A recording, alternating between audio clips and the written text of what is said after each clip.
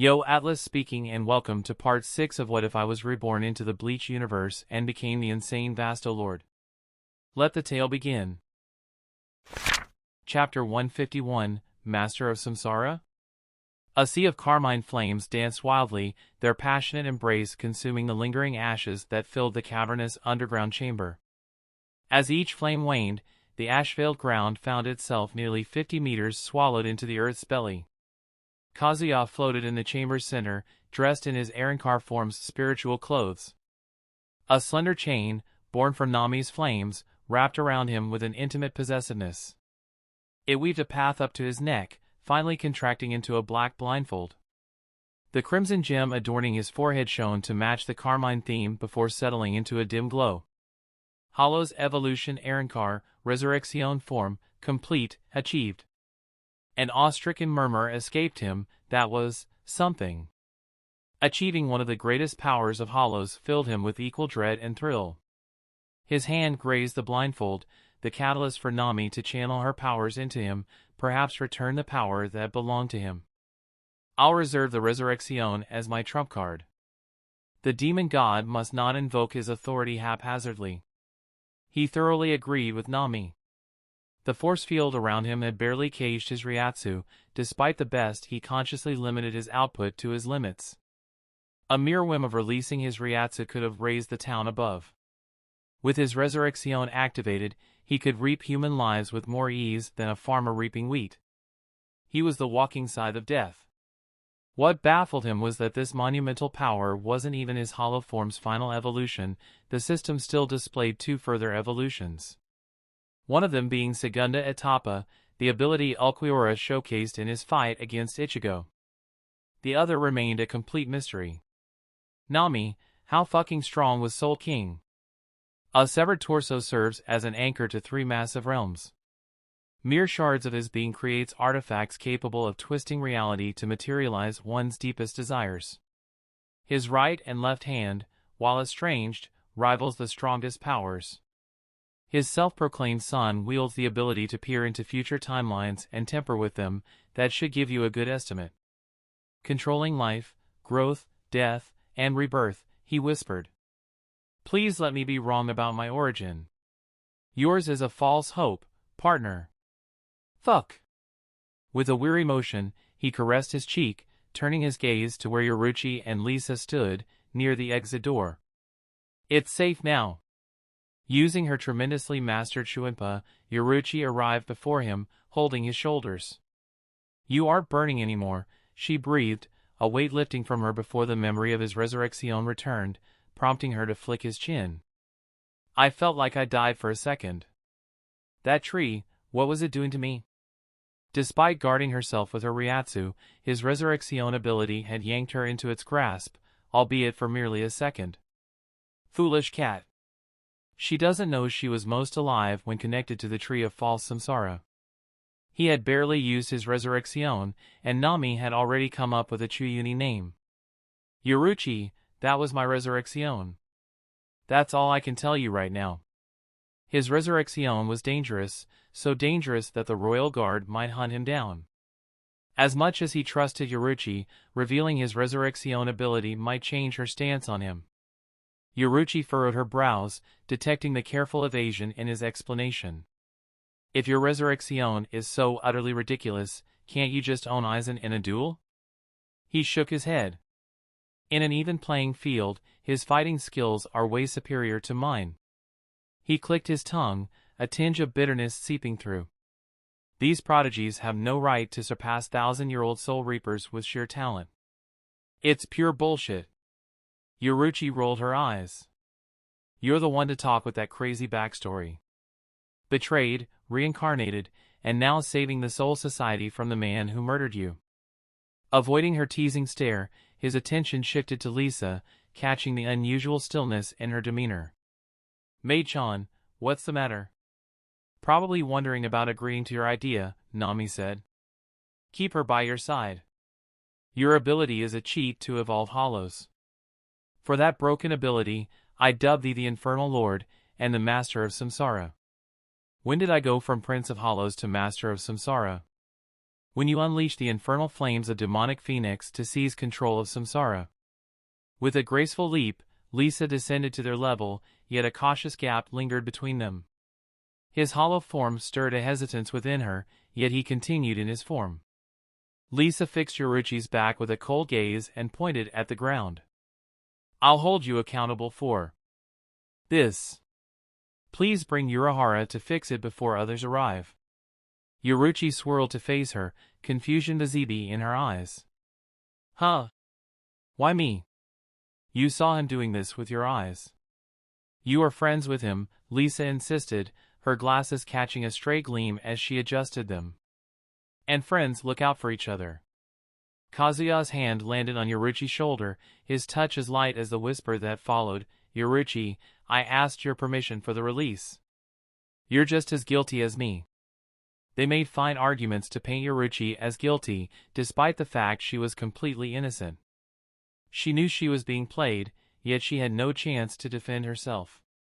Ah. Fine, Yoruchi agreed with a sigh, brushing his hand from her shoulder. I'll go fetch Urahara. It was a great opportunity to stick her neck for the man risking his life for her mission. The Flash Goddess wasted no time in leading the visored base. She approached him with the wariness of a deer in an unfamiliar land, every sense alert and muscles coiled. Unleashing his resurrection did something to her or the hollow inside her. Kazuya, you're coming with me to see Izumi. Her motive for casting the responsibility on Yoruchi became clear. He smirked, his gaze mysterious behind the blindfold. All right. Creak. The wooden door elegantly opened, inviting an autumn breeze and rustling leaves. There, in the frame, stood a silhouette Izumi found both strange and achingly familiar. Her heart leapt, pulsing waves of warmth. Her hands, hanging limply by her sides, twitched. Her lips quivered, parting slightly. The light shifted as Kazuya stepped forward, his features coming into focus. She noticed changes in him, subtle like minor growth in his height and substantial like his short hair. In the space between heartbeats, Izumi's hands found the courage her voice couldn't. They rose up, reached out, and touched him. The contact, skin and fabric grounded him into reality from a potential dream. He was there with her. Without hesitation, she threw her arms around him, taking in his familiar scent. Otudo-kun. Holding her quivering and sobbing form, he rubbed her back. I'm back. Partner, you knew her for, what, 2 weeks? Isn't her reaction too extreme? It's as if she had been reunited with long-lost son. It's the bond of true siblings. Nah, partner. Izumi is a red flag, I'm telling you. I don't see anything wrong. Arg, blind love. I can't even do anything or Tsubasa will clash with me. Chapter 152, Encroachment. Kazuya settled into the cozy living room of Izumi's apartment, which wasn't as grand as her sprawling mansion. But the bookshelves stuffed to the brim with lewd books, the stylistic paintings, and an assortment of knickknacks lent the space an intimate, homely atmosphere. Izumi gracefully appeared carrying a tray adorned with cups of matcha green tea and sweet bean paste snacks, some of his favorite Japanese things ever. Setting the tray down, she stifled a yawn that still managed to escape. Forgive me for that. Otudo-kun, please enjoy. Don't mind if I do. And just like that, you're a happy man. Kazuya ignored the voice in his head and lifted the steaming cup to his lips, savoring the nuanced bitterness of the matcha. So, what have you been up to these days? Furrowing her brow, Izumi seemed momentarily lost in thought. It's been a quiet time for Karakura Town. The brief aversion of her gaze signaled a lie. Feeling guilty about her deception, she reached for a basket of fresh fruit and started slicing an apple. Anything else? He probed for valuable information, anything to persuade her to slow down and take better care of herself. Izumi's lips curved into a soft smile. Let's see. I've been practicing my blood abilities and other techniques. It has yielded beneficial results so far. I also joined a boxing, taekwondo, and judo club to deepen my understanding of martial arts. It's going great so far. Look how happy she looks. We don't have to steal that happiness from her. I've got the news that you aren't resting enough, as in overworking yourself. Lisa. Her eyes sharpened instantly. She tends to worry excessively. Look at me, Otuto-kun, do I look like I'm not well rested? With a sweep of her arms, she struck a theatrical pose, exuding confidence. Her experience in high school drama club had made her an actress adept enough to fool masses. Well, I don't believe you, he said. You have yawned 4 times in the 30 minutes I've been here. There are subtle dark circles under your eyes. Speaking of eyes, yours don't have the same energy they once had. He had noticed these telltale signs the moment he walked in, and now was the perfect moment to lay them bare, to show her that he cared enough to notice even the subtlest details about her. Caught off guard, Izumi's hand instinctively flew to her eyes, causing the knife to clatter onto the table. Otuto-kun is observant. As I should be, he retorted. Especially when it comes to family. She let out a sigh before shaking her head. You should also know my responsibility. I have to do this, as a pure-blooded Quincy. I must guide them. That again.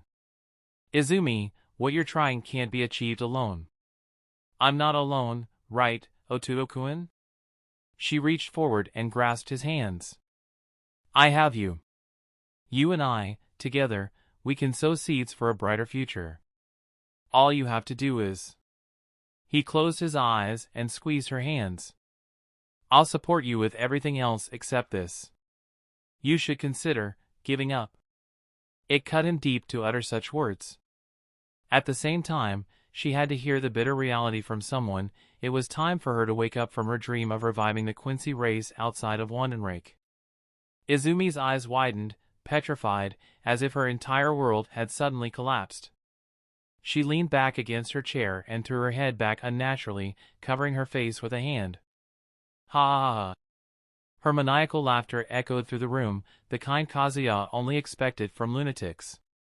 She is broken. Her laughter distorted into a broken mess before transitioning to sobs, tears trickling down her face. After all this time I thought you'd be different. It's my fault to pull you into my world, isn't it? I'm a pathetic excuse for his sister and an even more miserable disgrace for Quincy. I deserve to die. Swiftly uncovering her face, she reached to grab a kitchen knife that glinted ominously on the table. She raised it to her throat. His reactive flared in response to the crisis. In a blink, he lunged forward and yanked the knife from her grasp. Yet even without the blade in her hand, her motion to slash her throat continued in a daze, a sobering reminder of the depth of her suicidal intent. Izumi's eyes blinked in disbelief, fixated on the knife in his hands. I've failed everyone, my parents, ancestors, everyone. I've failed as a Quincy. I don't have the right to exist anymore. Let me die.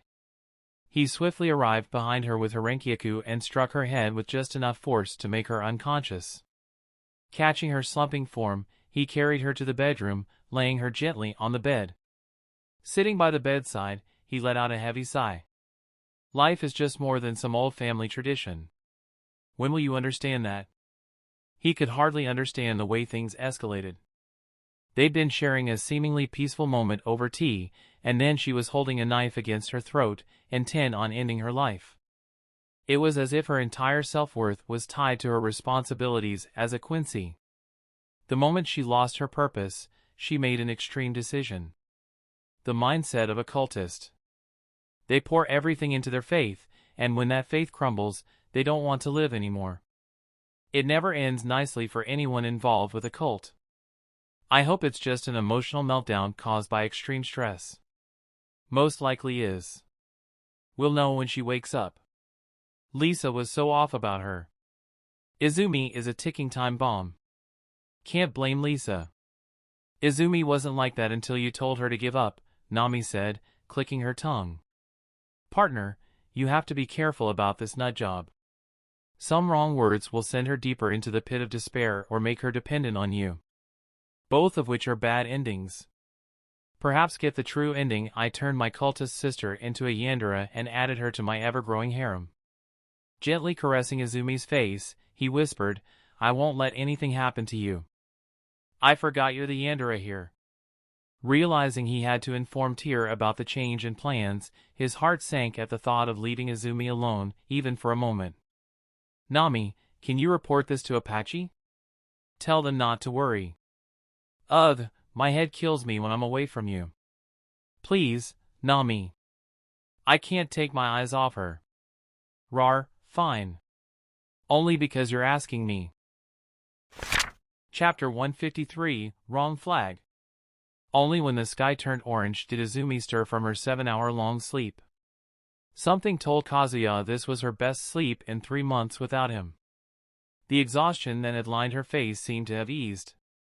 Grasping her hand, he gently helped her into a sitting position. Hey! Izumi blinked back at him, her eyes filling with tears as they locked onto him. Otuo-kun, her voice wavered, tinged with remorse. I'm so sorry. What I did was unforgivable. Don't worry about that. All that sleeping should have gotten you hungry. She hesitated, then nodded. A bit. I'll go prepare. No. You stay put. I'll get something for you. Before she could raise an objection, he exited the room. During her lengthy sleep, he had tossed out every lethal object, even something as small as a needle, from the bedroom. Nevertheless, he returned to her side as quickly as possible, bringing a glass of milk and some meticulously sliced fruits. You're a terrible brother. Shut up. I didn't have time to whip up a gourmet meal. Even if I gave you 3 hours, your cooking will still taste like a freshly brewed disaster. In my defense, I have so many talented lovers to do it for me.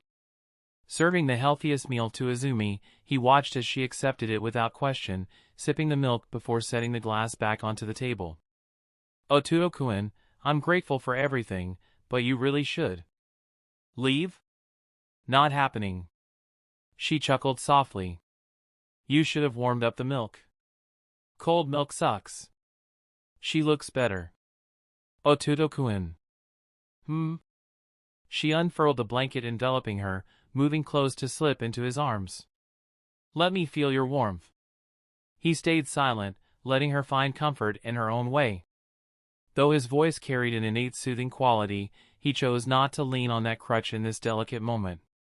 It was better to naturally solve her psychological troubles than hypnotizing her.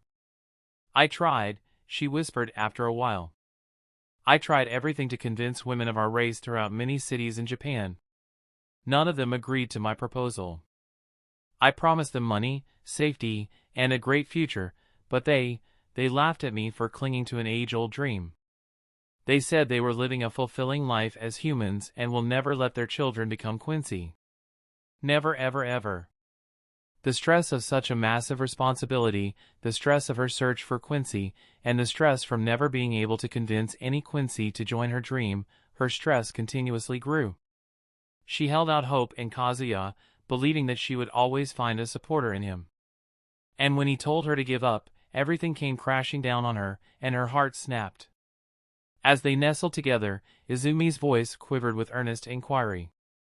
Otuo-kun, I can't understand why they despise us so.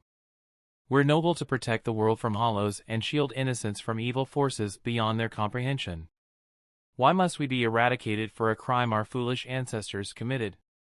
It wasn't a crime. They tried to destroy the balance, which could have spelled the end of the world. That's not all.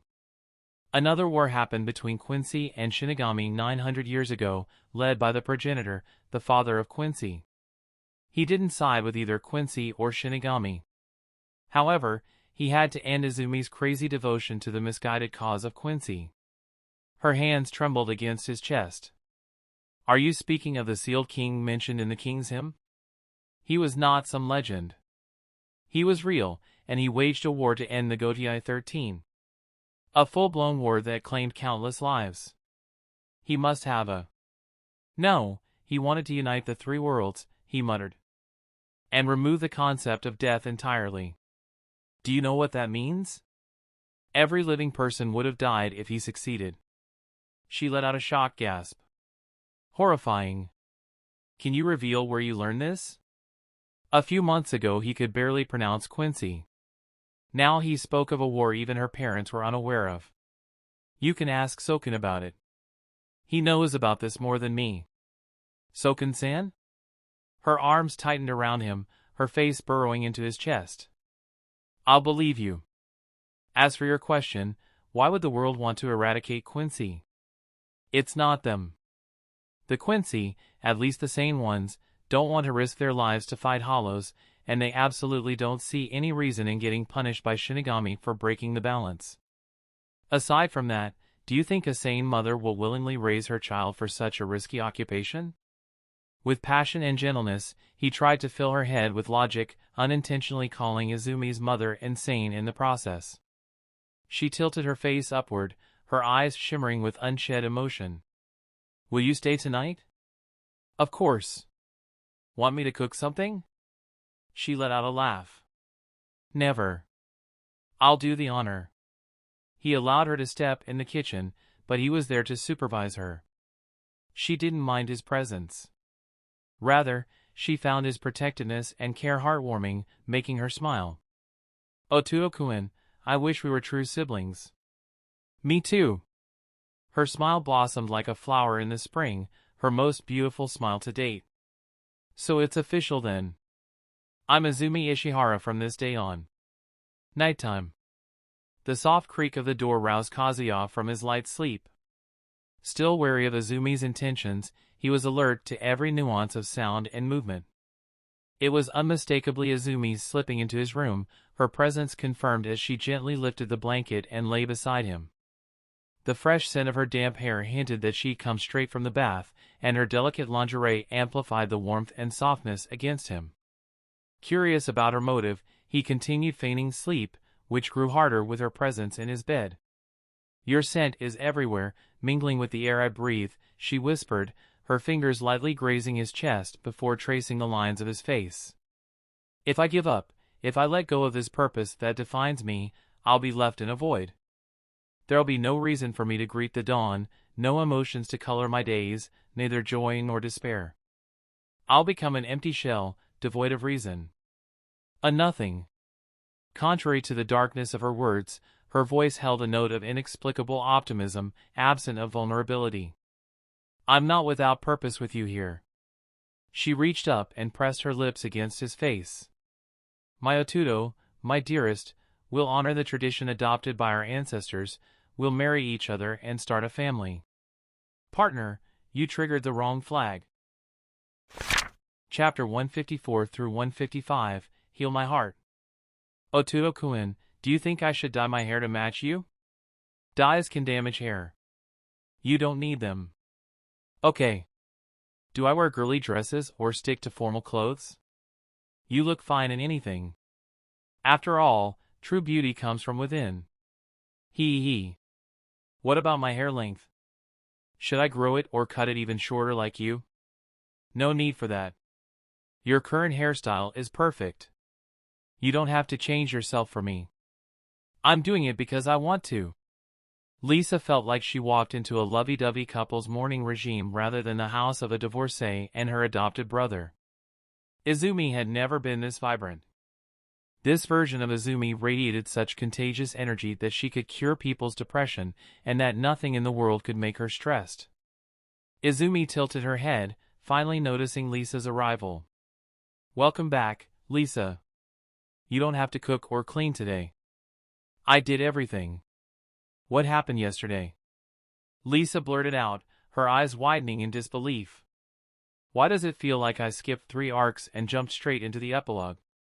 Well, Izumi, can I leave the explanation to you? Of course, Otuo-kun, Izumi cooed. Lisa, I've abandoned my Quincy mission. It wouldn't have gone anywhere with a single person's efforts. Lisa turned to Kazuya, whom she had tasked to fix Izumi. He went above and beyond, making Izumi abandon her futile mission. The absolutely fine work earned a thumbs up from her.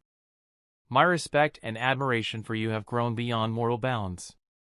From today onwards, I'll consider you the greatest man ever to step foot on the three realms. Thanks, Kazuya said with a shrug, a subtle grin pulling at his lips. Why don't you take a seat with us? Izumi propped her elbows on the table and gently cradled her face in her palms. Her soft smile oozed with affection. Others have moved on in their lives, pursuing happiness and lives as normal people. It's time I cast my past and embrace a new future with Ototo-kun. Lisa crossed her arms. I have always been against political marriages and even more against the Quincy resurrection. Let Shinigami handle the job of balancers. Izumi nodded in a trance, her gaze unwavering from Kazuya, as if fascinated by him. Ototo-kun and I don't need to risk our lives. That reminds me, Ototo-kun, you have yet to reply to my confession. I know you're considering Haribel-san, Apache-san, and Sung-san's feelings, but can you answer me soon? My heart cannot take this suspense. Kazuya almost spat his coffee. Which confession are you talking about? Her lips stretched into a gentle smile. Naughty Ototo-kun, don't you play with my heart like that. You were wide awake when I poured my heart out to you. She had noticed the tiniest of fluctuations in his Ryatsu when she entered his room last night. The fluctuations only became wilder as she expressed her feelings. He cleared his throat. I didn't interrupt because it was better to free your emotions than bottle them up in your heart. Very true, Ototo-kun. You're so incredibly sweet and caring. It was Kami's blessing that I ran into you that night. Partner, it's official that Izumi is balls deep obs in love with you. Because you were present at the right place and time. Open your heart and embrace her love, for you're a harem protagonist. I caused this, so I'll take full responsibility. Izumi might resort to self-harm if he rejected her newfound purpose of having a normal life with him. It wouldn't be far-fetched to say he was her sole reason for existence. She might just break at his rejection. Izumi would have continued a normal life if he hadn't changed her fate to such an extent. Besides, he had a soft spot for Izumi, who had been nothing but kind to him. If committing to her would ensure her happiness and presence in his life, then it was a price he was more than willing to pay.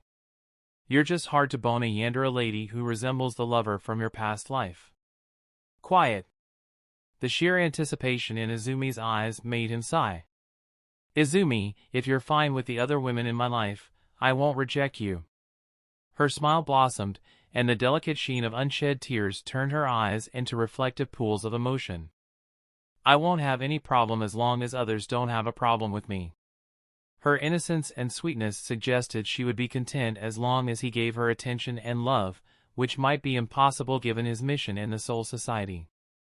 She is dangerous, partner. Neglect her and she may just attack others. Sung-san, the weakest of his lovers, could effortlessly floor Izumi. His lovers won't be in trouble unless Izumi awakens some ridiculous power-up. She will get one. It's only a matter of time. Ignoring Nami, he smiled at Izumi. Nobody will cause trouble for you. I'll take care of everything.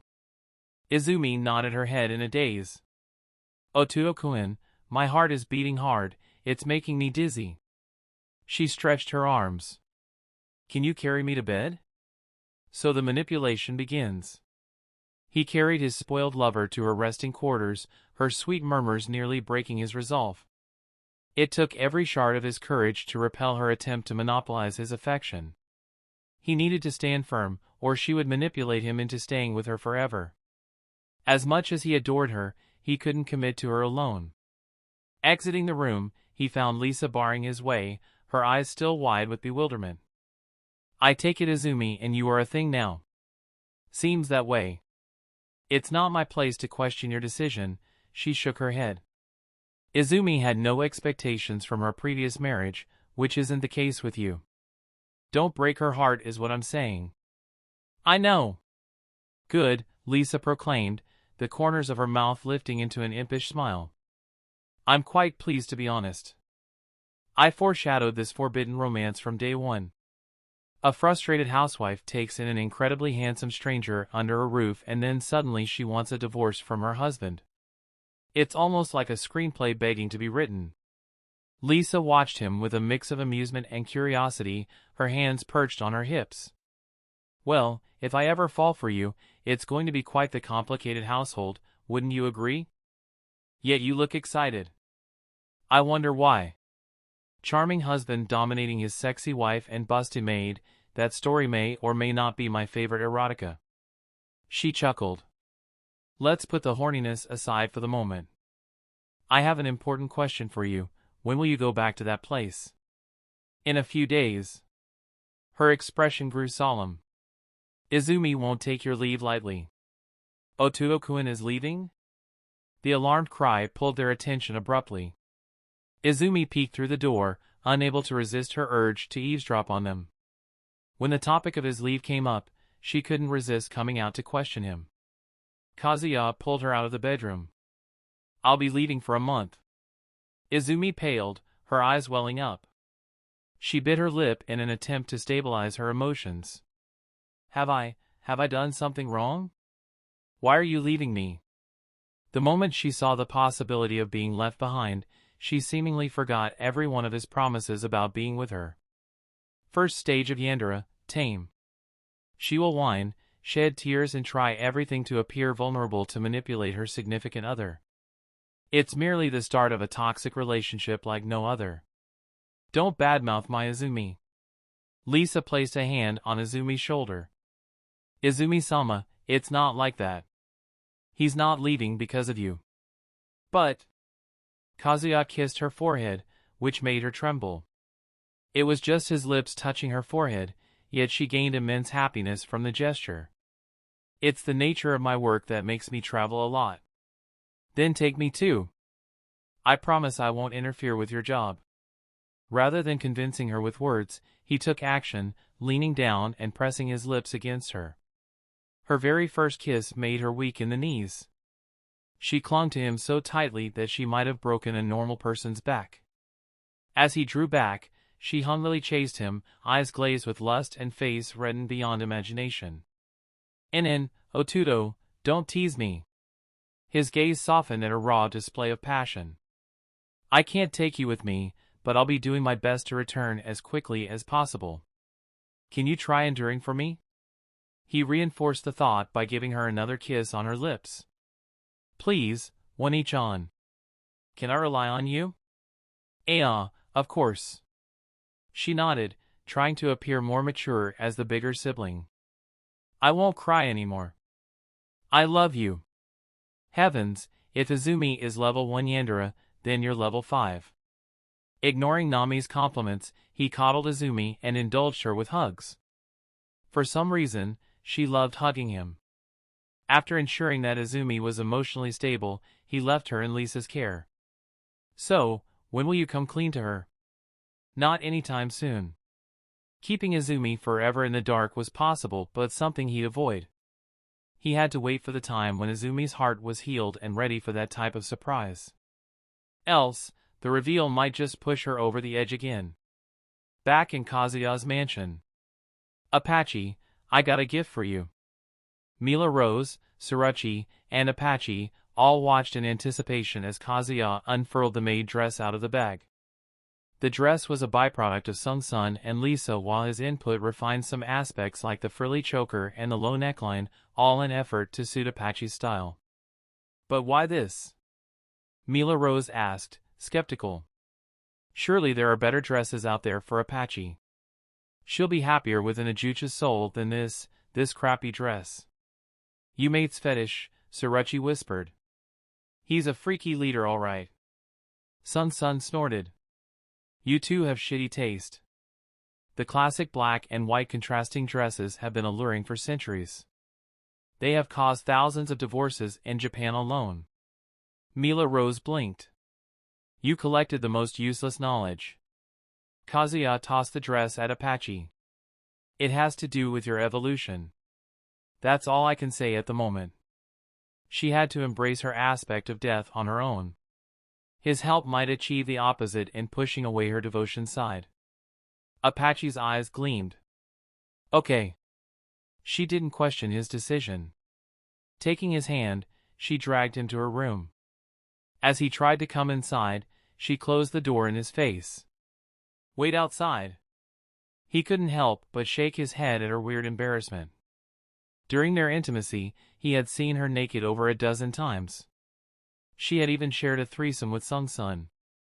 Be patient. The reveal is a delicate bloom, best when unrushed. All the rustling inside the room raised his anticipation. After what felt like an eternity, Apache let him open the door. His heart skipped a beat when he found her standing with crossed arms. Her frown was firmly at odds with the maid headdress resting on her head. He found himself captured by her unexpected charm, feeling his heart sinking deeper for her. There was an innocence in the frills and folds of her outfit, a sharp contrast to her untamed intensity spirit. Something is wrong with me. It's the gap mo. The contrast of her innocent frills and her untamed spirit. His silent admiration made her more conscious of her dress. She loosened up, fidgeting nervously. Wearing this is embarrassing enough, she huffed, the corners of her lips twitching downwards in a pout that was too cute to be real. I don't need you gawking like that. It looks great on you. I mean really great, he reassured her, closing the space between them with a warmth in his smile. Why is this embarrassing? It's just, she started, her voice trailing off into a murmur as if she were revealing a vulnerability she hadn't planned on sharing. It's like I'm running around as a servant and not your lover. Although she was one of his lovers, she took great pride in her current status. It meant everything to her. The thought of being perceived as a family maid, especially as Sung-sun's maid, was a straight blow to her pride. He held her hands. You'll be my exclusive maid. A maid solely devoted to serving me. He watched her, seeking any sign of distaste or disapproval. He dropped the whole idea if it caused her any discomfort. Instead, what he saw was the furrowing of her brow, a look of perplexed contemplation. I should be infuriated, she whispered, a trace of astonishment in her voice as her fingers subconsciously grazed her neck. And yet, I'm okay with it. What is this bullshit? And how is it related to my evolution? He pointed at her chest. The obstacle in your evolution isn't physical but mental. Huh? Don't worry too much. It'll be solved in time. Mila Rose's departure to Hueco Mundo made her realize about her denseness and impulsiveness to say hurtful things. Rather than dealing with the matters of the heart on her own, she chose to take his help. So what are my duties, as your maid? She inquired, her tone a mix of sarcasm and genuine intrigue. I'm not cleaning the whole mansion, just so you know. His gaze drifted to Apache's bed, where a plush panda rested against the wall. We'll talk after I reward you for your cooperation. Her cheeks flushed at the realization. I'll take these off. Don't want them getting dirty. No! Leave it on. It's perfect. Chapter 156 through 157, A Temporary Solution.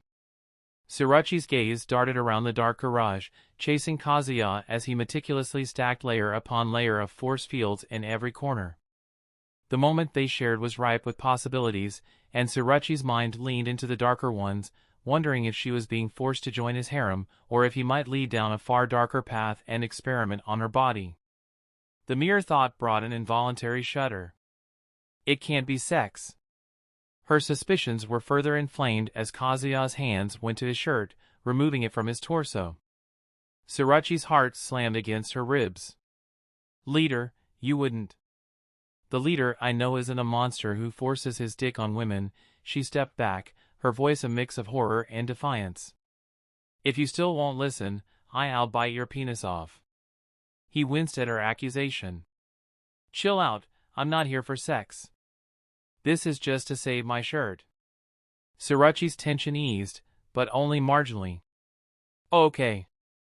Kazuya drew his zanpakuto, beginning the elaborate and somewhat harrowing ritual to invoke his shurikai, the act of self-stabbing terrorizing Surachi. The web of glowing yellow force field imprisoned his Ryatsu within the garage. Mesmerized, Surachi held her breath, feeling the growing pressure of his Ryatsu for the first time since their first confrontation. You've improved so much, leader. Kazuya's eyes took on a sinister gleam as he regarded her. "Surachi, just stay there," and his words trailed as he transmuted his Enmyaku into dual muskets, the barrels trained unflinchingly on her chest. "Let me shoot you." "Wait a second." Surachi raised a hand. "Why does a Shinigami have guns in the first place?" Spending half of her day before the television had informed her of many things, the guns being one of them. "Because they're convenient to use."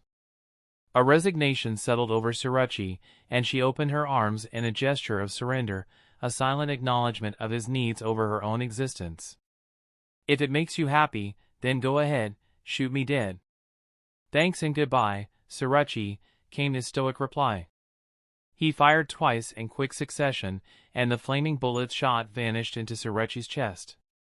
The inferno engulfed Surachi. His heart thumped as the flames flickered and grew to touch the ceiling. "It'll work, partner. You have my stamp of guarantee."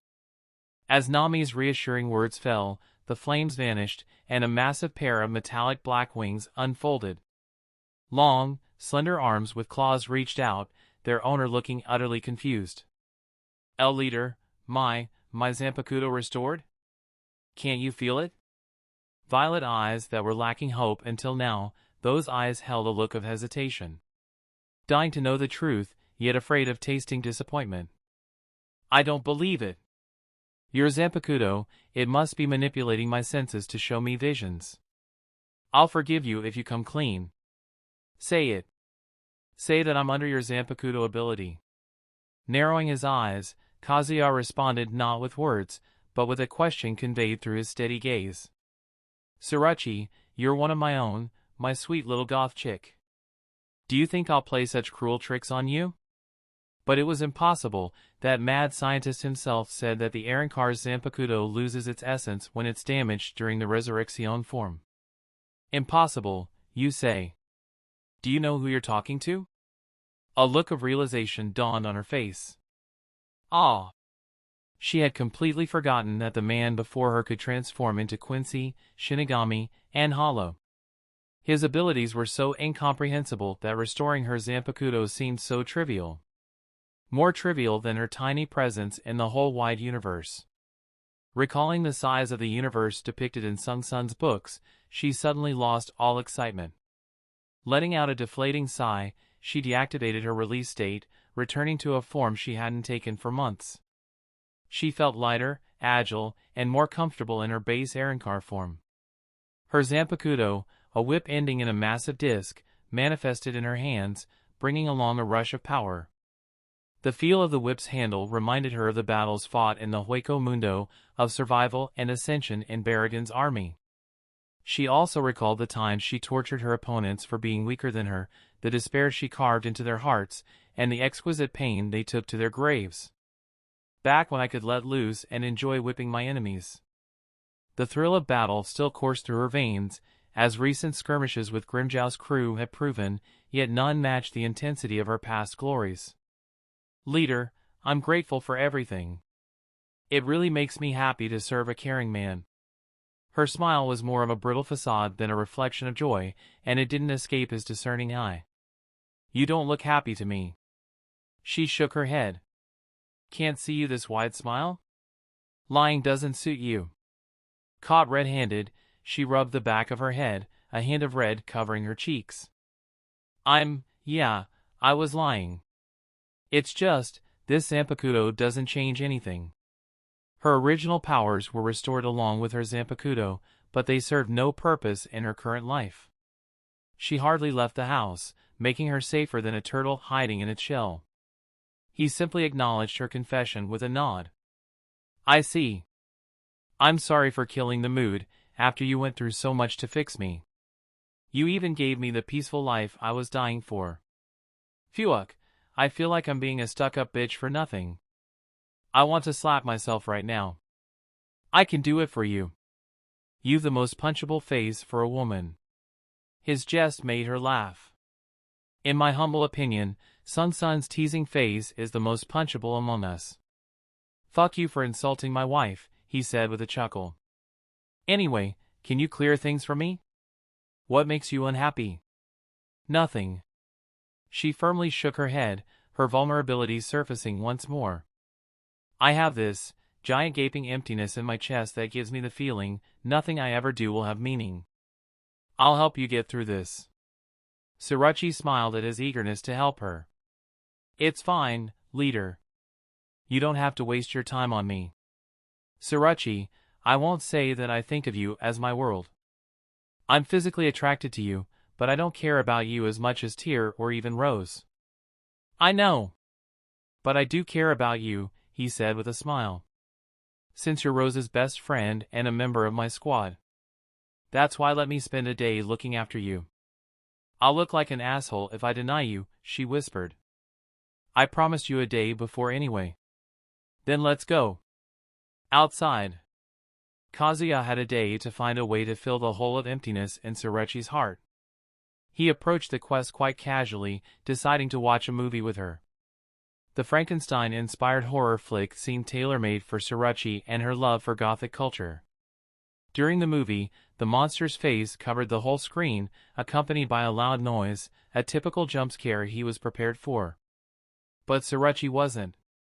She clutched his arm and leaned in, genuinely terrified. Blast. What a frightening sound. That monster looks seriously cool. Who could have thought dead people can be scared of ghosts? Nami giggled.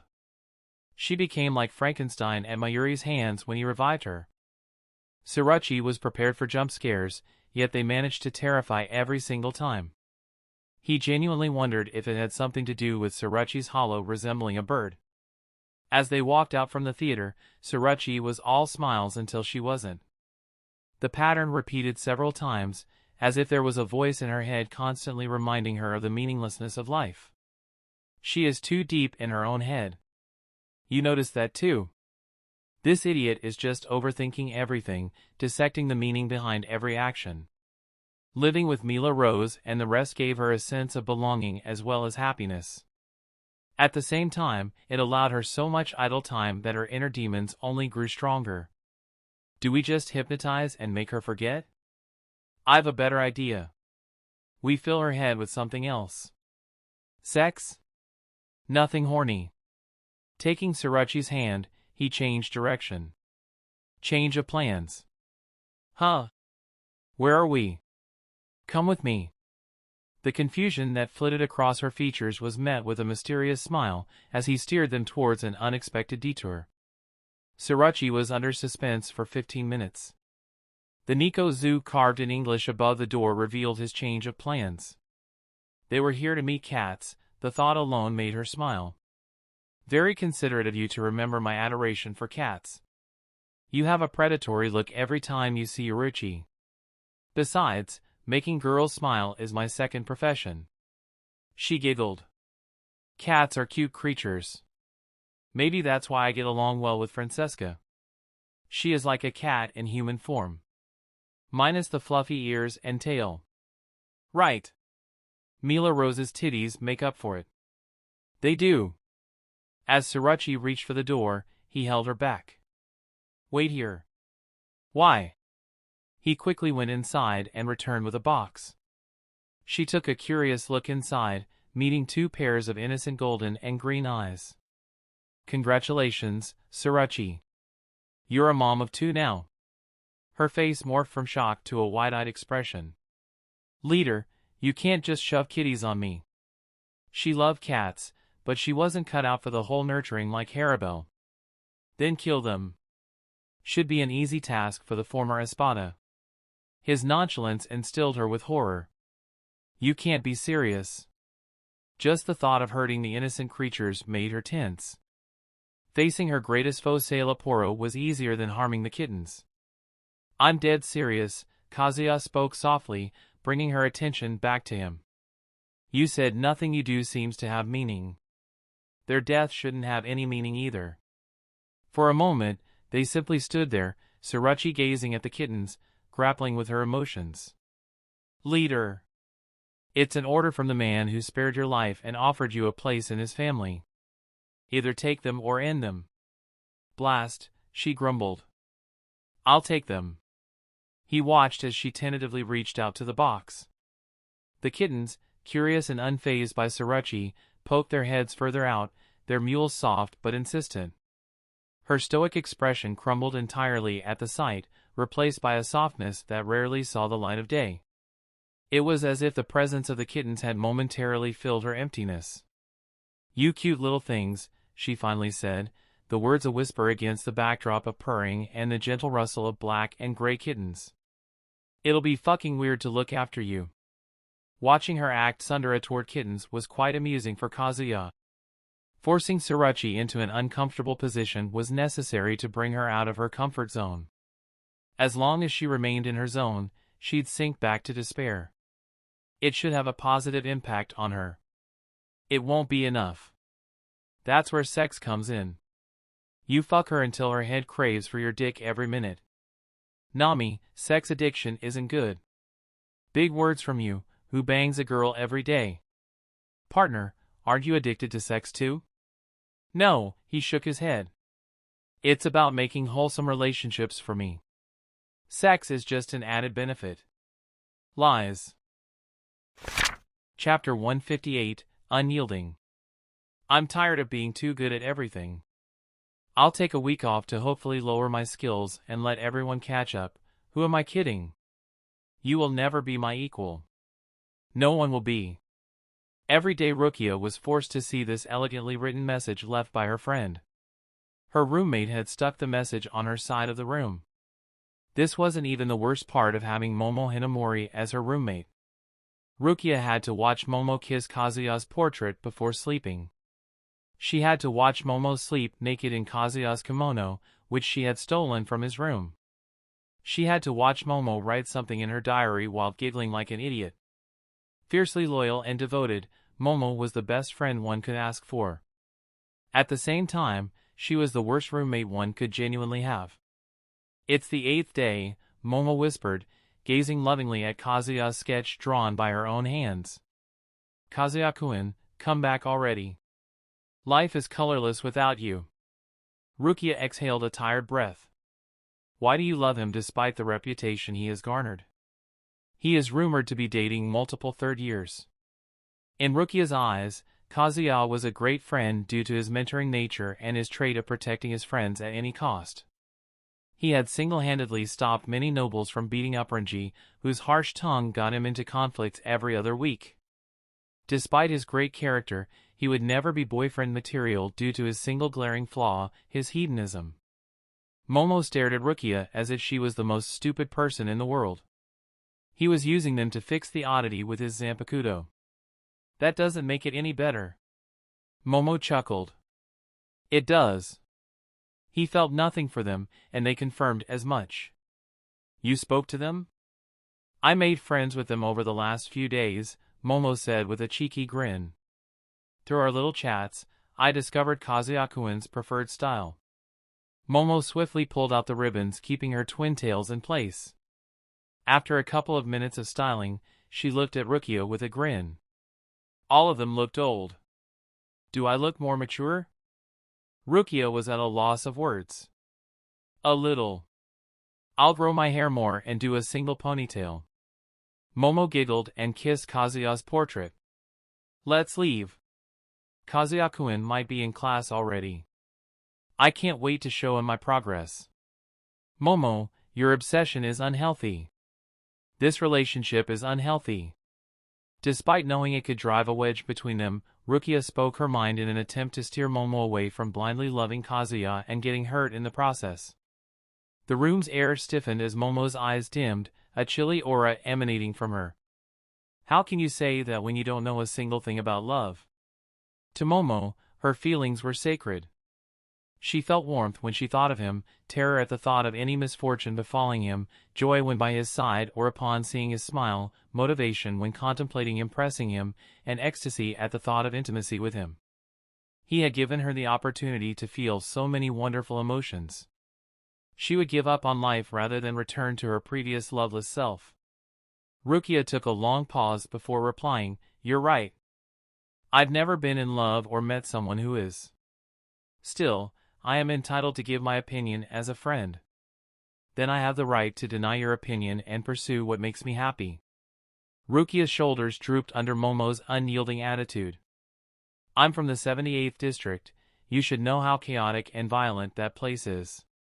Stealing food and then surviving the chase every day was kind of a fun struggle, now that I look back on it. Rukia's life was quite the opposite of Momo, who lived a little too peacefully with Oba-san and Toshiro. The peace gave birth to the fantasies of a thrilling life like those fairy tales her Oba-san read to her and Toshiro. I'll explain the rest with a drawing. Rukia snatched the portrait from Momo and scribbled on its back. She slammed it on the bed, looking proud of the result. Check this. Momo furrowed her brow as she glanced between the uncharacteristically cute drawing of a rabbit chasing its shadow in a circle and Rukia's earnest eyes. You ruined my 48th Kazuya-kun portrait for rabbits. Why are you so cruel? There was a common saying in our district, chasing shadows will keep you busy but never give you fulfillment. I don't get your meaning. What do rabbits and shadows have to do with me? Your obsession with Kazuya is like that, Rukia explained, clearing her throat. It'll keep you busy but you'll go nowhere with him. He doesn't view intimate relationships as you do. I'll change him, Momo said with raw confidence. My love will transform him. As the morning lessons concluded, Momo found herself sitting in the cafeteria amid the clinking of cutlery and the whispered conversations of her peers. Kazuya's absence had left a void in her heart. Why is Kazuya-kun punishing me? The table she shared with Renji, Rukia, and Toshiro was otherwise unaffected by Momo's gloom, with her companions continuing their meal as usual. It was clear that they had become accustomed to Momo's tantrums over Kazuya's unexpected vacation. Momo's gaze sank to her untouched plate, a display of her dwindling will to engage with the world without Kazuya's presence. Her appetite, it seemed, had wandered off in search of him. Toshiro slid the plate towards her. Use this as an opportunity to train your Zanpakuto. The stronger you become, the more impressive his surprise will be. A flicker of life returned in Momo's eyes. Who told you I was training to impress him? Renji's laughter rippled across the table. You thought we won't notice your late evening disappearances? Rukia cleared her throat. I didn't. Suddenly, a hush fell over the cafeteria, a silence forced upon them by a sudden and oppressive reiatsu that smothered everyone with its intensity. Rukia noticed a group of 4 Shinigami entering the cafeteria. The 2 at the rear were unremarkable, but the 2 Shinigami leading the group caught her attention. An elderly man with a thick gray mustache and long gray hair, his reiatsu was contained unlike the young man, but his Shinigami uniform betrayed his prestigious status in the Godiai 13. A captain. With the captain was a gray-eyed young man, cold and detached, his reiatsu so formidable that it struck terror into everyone in the cafeteria. It wasn't directed at anyone, his presence alone was simply that intimidating. The intricate headpiece Kinsekin nestled in his long black hair indicated his noble heritage. Why is he coming to us? She held her breath, hoping the Shinigami would pass by her table. Contrary to her hopes, they halted before her. She bears a striking resemblance to her, the elderly man whispered, looking down at Rukia. Forgive the interruption, but student Rukia, you must accompany us to the Kachiki Manor on urgent business. The mention of the Kachiki name sent a shiver down everyone's spine. The nobility of the Soul Society was a frequent topic among their teachers. The Kachiki clan, one of the 5 great noble families, was charged with compiling and safeguarding the history of the Soul Society, and its clan head served as the captain of the 6th Division. The elderly man talking to her was Jinrei Kachiki, the 27th head of the Kachiki clan and the captain of the 6th Squad. Rukia's mind was racing, anxious about what awaited her. The Kachiki's reputation was untarnished, but her experiences at the academy had taught her to be wary of any noble family. Moreover, the Kachikis were influential, so much so that she doubted even Kazuya would dare to offend them. Girl, did you not hear Captain Kachiki? Growled one of the burly men accompanying Jinrei Kachiki. Rise and follow us. Rukia tried to speak, but her words were trapped by a knot of anxiety and unvoiced queries. She rose, but her legs trembled, like a lamb surrounded by wolves. Tap! Tap! Tap! The sound of deliberate footsteps cut through the quiet. Wide-eyed, Rukia turned toward the newcomer. A familiar figure strode into the cafeteria with an unhurried pace, almost dismissive in the face of the overwhelming figures that dominated the space. You all call yourselves nobles and gang up on a young lady. Pathetic. She was wrong about Kazuya. Chapter 159, A Commoner Tongue. You are interrupting nobles in their mission.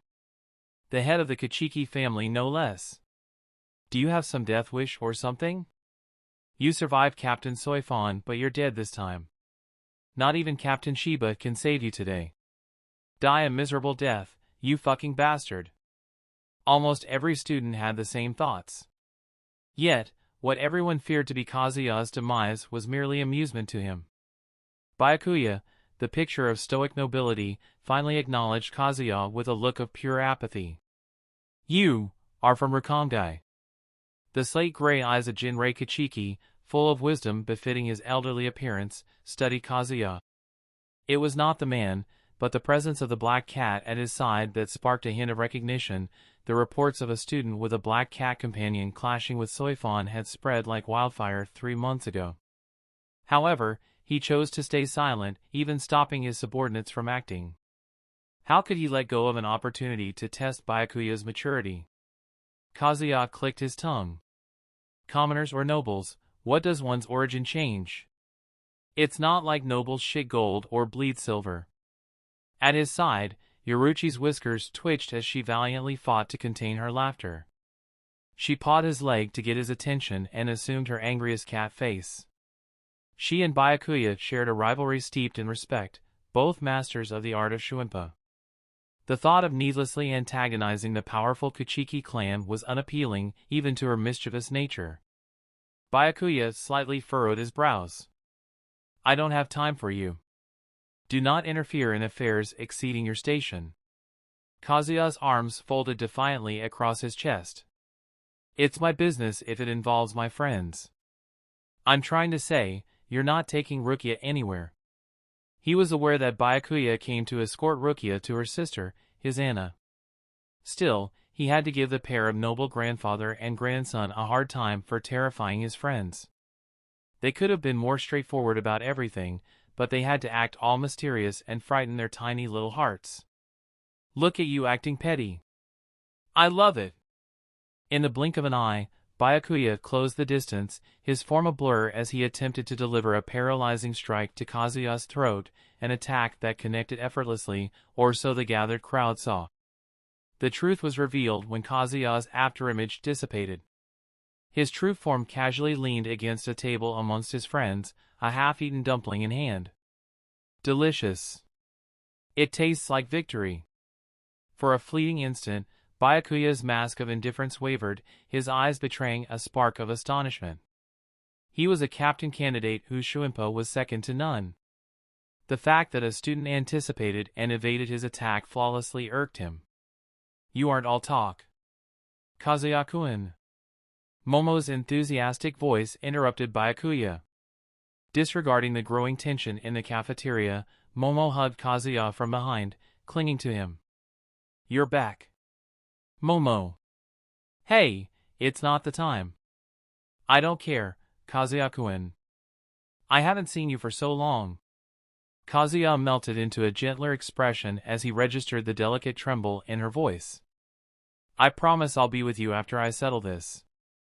With a sigh that carried more resignation than she felt, Momo retreated to a seat, pulling Rukia down beside her. It'll be fine now that Kazuya-kun is here. Rukia's response was a gentle shake of her head. Kazuya, you don't have to fight anyone.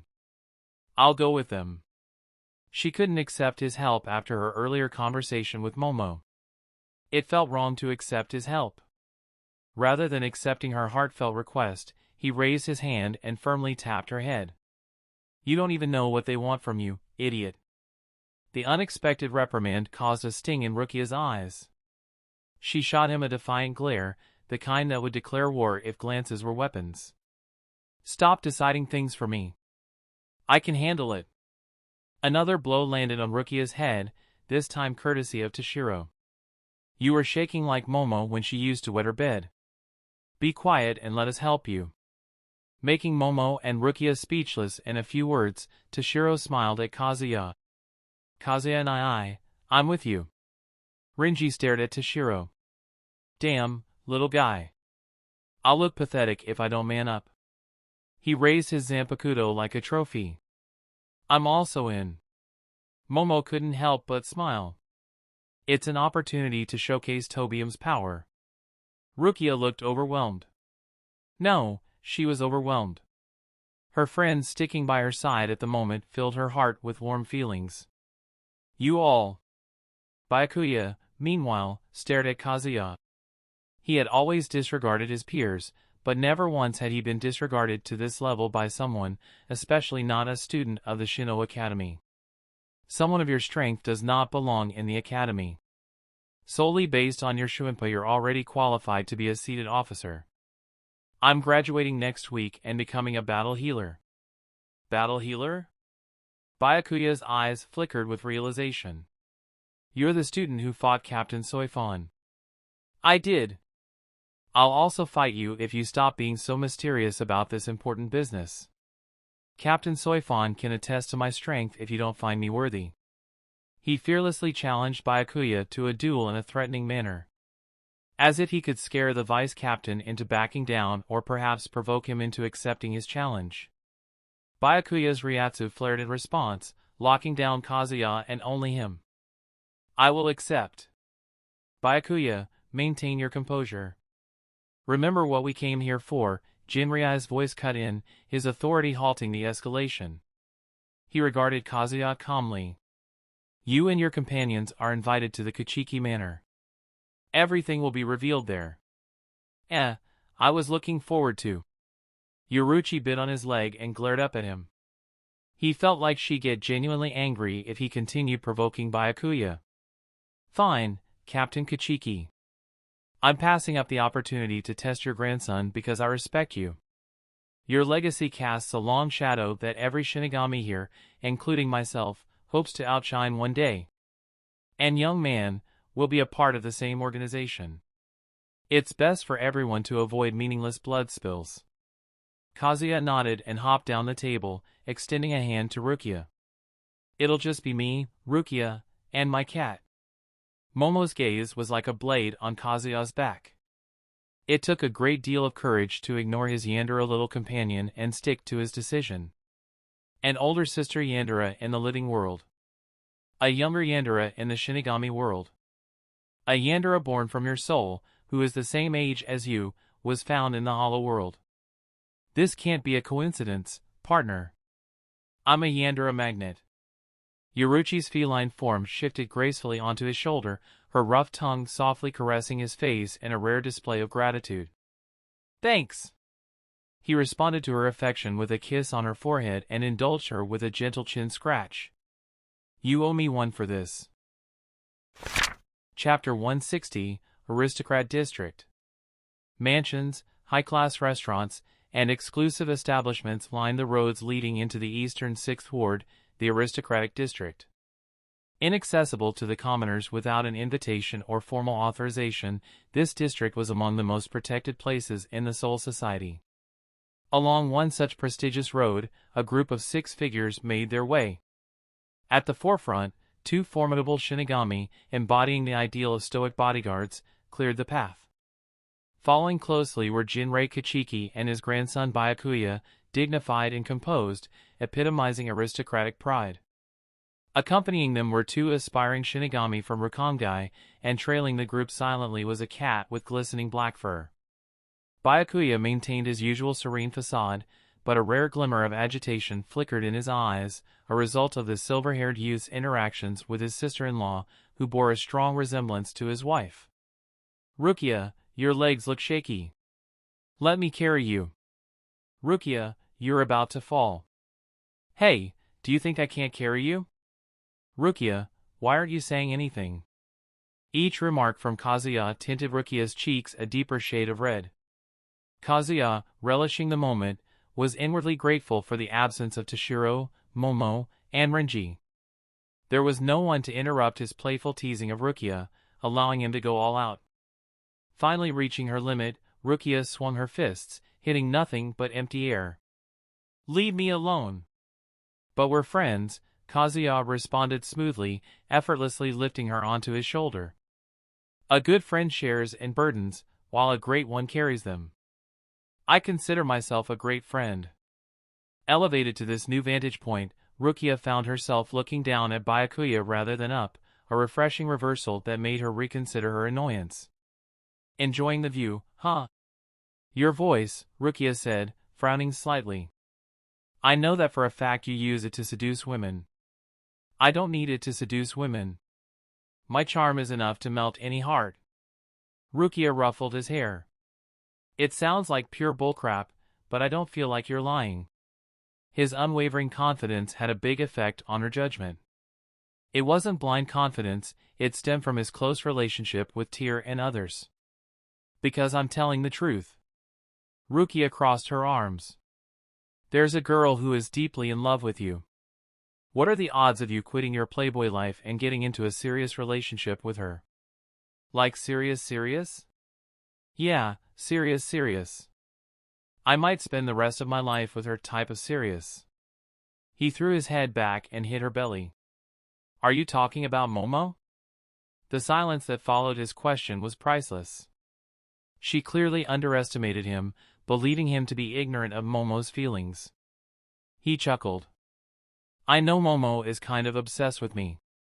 She attempted to put him in a chokehold, trying to make him pass out. Of course, she failed miserably. Her efforts couldn't bear fruit against his superior physical resilience. "And yet, you did nothing?" "It was too late by the time I realized the change in her feelings," he said with a sigh. "An innocent, pure attraction blooming into twisted love, the unsung tragedy makes my heart ache. Yet I can't help but root for her success." His words, shamelessly honest, left her momentarily speechless. "How can you say that when you're the man of her affection?" "If that's the case, then I'll graciously accept her love," he replied, nodding solemnly as though making a solemn vow. "Protecting one more maiden heart is feasible with my current abilities." Rukia gritted her teeth. "Can't you just be content with Momo?" "Nope. I have many women I love dearly." "Look there, Rukia. Doesn't that place look elegant?" Ahead of them was an extravagant estate with an expansive roof that towered over the surrounding structures.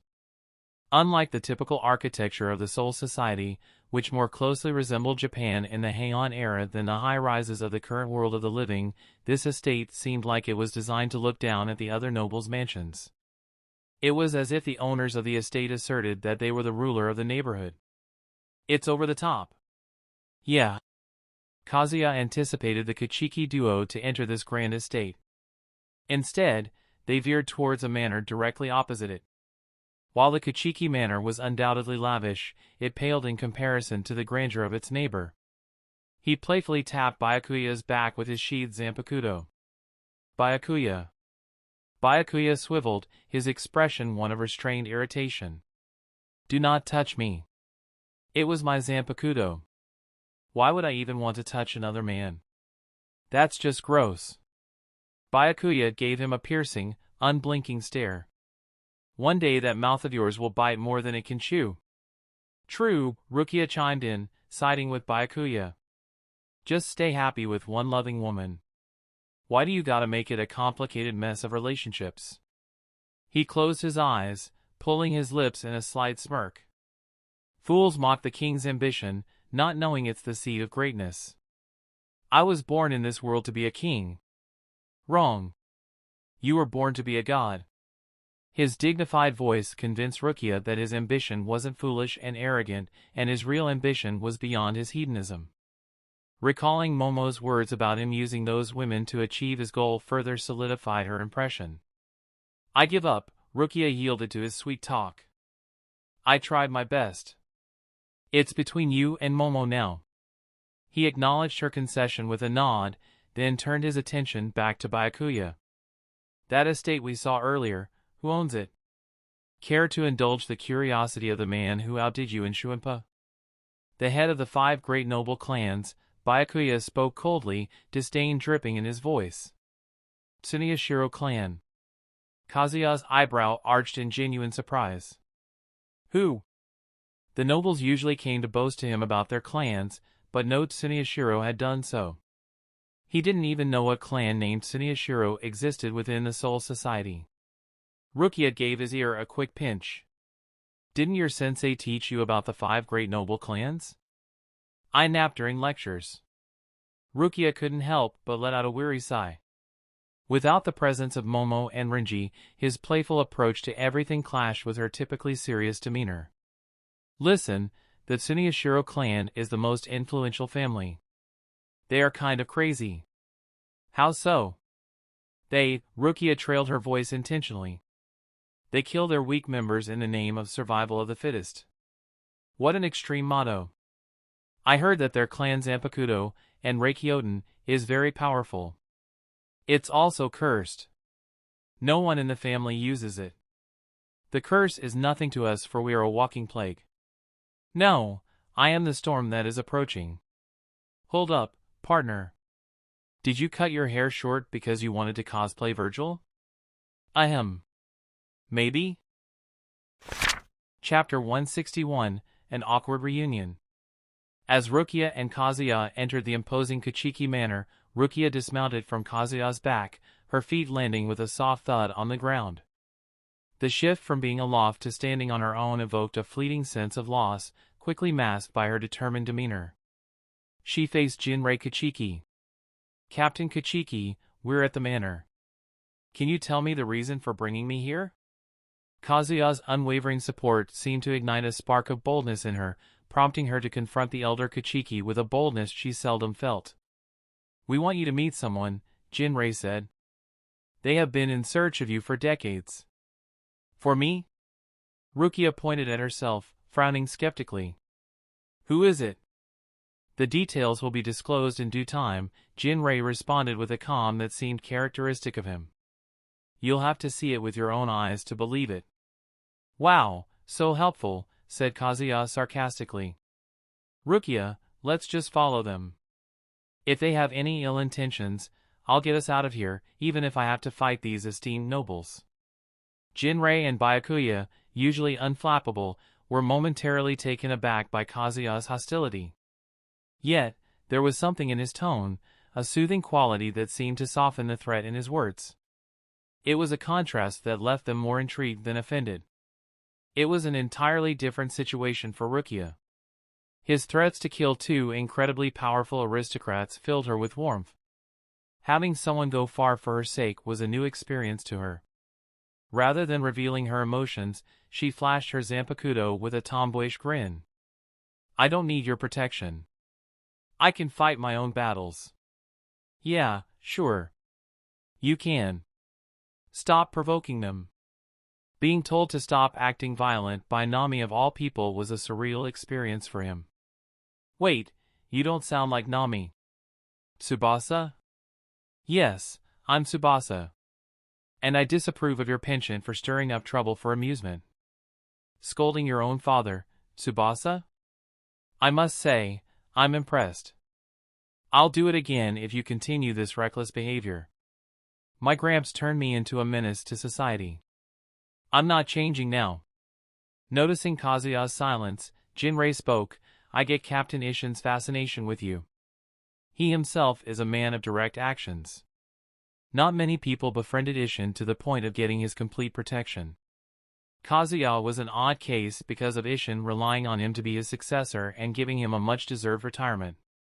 Despite the Central 40SIX's mediocre treatment of the Shiba clan, they still remained one of the 5 great noble clans. Their influence was undeniable. Kazuya, unaware of Jinrei's thoughts, casually draped an arm around Rukia's shoulder. That's the whole Shiba family's shtick. They don't beat around the bush, they express themselves through their actions. Jinrei nodded in agreement. I do believe they are a vital presence in the aristocratic society. In a secluded room of the manor, overlooking a serene garden, Kazuya and Rukia awaited their mysterious visitor. The servants arrived and provided refreshing drinks as well as snacks. Kazuya put Yoruichi on his lap and shared snacks with her. She had been uncharacteristically silent throughout the whole trip. He even wondered if she got replaced with a normal black cat.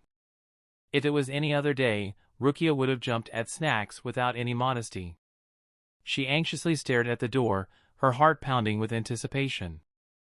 The moment the door creaked open, her breath caught in her throat. The woman who entered was like a reflection from a parallel world, her face, a striking mirror image of Rukia's, framed by longer, more elegant bangs. She was draped in a pristine white kimono, a stark contrast to Rukia's formal academy uniform. Hisana, on the other hand, seemed to be waging a battle against her own emotions. Tears welled in her eyes, constricting her breath. She had struggled to believe Byakuya when he spoke of finding her long-lost sister. Memories of abandoning Rukia in the harsh reality of District 78 haunted her, and over the years, the hope of reuniting had dwindled to a mere flicker. District 78 was a harsh and unforgiving place through and through. Seeing Rukia now, not just alive but a Shinigami, overwhelmed her. "Rukia," Hisana's trembling voice was barely a whisper. "How are you?" Byakuya held her shoulders, supporting her in case she fell over. The illness had weakened her constitution to a frightening degree. Rukia's gaze turned sharp. "Are you my doppelganger?" This unexpected question jolted Hisana from her emotional struggle. "What?" she gasped, her tears momentarily forgotten. "Why would you say that?" Kazuya stared at Rukia. "Where the hell did that come from?" Rukia glanced around the room, her fingers twitching as if instinctively seeking something resembling a pen and paper. Alas, there was nothing that allowed her the comforting simplicity of explaining things through her drawings of rabbits. She sighed with a hint of frustration. "Momo told me that every person has a look-alike out there. That's why I asked her if she was mine." "No, I am not," Hisana chimed, her volume breaking her record of the past decade. "Rukia, I am your doppelganger." Byakuya's grip on her shoulders tightened a bit. "Hisana, Rukia has the right to either forgive you or blame you for your past actions. You're condemning yourself for nothing." Byakuya had extensively researched the disease gnawing away at his wife's body. Her frail body had only a few years left in her. Now that Hisana and Rukia were present in the same room, Byakuya did his best to mediate their relationship. He absolutely won't let this regret consume Hisana. Perhaps, just perhaps, the reunion would create a miracle. Hisana shivered. "But Kazuya gave her the stop right there gesture. "You're Rukia's older sister." "There, I said it." Rukia's mind struggled to grasp the reality before her. That can't be. The thought of a doppelganger occupied her head so much that she forgot the possibility of Hisana being her family. She may have willingly overlooked such possibilities to keep her expectations to zero. Hisana confirmed her doubts with a firm nod, clearly lacking the confidence to say it out loud. Rukia's reaction was one of stunned disbelief, her mind racing to piece together the fragments of her past with Hisana. She couldn't recollect any memory, she was simply too young to remember Hisana. "Nei-san. Don't call me that." Hisana waved her hands. "I'm unworthy of being your sister." Byakuya gently pushed his wife towards Rukia. "We'll leave the decision to Rukia." Kazuya walked to Byakuya and pulled at his kimono. "Let the sisters sort things out." Chapter 162, The Deal. "Byakuya, your wife is sick." At Kazuya's solemn words, Byakuya's stride came to an abrupt halt. He whirled around, his sharp gaze landing on Kazuya, a man who until now had maintained a confrontational stance towards him. "How did you find that?" "People don't simply weaken at her age without reason," Kazuya replied, leaning nonchalantly against the bridge's railing. Below, the water in the pool mirrored the serene sky, a stark contrast to the emotions in Byakuya's eye. "It has to be a sickness." Byakuya's eyes closed for a moment. The memory of Retsu Unohana's grim diagnosis of Hisana's situation flashed through his mind. "It doesn't have a name yet, but she showed similar symptoms to Captain Yukate's disease." The vice captain's expression remained stoic, yet he couldn't conceal the pain in his voice. He loved his Anna to death, yet he was helpless against the relentless march of her disease. Kazuya uncrossed his arms, his posture easing slightly. Did you try asking the 12th squad? They might be able to find a cure. Mayuri Kuratsuchi was obscenely talented, capable of most absurd experiments, reviving dead Arankars being one of them. A crazy scientist like him could develop a cure to any disease in the world as long as he put his mind into it. Byakuya's jaw clenched as he recalled his encounter with Mayuri Kuratsuchi. I'll work on the cure if you provide a justification for spending our resources and precious time on such a specific case. According to our data, this disease only affects 0.001% of the entire Soul Society's population. Captain Byakuya, you don't have any? Then our discussion was a waste of time. Kazuya's sheathed katana gently touched Byakuya's shoulder, snapping him out of the bitter recollection. Judging from your anger, Captain Kuratsuchi didn't want to help you. Bold of him to reject the future head of the Kachiki clan and a future captain. Byakuya averted his gaze, his face momentarily clouded by a hint of guilt. The thought of using his clan's influence to force cooperation was against his ethics and the laws he upheld. However, the desperation had almost driven him to compromise his principles. He had crossed the line for his Anna once, and he'd have done it again if not for Mayuri Kuratsuchi's notoriously eccentric personality. The captain of 12th Squad could not be threatened with anything. You're in luck, Kazuya said, breaking the silence. I have the means to cure Mrs. Kachiki's illness.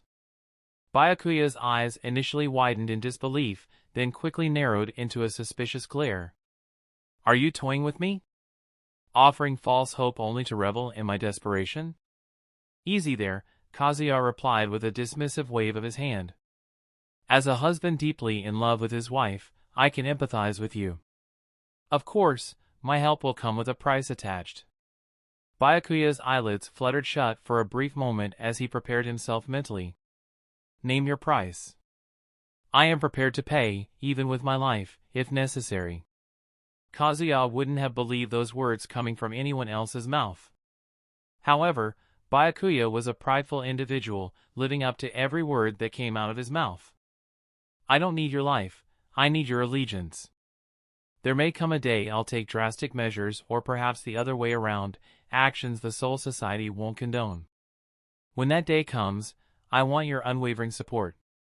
If Aizen, or anyone else, exposed his hollow nature, it could lead to unpredictable consequences. Having the backing of a captain like Byakuya, especially for a mere exchange of 2 bullets, was a worthwhile deal. Yoruchi's support alone wouldn't be enough if he faced opposition from the entire Gotei 13. Once, Byakuya muttered, his gaze resolute.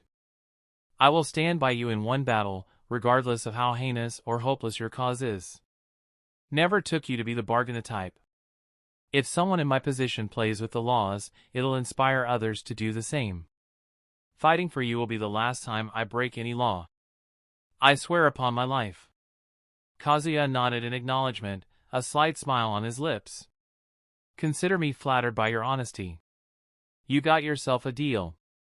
Byakuya gave a silent nod and turned his attention back to the bridge's railing, his hands gripping it lightly.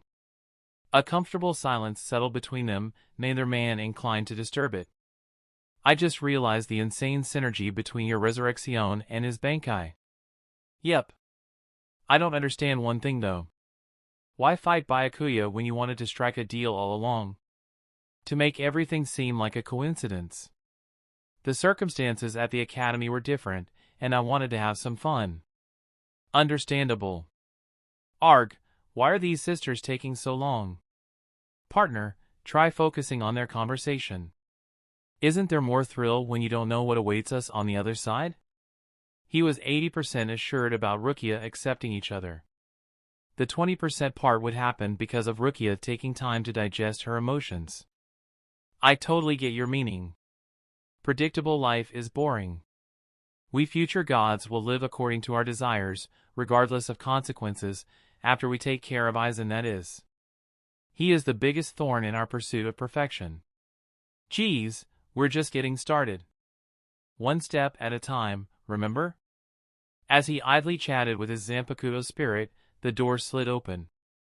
Rukia stepped out of the room, her dull expression revealing a picture of conflict. The distant look in her eyes spoke volumes of the emotional storm she had just weathered. Fuck. The outcome with lower probability happened. He couldn't blame Rukia for reacting this way. His Anna had left Rukia to rot, despite knowing that Rukia could die in the unforgiving chaos of the 78th district. Rukia won't be able to forgive his Anna in one day.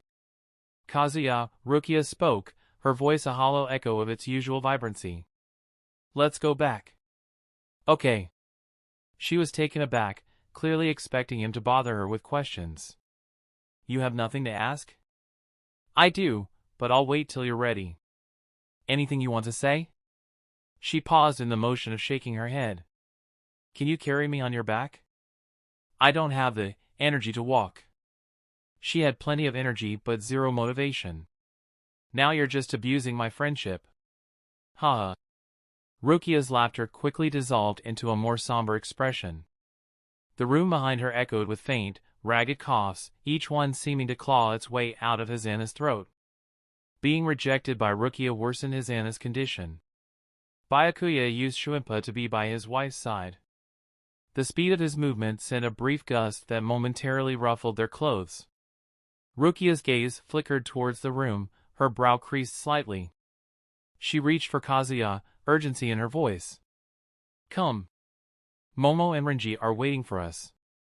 He turned to her, bending down just enough to offer his back for her to climb on. Rukia adjusted her kimono, hopped onto his back, wrapping her arms around his neck.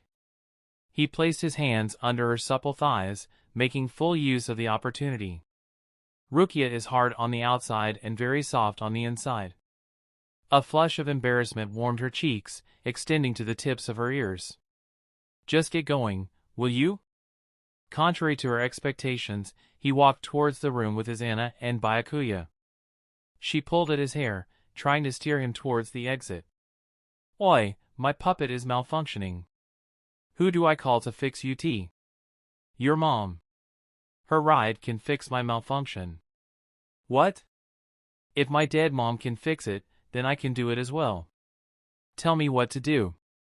He mentally noted down her inability to understand innuendos. She was innocent, and he wouldn't bear the guilt of corrupting her innocence. She is a virgin, duh. Kazuya locked Rukia's legs around his waist and walked into the room without permission. The sudden appearance of Rukia being carried piggyback by her friend caused his Anna to look up, a trace of confusion crossing her weakened features. He unsheathed his katana without a word and thrust it into the center of his chest. The suicidal act without any context garnered panic from Rukia. His Anna also panicked when the flames born from Kazuya's Zanpakuto engulfed Rukia. Byakuya's stoic expression masked his emotions well, but his eyes revealed his anxiety. He felt overwhelmed with the sheer madness happening in the small room. Kazuya smiled at their goofy reactions. Sheesh, don't be restless. It's just my shurikai. Byakuya's hand twitched towards his Zanpakuto. The contract between them was the only restraint holding him back from unleashing the 1,000 blades of his Bankai. I'm not burned? Rukia's voice was filled with disbelief as she realized the flames didn't harm her. Kazuya, what is this? My speciality. He wielded the muskets and aimed their barrel at his Anna. It won't hurt. His Anna instinctively raised her hands in defense. You're Rukia's friend, why would you? Byakuya stared at Kazuya. Is this part of the treatment? Yes. Byakuya leaned in close to his Anna, whispering words of reassurance. After a moment, he stepped aside, giving Kazuya the space he needed. His Anna's eyes, though filled with uncertainty, also held a flicker of hope. Her trust wasn't in Kazuya, but in Byakuya, the man she loved and believed would never deceive her. Byakuya-sama won't lie to me. Nami giggled. Great reaction from someone held at gunpoint. Bang! Bang! 2 brilliant fiery trails left his muskets, engulfing his Anna in a radiant, warm blaze that seemed to dance around her rather than consume her. Chapter 163, A Coincidental Meetup. The Shino Academy has a long history filled with crazy moments, and this year was shaping up to be the craziest among them. A certain student had gained quite a reputation for going head-to-head with the captain of the second squad, an event that still echoed through the corridors in hushed, awe-stricken tones. This same student was also responsible for the dramatic collapse of the student dormitory. And if those events weren't shocking enough, today he boldly challenged the vice captain and the captain of the sixth squad right in the middle of the bustling cafeteria. This day had been anything but ordinary. Fortunately, the day took a slightly brighter turn for Class 1 students as Aizen Kotetsu and Ranjiku Matsumoto, the esteemed vice captains of the 4th and 10th divisions, graced them with their presence. The arrival of these two renowned individuals brought a mix of excitement and reverence among the students, as their fame and accomplishments were well known throughout the academy. However, not everyone shared this sense of excitement. In the back of the classroom, Momo sat with a grimace, biting her lip in frustration. Her mind couldn't help but visualize Kazuya flirting with Aizen, which would undoubtedly eat into the time he had promised to spend with her. It was unforgivable. Momo stood up, involuntarily casting an envious glance towards the tall and busty woman. "Vice Captain Kotetsu, why are you here?" Aizen nervously scratched her cheeks, unable to understand the reason behind Momo's behavior. "I'm here to see Kazuya-kun. He mentioned he'd be back today." Since Kazuya had learned everything from the academy, Aizen had been contemplating the idea of starting Kazuya's Kaido classes during their free time. Kaido, though not as intricate as high-level Kido spells, still required a level of expertise that few possessed. Even with Kazuya's remarkable talent, it would take years of dedication for him to reach her level. The sooner he began, the faster he would grow as a healer, and the faster he'd reach his goal of becoming the so-called battle healer. "Me too," Ranjiku chimed in, emphasizing her statement by firmly planting her hands on her hips. Nobody could even guess that she accompanied Aizen to evade the nasty paperwork. "So, where's he hiding?" Momo shook her head, a polite smile playing on her lips. "He is busy with some work. Please come back after a few days." Ignoring Toshiro's disapproving stare, she effortlessly weaved a lie.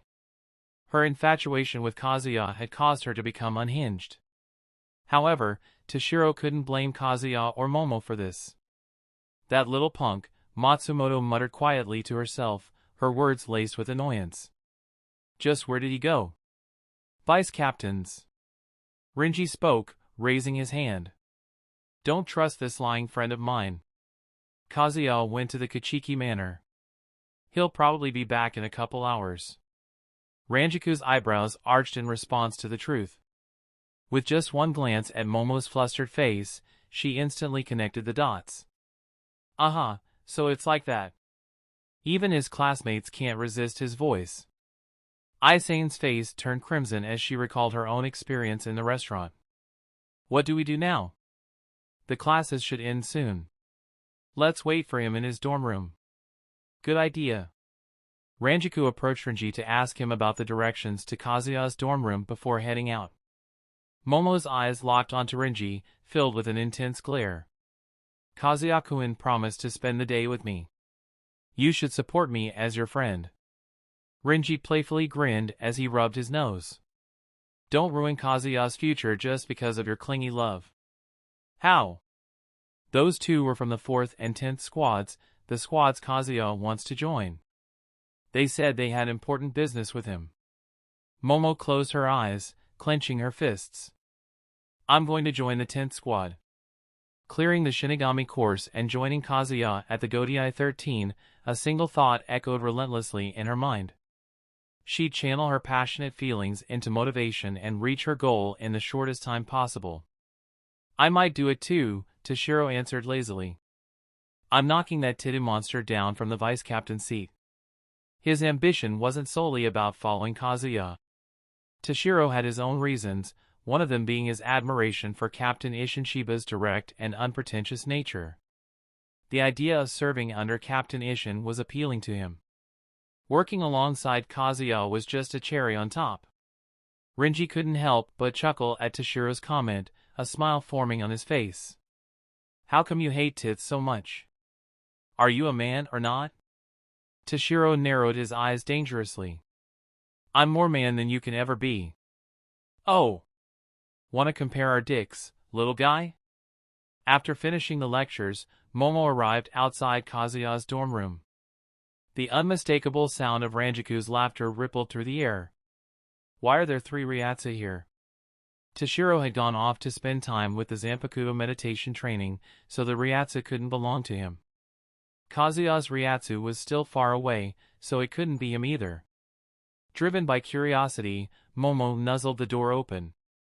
Inside the room, Ranjiku was sprawled on the bed with her head resting on Aizen's lap. They were both giggling over a suspicious-looking book. Sharing the bed with them was a beautiful bespectacled woman in a standard Shinigami uniform. Her long black hair was elegantly pinned back, with bangs falling to the right side of her face. Momo immediately recognized the bespectacled woman as Nanao Ise, the vice captain involved in the dorm disaster incident. Why is Vice Captain Ise here? Nanao Ise offered a small, polite wave. I wanted to chat with the owner of this room. What's your business with him? Nanao's expression turned thoughtful, a hint of intrigue in her violet-tinted eyes. I want to experience the magic of his voice myself. Let's just say I'm quite curious about him. She had heard nothing but praise about Kazuya from Aizen and Ranjiku. To persuade Captain Unohana to let him join 2 Shinigami squads only deepened her interest. Momo barely fought the temptation to roll her eyes. She had a strong inkling that Nanao's curiosity would end with her being completely smitten by Kazuya. You should have come tomorrow. I wanted to spend some alone time with him. Sorry for intruding, Hinamori-chan, Ranjiku said with a light-hearted giggle, neatly putting the book aside as she sat up straight on the bed. You know, it's rare that us vice captains get a break from our duties. Aizen and Nanao exchanged a knowing look. The workload of a vice captain varied significantly. Nanao's responsibilities involved supporting her captain, Shunsui Kairaku, and stepping in for him to lead squads. However, since Shunsui was not always the most proactive captain, Nanao often found herself with free time to pursue her own interests. Aizen, on the other hand, was mostly occupied with special missions alongside other squads, though these were becoming increasingly rare. Her primary role involved providing treatment, leaving her with considerable free time outside her duties. Ranjiku was the only one who actively went to the living world for hollow purification. Despite this, she was notorious for skirting the more mundane aspects of her job, such as paperwork. From their perspective, Ranjiku's words were a white lie, but Momo couldn't have known better due to her lack of knowledge. As Momo sat surrounded by the 3 vice captains, she couldn't shake off a creeping sense of inferiority. This feeling wasn't about her power or abilities as a Shinigami. Rather, it stemmed from her self-perception of femininity. Each of the vice captains possessed an alluring figure and, most importantly, a physical presence that made Momo feel somewhat inadequate. They had the air of authority and confidence that Momo lacked because of her inexperience. In a moment of self-doubt, Momo mentally reached out to the Zanpakuto spirit living in her inner world. Tobium, what can I do to grow like them? I don't know, Tobium replied. But maybe you shouldn't compare yourself to them in terms of beauty. You possess something they all lack, a sense of true companionship. Momo found comfort in those words. You're right. Bust size doesn't matter. My feelings are what truly counts. She'd willingly throw her life away to protect Kazuya, a conviction born from her passion. Don't doubt yourself, Momo. Show the same persistence you did when reaching out to me. I will. Unbeknownst to Momo and the 3 vice captains, a shadowy figure stood above the dormitory building. 3 vice captains and 4 Zanpakuto spirits to claim as mine, the slouched figure mused, his long nails making clicky sounds with every movement. How fortunate I am. So am I. A shiver went down Muramesa's spine. Turning his head, he saw a smile stretching ear to ear, a smile he would never forget in his entire life. Chapter 164, The Report.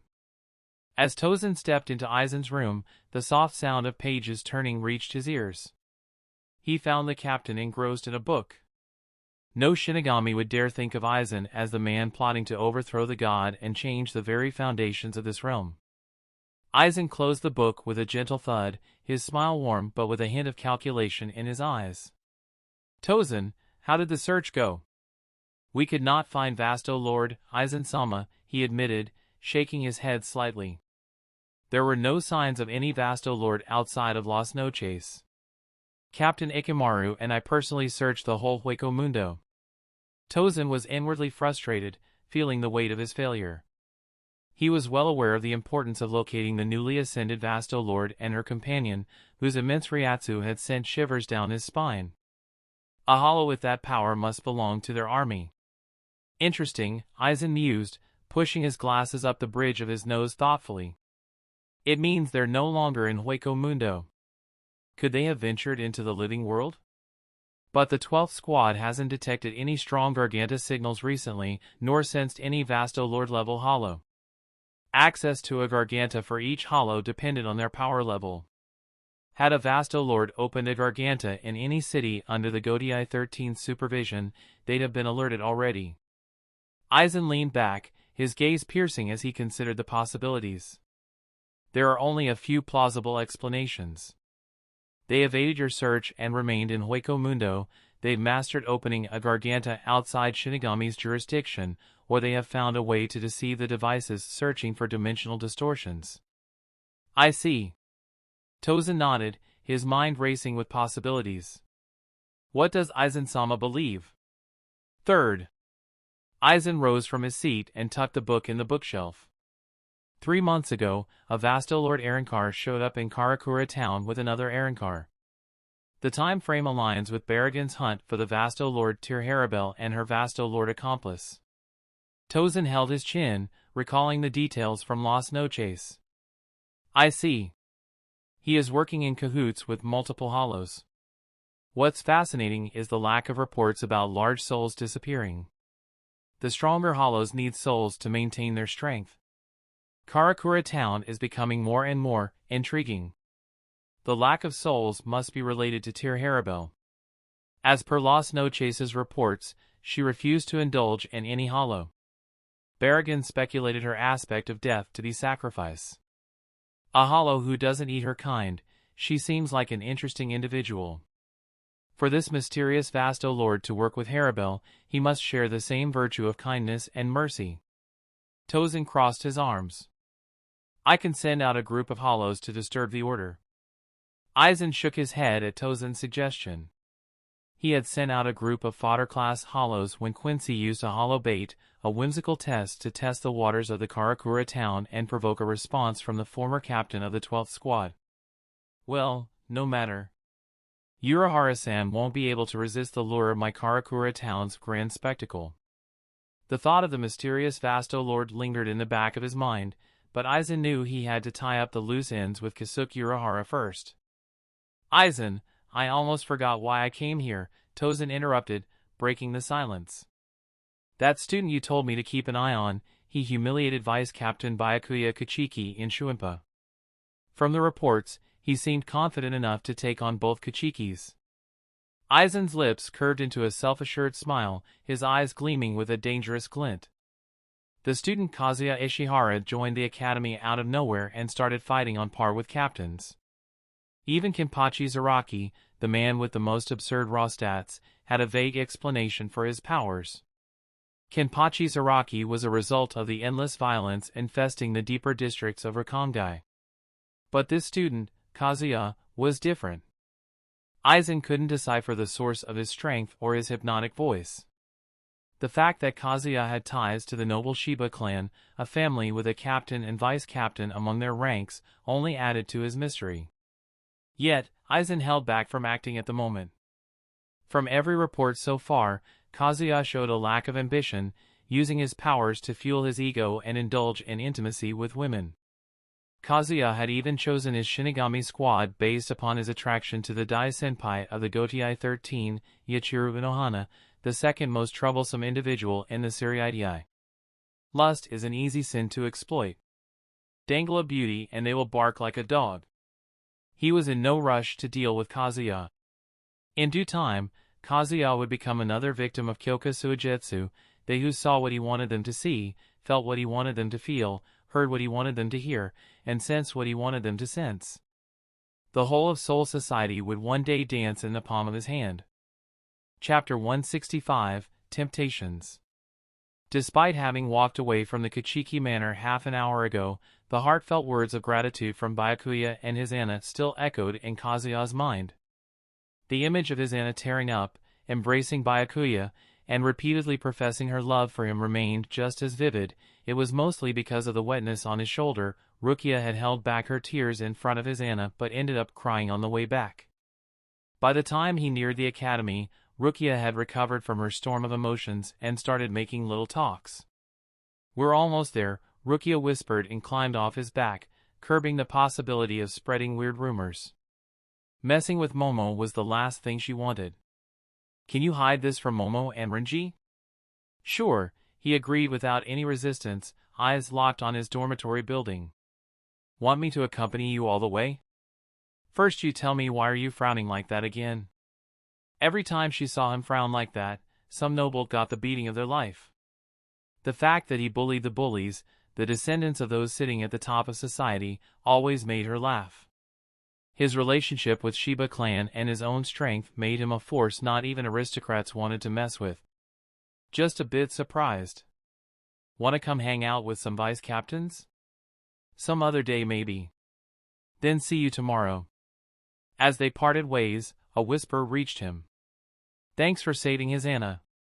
Following that, he heard Rukia's hurried footsteps gradually fading away.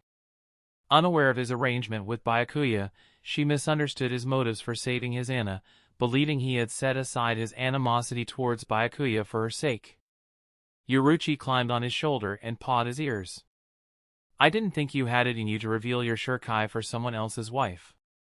Since Yoruichi was absent during his agreement with Byakuya, she also arrived at the same conclusion as Rukia, albeit with a hint of skepticism. "Yoruichi, you're old friends with Byakuya. Rukia's blood sister is married to him. I'd be a douche to let her die when saving her takes no effort." "I sense something sinister from you," Yoruichi whispered, gently tugging at his ear with her soft paws. "You gained something from helping Hizana." "What was it?" He cleared his throat. "A small promise. Think of it as a backup plan to my own backup plan in case things go south here." "You're starting to sound like Urahara." "Don't flatter me, Princess Shihoin. This little me is nothing compared to one of the most decorated minds in the world. Urahara may be a master in the language of numbers and logic, but he's as dense as a meteor when it comes to matters of the heart."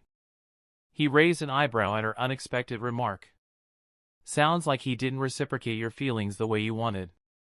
He didn't believe the present-day Yoruichi harbored romantic feelings for Kasuke, but their past was a mystery to him. Knowing Yoruichi's demeanor, he could only speculate on the type of life she led as a teen. Yoruichi couldn't help but giggle. "Oh, young Kazu, did I see a flash of jealousy just now? Imagining me with Urahara, were you?" "Yes." Hearing him outright confess his jealousy was a breath of fresh air for Yoruichi. She believed that his jealousy was a product of her recent efforts in spoiling him in her own way. She wrapped her paws around his neck in a playful embrace, rubbing her face against his. "I wasn't referring to myself, silly." Urahara had a whole fan club back at the Shihoin mansion, maids, noblewomen, shinigami, and even ordinary folk. His naive charm attracted ladies, though I was an exception. It feels weird to see him as anything other than my childhood friend." He nodded, visibly relieved. A gentle breeze wafted by them, carrying with it the faint scent of cherry blossoms as silence fell between them, save for the distant sound of students chatting. Yoruichi's eyes searched his face as if contemplating something. There is no man in this world who can tie down Flash Goddess Yoruichi. I've held the same belief for as long as I can remember. "A fellow freedom enjoyer," he whispered. "Well, I never limit the freedom of my lovers. Doesn't that make us a match made in heaven?" Yoruichi took a pause as if considering his words. A non-committed relationship was the best-case scenario for her, given her aversion to the responsibilities of a relationship. They were shackles to her. He shrugged nonchalantly. Just speaking facts. We can take it one step at a time, starting as friends. The next stage could be friends with benefits, enjoying the freedom of being single while sharing certain perks. Friends with benefits, Yoruichi's breath caught, her voice barely a whisper. Is that your excuse to fuck me? Clearing his throat awkwardly, Kazuya watched as she playfully tapped his cheek. You're quite the charmer, she teased, her laughter light and flirtatious. You almost convinced me with that sweet tongue of yours. Almost tempted to open my legs for you. I'm lucky that I was trained to resist honey traps as the captain of second squad. He clicked his tongue in mock annoyance. One of these days, you'll regret teasing me like this. She shrugged off his playful threat with a giggle. I'd love to see you try. Do her. Give her the best hentai female lead treatment. Teasing her and getting teased by her, he returned to his dorm. Outside his room, he found Momo waiting, her demeanor anxious as if she had been eagerly anticipating his arrival. She must have sensed my Ryatsu. He had stopped concealing his Ryatsu, unless it was necessary to hide from someone. His fight with Soifon made his strength public knowledge. Wasn't she with the vice captains? Did she make some excuse to meet you alone here? Probably. Momo suddenly rushed towards him, her movements creating a soft rustling sound, as she hugged him, a brief hug to reassure herself of his well-being. You're all right. Do I not look all right? He asked, smiling down at her while his hand gently patted her head in a comforting gesture. Rukia is also fine. What a relief, she whispered. What did they want from her? Well, things are a bit complicated. I can't reveal it without Rukia's permission. Momo nodded in understanding, her eyes briefly darting behind her. Your friends are waiting for you. She seemed reluctant to tell him about the vice captains, clearly desiring to spend more alone time with him, away from the watchful eyes of the vice captains. Let's see what they have to say. Chapter 166 through 167, The List. Upon opening the door, Kazuya was met with 3 pairs of eyes, Ranjiku, Aizen, and Nanao, whose presence in the room didn't surprise him. He expected her to pop up any day since she had handled the dormitory destruction incident with her captain. Whoa, says Kazuya, the incarnation of Phoenix, upon seeing 4 beautiful ladies waiting for him in his room. Will he disrobe his kimono and jump at the ladies like a fiend? Nami, write your fanfiction somewhere else. Kazuya nipped Nami's growing hobby in the bud. If it isn't my future vice captains. Who is the new guest? Nanao froze upon hearing his voice for the first time. Her reaction wasn't that different from every other woman during their first meeting. After recovering her composure, she narrowed her eyes. You're him? Yes, I'm him. And this is my cat, her. He pointed at Yoruichi, who jumped down and left the room, tail swinging. Well, she is antisocial. Nanao's hand twitched, almost as if she wanted to hurl her heavy book at him, reaction she usually reserved for her own captain. You're unbelievable. He grinned. What you mean to say is I'm unbelievably handsome and charming. Nanao's frown deepened as she observed Momo shift closer to Kazuya. She opened her book and tore out a page. Shizu, Amain, Himiko, she proceeded to list every girl he had seduced in the Soul Society. And Momo Hinamori. You were intimate in some manner with the girls I just mentioned. Ranjiku covered her face with her palm, feeling immediate regret for giving Nanao the opportunity to start the argument. She exchanged a subtle nod with Aizen, both understanding that they had to find a way to defuse the situation. Having gained personal acquaintance with him, they strongly objected to the operation, humble the genius initiated by the Shinigami Women's Association. Momo cupped her flushed cheeks, stealing shy glances at him. Do we look like couples from your perspective? Her serious accusations left Kazuya bewildered, but Momo's bashful response was even more surprising. Curious, he stayed silent and let Momo handle the situation, taking it as an opportunity to assess her Yandere level. Partner, your Yandere will own this Karen wannabe. Let's see. Meanwhile, Nanao fixed her gaze on Momo, her eyes filled with exasperation as she watched Momo fail to comprehend the weight of her accusations. Were my words not loud and clear? Every girl on this list has been intimate with this lustful man in some capacity. Every one of them. Momo lowered her hands and met Nanao's gaze steadily. And? Nanao's eyes grew wider with disbelief. You're already smitten. How is that a problem to you? Momo asked, her lips curving into a smile. A sickly sweet smile, yet her eyes carried a certain emptiness. Have you grown so delusional with power and authority that you can't fathom a girl wholeheartedly loving a boy? The notion of defending her man brought out a confidence she didn't know she possessed. You are delusional, and capable of seeing things clearly. Nanao pointed at Kazuya. This man has seduced numerous girls. As the vice president of the Shinigami Women's Association, I can't sit by and watch him ruin the lives of girls in the Soul Society. Then stand up, Momo growled. And change your glasses. Because you can't see that Kazuya-kun didn't ruin any lives. I have talked to every girl you mentioned, none of them had any bad things to say about him. All of them knew that their relationship would be transactional. Ranjiku and Aizen froze, unable to match the fierce Momo with the meek girl from earlier. Even Kazuya was baffled by Momo's thorough research. Nanao was visibly shaken, finding it unbelievable she had overlooked something as crucial as interviewing the girls in question. You're right. I should have done more investigation before pointing fingers. It doesn't excuse him from using the girls to further his means.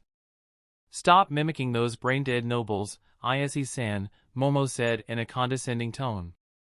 Nobles don't have the right to intervene in our personal affairs. We're free to choose our partners. I'm not a noble. Nanao replied, a lack of confidence in her voice. What Ishihara-san did was unethical. Transactional or not, he played with their feelings. This again, Momo gave Nanao a blank stare. Kazuya-kun showed them a good time, and in return, they let him access the secured sections of the library. His Zanpakuto needed him, and he did everything in his power to help it. Ethics weren't his concern. Just as Nanao was about to speak, Ranjiku extended her hand and playfully squeezed the younger woman's cheek. Let it go, Nanao. Kazuya assured me this was a one-off thing. It won't happen again.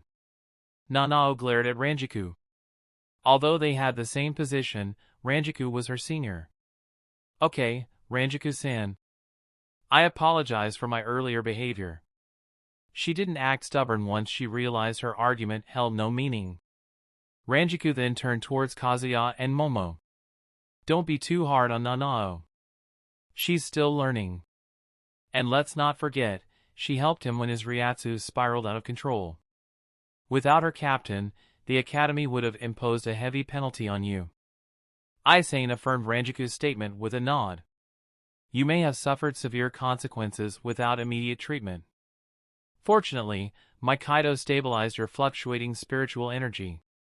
Their roles as mediators seemed to bridge the gap between the conflicting parties, easing the atmosphere in the room. Momo unveiled a soft smile before glancing over her shoulder.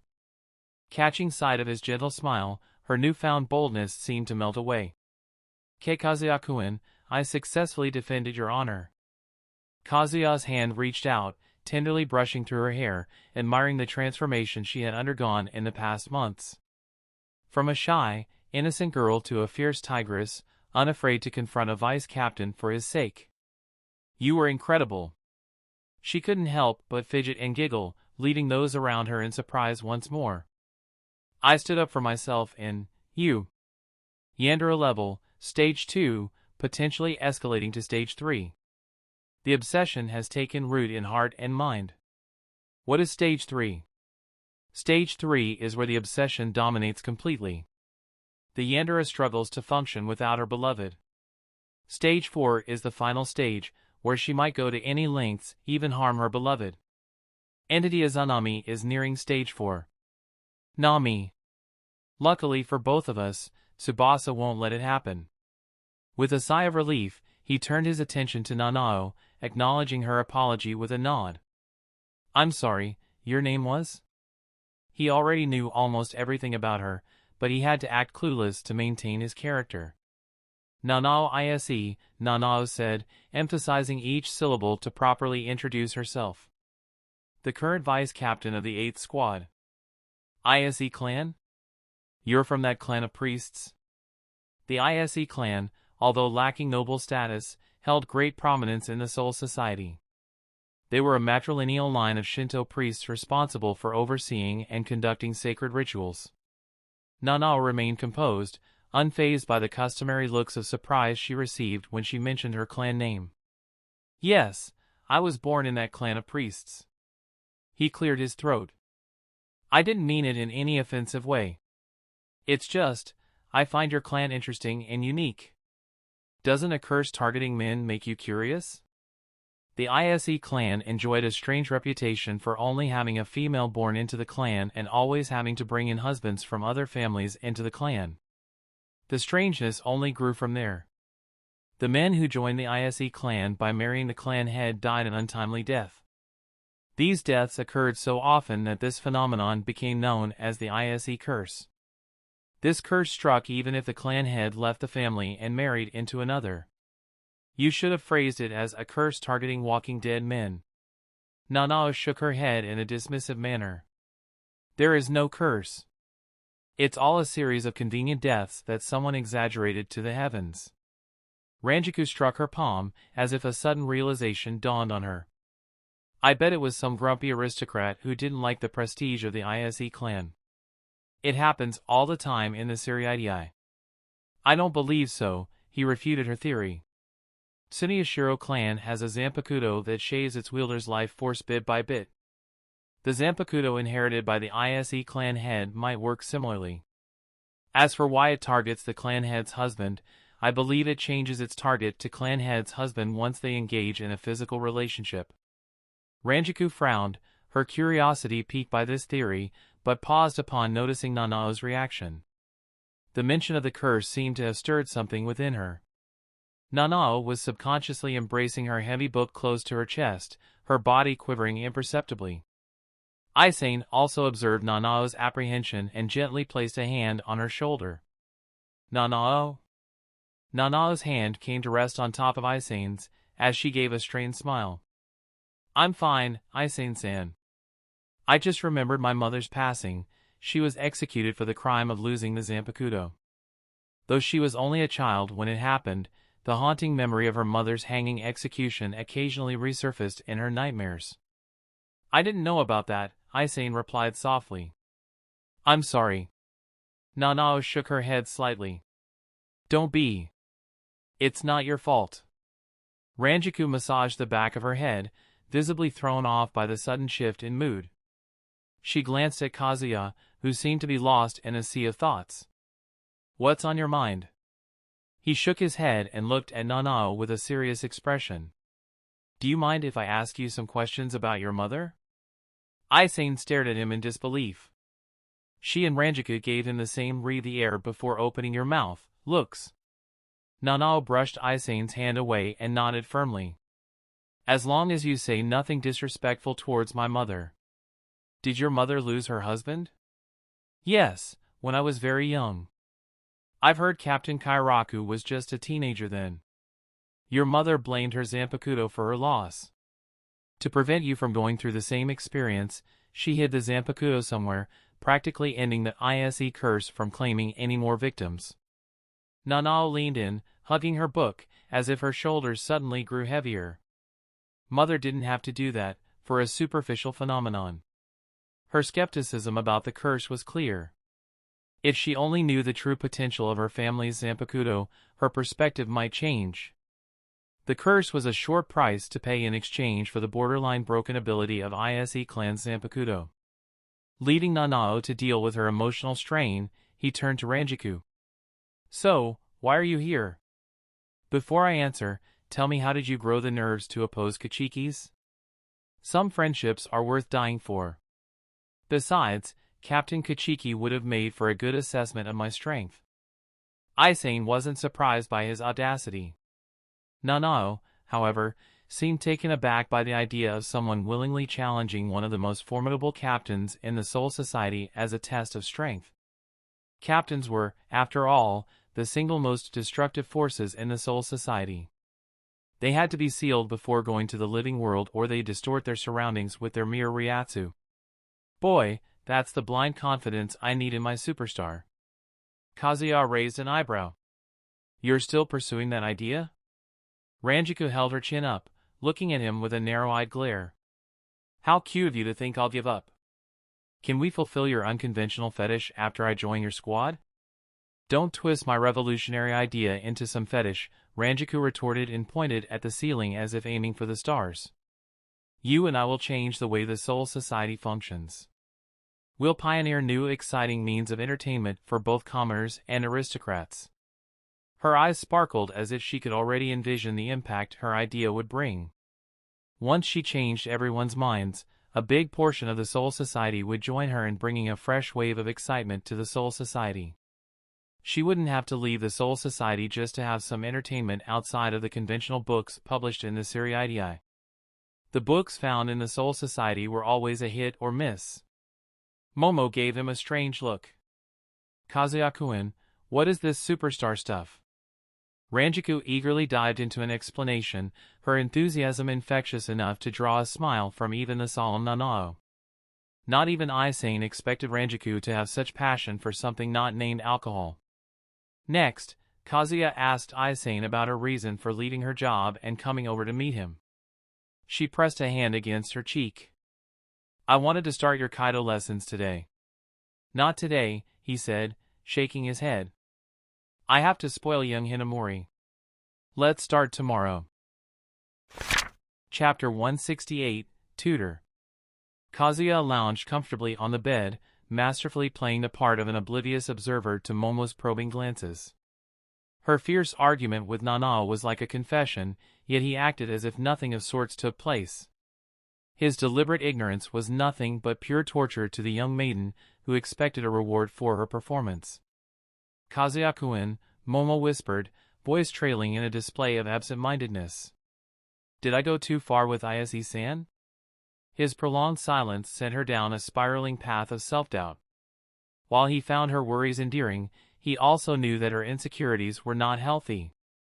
He wrapped an arm around her waist, gently guiding her to rest her head on his chest. His hand tenderly caressed her face as he offered her a reassuring smile. Don't doubt yourself now. I praised your actions, didn't I? That means you were right. She gently nodded. I've learned to do Shurikai release of my Zanpakuto. This revelation genuinely took Kazuya by surprise. Achieving Shurikai was a fairly straightforward process of imprinting one's Ryuryoku on an Asachi and nurturing its growth, yet it was a hurdle where a majority of Shinigami stumbled. They either lacked the Ryuryoku or lacked the dedication to sit down and meditate with a sword for hours. Momo was already a top-tier talent in Ryatsu and comprehensive skills. With her progress, she also revealed her unwavering will and passion to reach new heights, mostly owing to her obsession with him. She desired to remain with him and saw that graduating from the academy as soon as possible, by proving her combat capability through Shurikai release, was the fastest way. A dedicated maiden, I must say, Nami uttered a rare compliment. The plum tree doesn't just look up to the only star in her world. Light, water, pollution, and pests, she cares for naught but her dream of growing tall enough to touch the star. Momo might have squealed after hearing such high praises from his Zanpakuto spirit, or she might have declared war on Nami. He couldn't accurately predict her responses after her recent growth. Why the sudden support for Momo? Weren't you wary of Izumi for her Yandere tendencies? Momo is miles better than Izumi. She wants to support you without bogging you down. She suffered in silence but never questioned your decision to leave her for a week. Izumi tried manipulating you into staying with her. Let's not forget she tried to kill herself without considering the consequences it will have on you or Lisa. She is a selfish little bitch whether you believe it or not. Now. No need to be so critical of Izumi.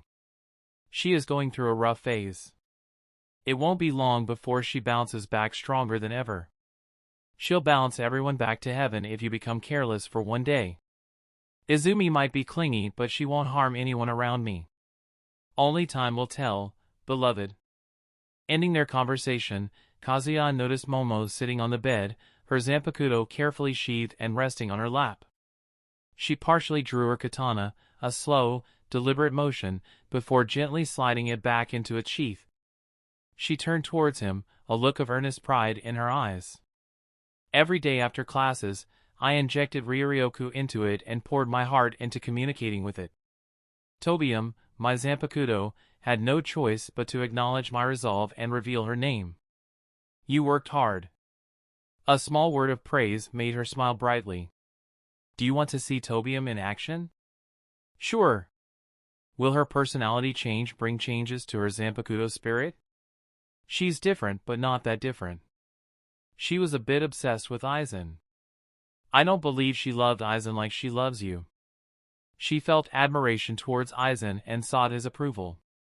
It was akin to a child seeking a father's validation after scoring high in their tests. The only reward she got was a sword through her chest. First by the said father figure and second by her childhood friend. I'm glad this indestructible specimen of a woman is on our side. One day she shall solo Yawatch with her EX class durability. Recalling all the memes about Momo's miraculous ability to survive, he couldn't help but chuckle. Leaving the dormitory, Kazuya sensed a watchful presence. Glancing sideways, he spotted the bespectacled vice captain lurking behind the building. This nerdy, stalker lass. With her mighty fine ass. Her glasses are rather cute. Gotta hold them when she blows you. Shinsui would release his Bankai if he ever heard the short poem dedicated to his niece. There would be a bloodbath. Ignoring the stalker, he made his way to the dojo. She positioned herself at the center of the training area, her demeanor exuding a solemn sense of purpose. Grasping her zanpakuto's hilt, she drew it with a swift motion. String, Tobium, flying plum tree. Her Ryatsu, a shade closer to pink than pure red, spiraled around the sword and transformed it from a katana to a straight, double-edged sword. Her shurikai grew a prong on each side like the branches of a tree. The sword looked suitable for ceremonies and rituals more than a military weapon. Her shurikai chant is canonically snap, not string. I don't spot any other differences though. As Momo held the sword with both hands, a sphere of fire matching her Ryatsu color bloomed at the bottom of her blade. She swung the sword, hurling the fireball at a dummy. The wooden dummy caught fire instantaneously. Even her shurikai ability was no different from her canon shurikai. It's because her ideal self has yet to deviate. She wants to be the girl who brings warmth to everyone. The bubbly girl everyone loves and adores. She sees her cheerful demeanor as the best self around you. The ideal self, huh? You're telling me shurikai personifies as Shinigami's ideals? It does. Shurikai reflects the ideal self, and Bankai reflects the true self. Your shurikai confirmed it for me. It's literally a shield that sacrifices your body and grants you godlike healing that bends time to save your allies. I read that somewhere. Let's not delve into specifics, shall we? To elaborate more, I'll take Soifon as an example. Her ideal self is an ice-cold assassin that surpasses Yoruichi. What's her weapon? An instant death stinger that requires extreme precision. Then there's her Bankai reflecting her true self, a lady who blows at the smallest things. Unohana as well. Ideal self, a gentle healer. True self, a woman with an insatiable lust for blood and battle. If that's the case, what will my Bankai be? I'm really curious. Your manipulation tactics were subdued after you fell for Haribel. What will your true self be when you release Bankai? A twisted Yandere man who will bend reality to protect his lovers, or perhaps a manipulator who will stop at nothing to achieve his desires. Clap. Clap. Clap. The applause came not from Kazuya but Nanao as she walked into the dojo. Hinamori-san, your tongue isn't the only sharp thing, your mind is just as sharp. Did you have fun stalking us? Cold sweat trickled down Nanao's forehead. Hiding her Ryatsu, she had followed them, suspecting them of having an intimate session in seclusion. She didn't think he'd see through her concealment so easily. I was simply walking by and felt Hinamori-san release her shuriken. I came to check. I believe you. Momo diffused her shuriken and smiled at Kazuya, paying no attention to Nanao whatsoever. Kazuya-kun, our Zanpakuto are connected to fire in different ways. Isn't that interesting? He watched the crackling fire enveloping the dummy, causing it to crumble on the floor. It's brilliant if you ask me. What does Nanao think? Nanao flinched at his casual use of her given name. Please call me Ise. I don't feel comfortable when men use my first name. She had lived with her clan of traditional priests for the better part of her childhood, causing her to take the honorifics and seniorities seriously. He shrugged. It's just a name. Nanao shook her head. Hinamori-san's Zanpakuto resembles the seven-branched sword. It's unique and beautiful from a traditional standpoint. I'm on the same page. Momo, you already have the Zanpakuto part down. Would you be willing to learn Kido? Yes, I want to. He nodded at her enthusiasm and turned his attention to Nanao. Ise-san, please take my poor friend under your wing and impart her with your Kido knowledge. Momo frowned, but she didn't question his decision. Nanao, on the other hand, blinked in surprise. She had stopped despising him for his actions. Their relationship improved significantly, but they were still acquaintances. Only he had the audacity to ask such a big favor from an acquaintance. I apologize, but I can't do it. She politely turned down his request. Please try to understand. Kazuya raised one finger. 1 week. I want you to train Momo for 1 week. Surely you can spare this much time for your friend. He was sure Nanao would continue the training herself after recognizing Momo's exceptional affinity with Kido. Nanao nodded with a sigh, taking it as a moment to mend her relationship with Momo. I'll do my best to teach her. Chapter 169, Like a Farewell. Nestled comfortably beneath the sprawling branches of an old tree, Shunsui Kairaku, the captain of the 12th Squad, was indulging in one of his favorite pastimes, a leisurely nap. The day was pleasantly uneventful, a welcome respite from the usual hustle of Soul Society, allowing him to relax after enjoying a couple of cups of sake. Tap! Tap! Tap! A series of steady footsteps gently intruded upon his serene moment. It was a sound he knew well, the stride of his diligent vice-captain, Nanao Ise. Nanao-chan. Captain, I'd like a week off from my vice-captain duties. Shuansui's eyes snapped open, a flicker of surprise crossing his usually composed face. He adjusted his straw hat, an unconscious response to his surprise, and peered at Nanao, who stood before him with an earnest demeanor. Is this related to Kazuya-san? Losing his previous vice-captain had left a deep scar on his heart. Having similar features to Lisa only raised Shuansui's desires to keep her close to him to ensure history didn't repeat itself. His protective instinct as her uncle led him to keep tabs on her through tracking her Ryatsu or ordering his subordinates to monitor her. He was naturally aware of her budding obsession about humbling a certain genius. Nanao's unconscious nod, quickly followed by a double shake of her head, conveyed her internal conflict. I'll be training Hinamori-san, she explained, who has an exceptional aptitude for Kido spells. From the day she was promoted to the vice-captain seat, she hadn't taken a day off, even finding work to do on festival holidays. Her perfect attendance streak would end to make amends for her impolite conduct. The sacrifice would be worthwhile if Momo turned out to be half as good as Kazuya's words. Shunsui sat up and took off his hat. Gazing at his niece with a warm smile, he said, Nanao-chan, you know how useless I become without someone to nag me around. You can invite Hinamori-chan here. We'll teach her together. Nanao slammed her book on his head. She already loves Ishihara-san. Shunsui rubbed his head, laughing. I wasn't inviting her just so I can flirt with a young Shinigami. It's because I know what you're capable of. She had witnessed his flirtatious antics at their weekly drinking parties and, despite her own reservations about Kazuya, she wouldn't allow her captain to interfere in someone else's relationship.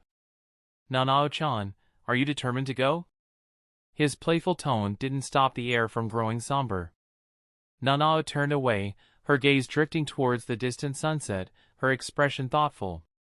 "It's only 1 week, Captain. I'll check back in to finish the paperwork." Nanao had been by Shuinsue's side for a long time, long enough to see past the flamboyant facade he often presented to the world. She had caught glimpses of the deep-seated grief he carried, a sorrow born from the loss of many friends over his lengthy lifespan in the Soul Society.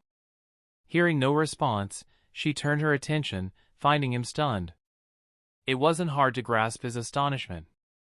She resembled Shuinsue's former vice-captain, the bespectacled woman who used to read her books once every month. "Captain?" Regaining his composure, Shunsui mustered a smile. "Wonderful, Nanao-chan," he replied, leaning back against the tree, his demeanor returning to its usual relaxed state. "What else do you plan to do at the Shino Academy?" "Nothing," Nanao's voice grew soft. "It's getting late, Captain. I'll go rest." "Good night, Nanao-chan," Shunsui called out cheerfully, waving her off. However, as soon as she was out of sight, his smile faded into a more serious expression. Alone, he whispered to himself, "A field trip. Are you hoping to encounter Lisa-chan somewhere in Japan?" A week later. The sun cast smoldering rays over the Shino Academy, leaving the students exhausted even before the lunch break. Kazuya, however, hadn't broken a single sweat because of his affinity with flames. He was sitting in a classroom, relaxed. The woman before him sat with a straight back, droplets of sweat trickling down her messy silver hair. In essence, Kaido is best used with patience. "Never rush where you'll lose the primary advantage Kaido has over traditional methods," Aizen said, her confident tone stirring something in him. She forgot the very concept of meekness during her sensei mode. Calmness is the key to be a healer on the battlefield. "Sensei, I didn't panic when a terrorist pointed a gun at my forehead. I even told that man to give my regards to my friend and my lover at that time." Aizen's composure vanished, her pupils dilating out of pure surprise. "You're joking." The purification deliberately erases memories related to death to prevent any trauma in Rakongai. "I do, though." He shrugged. "Maybe their Zanpakuto wasn't strong enough to affect someone with my spirit class." "That could be a reason," Aizen said, wiping her nape with her handkerchief. "Let's end the class here today.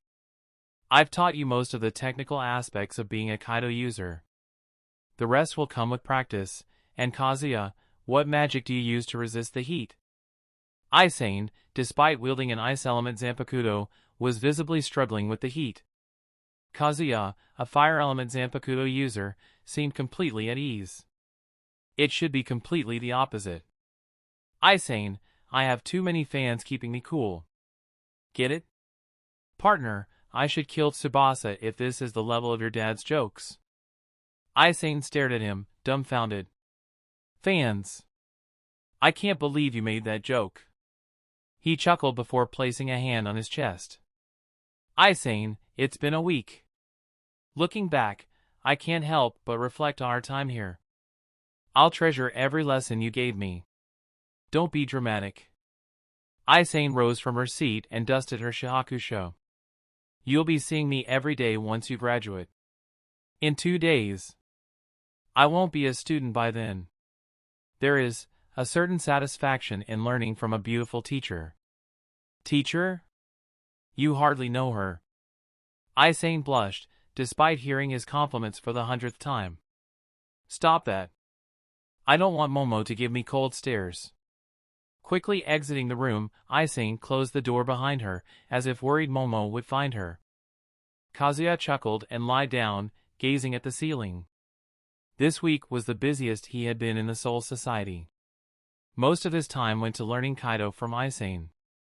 When he wasn't busy teasing Aizen or messing around with Yoruichi, he'd train Momo and Toshiro in combat. Coming from the most peaceful Rakongai district, the two had zero experience in real fighting. They could slaughter hollows without issues, but even the lowest seated officer would floor them in a duel. You have a couple of hours. Quite possibly your last in the Shino Academy. Feeling emotional, daddy of my child? To attract less attention, the Class 1 field trip was planned for the night. They had to gather in the evening, then go to the living world. No, and don't call me that. It feels weird. My first child will be with Tyr. Oh ho! Do you not remember where her hollow hole is located? I'll plug her hole with my love and come. After resting, Kazuya joined Momo, who had finished her Kido training with Nanao. She was in the company of Renji, Rukia, and Toshiro, all lively and engaged in conversation. Renji waved at him with a wide smile. Get your ass here. Let's grab something at the cafeteria. Toshiro crossed his arms with a serious frown. Glutton. Dumbass. You don't know what they'll feed us during the test. Momo giggled. Stop fighting, you two. Rukia, don't make that face. What face? Rukia asked, feigning ignorance. Stop reading too much into things. Renji pinched Rukia's cheek. Stop being jealous of us Class 1 talents. You'll get your field trip in 2 years. Ha ha ha. Rukia slapped his hand away and stomped on his foot. Shut it, monkey face. I can become a Shinigami anytime I want. Byakuya Nisama offered me a seat in the 6th squad. She had been visiting his Anna throughout the week. After having a second chance at life, his Anna didn't spare any opportunity to make things easier for Rukia. Renji, who was rubbing his foot, paused. His expression grew serious.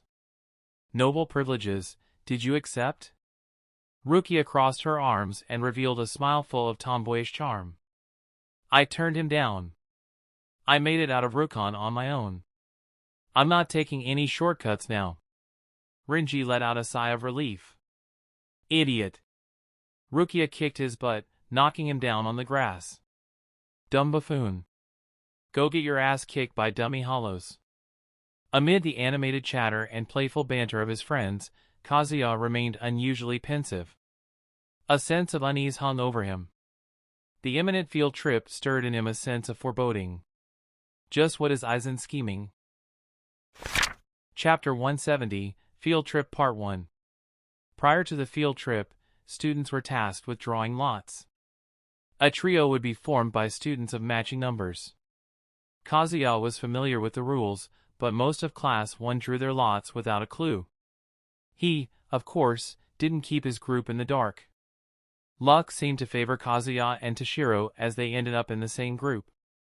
On the other hand, Momo and Renji, with their mismatched numbers, found themselves separated into different groups. Toshiro couldn't help but shoot a glare at Renji, who stared at his lot with envy. Shoo! It was my luck. Blast, Renji cursed. I'll be stuck with randoms. Toshiro smirked. You can handle it alone. As if they'll let me do that. Momo walked up from student to student, inquiring about their lot numbers. At last, she found the person with her desired ticket, a girl about as tall as Renji with menacing eyes. Momo pointed at the ticket in the girl's hand. Can we please exchange? The girl's gaze drifted down to Momo. Why, Hinamori-san? Do you understand the point of, she paused, her eyes flickering wide.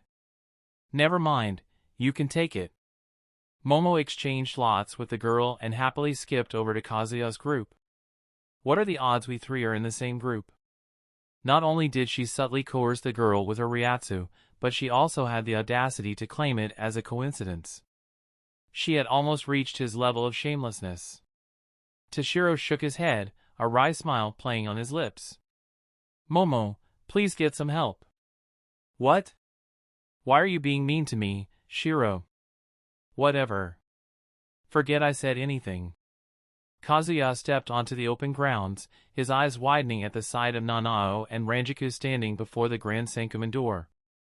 With 2 6th-year students as assistants, they looked every bit the authority figures they were. Ranjiku too? One vice captain was already an overkill. Now they're sending 2. Did Shunsui send Ranjaku to protect Nanao? The only reasonable explanation I can think of. Yoruichi also sensed something amiss, but she couldn't convey her thoughts in the silence. A silence that shouldn't be present with 30-plus students in the same place. Nanao's Ryatsu made the air so oppressive that nobody dared utter a word. Even Ranjaku's friendly smile alone failed to make the students feel at ease.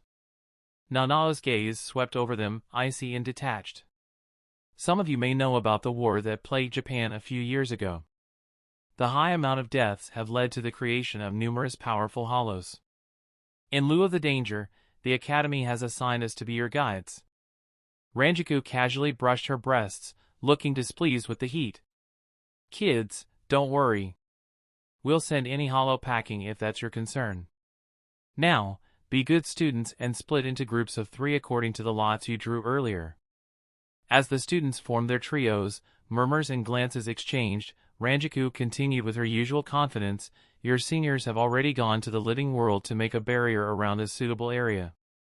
Each group will engage in combat with the dummy hollows roaming in your assigned section. Nanao glanced at Ranjaku. Every group has to fight the dummy hollows. None of us will support you in any way. If your group feels overwhelmed, exit the section immediately. You'll be safe, but the Academy may expel your group for sheer lack of competence. She didn't mince her words.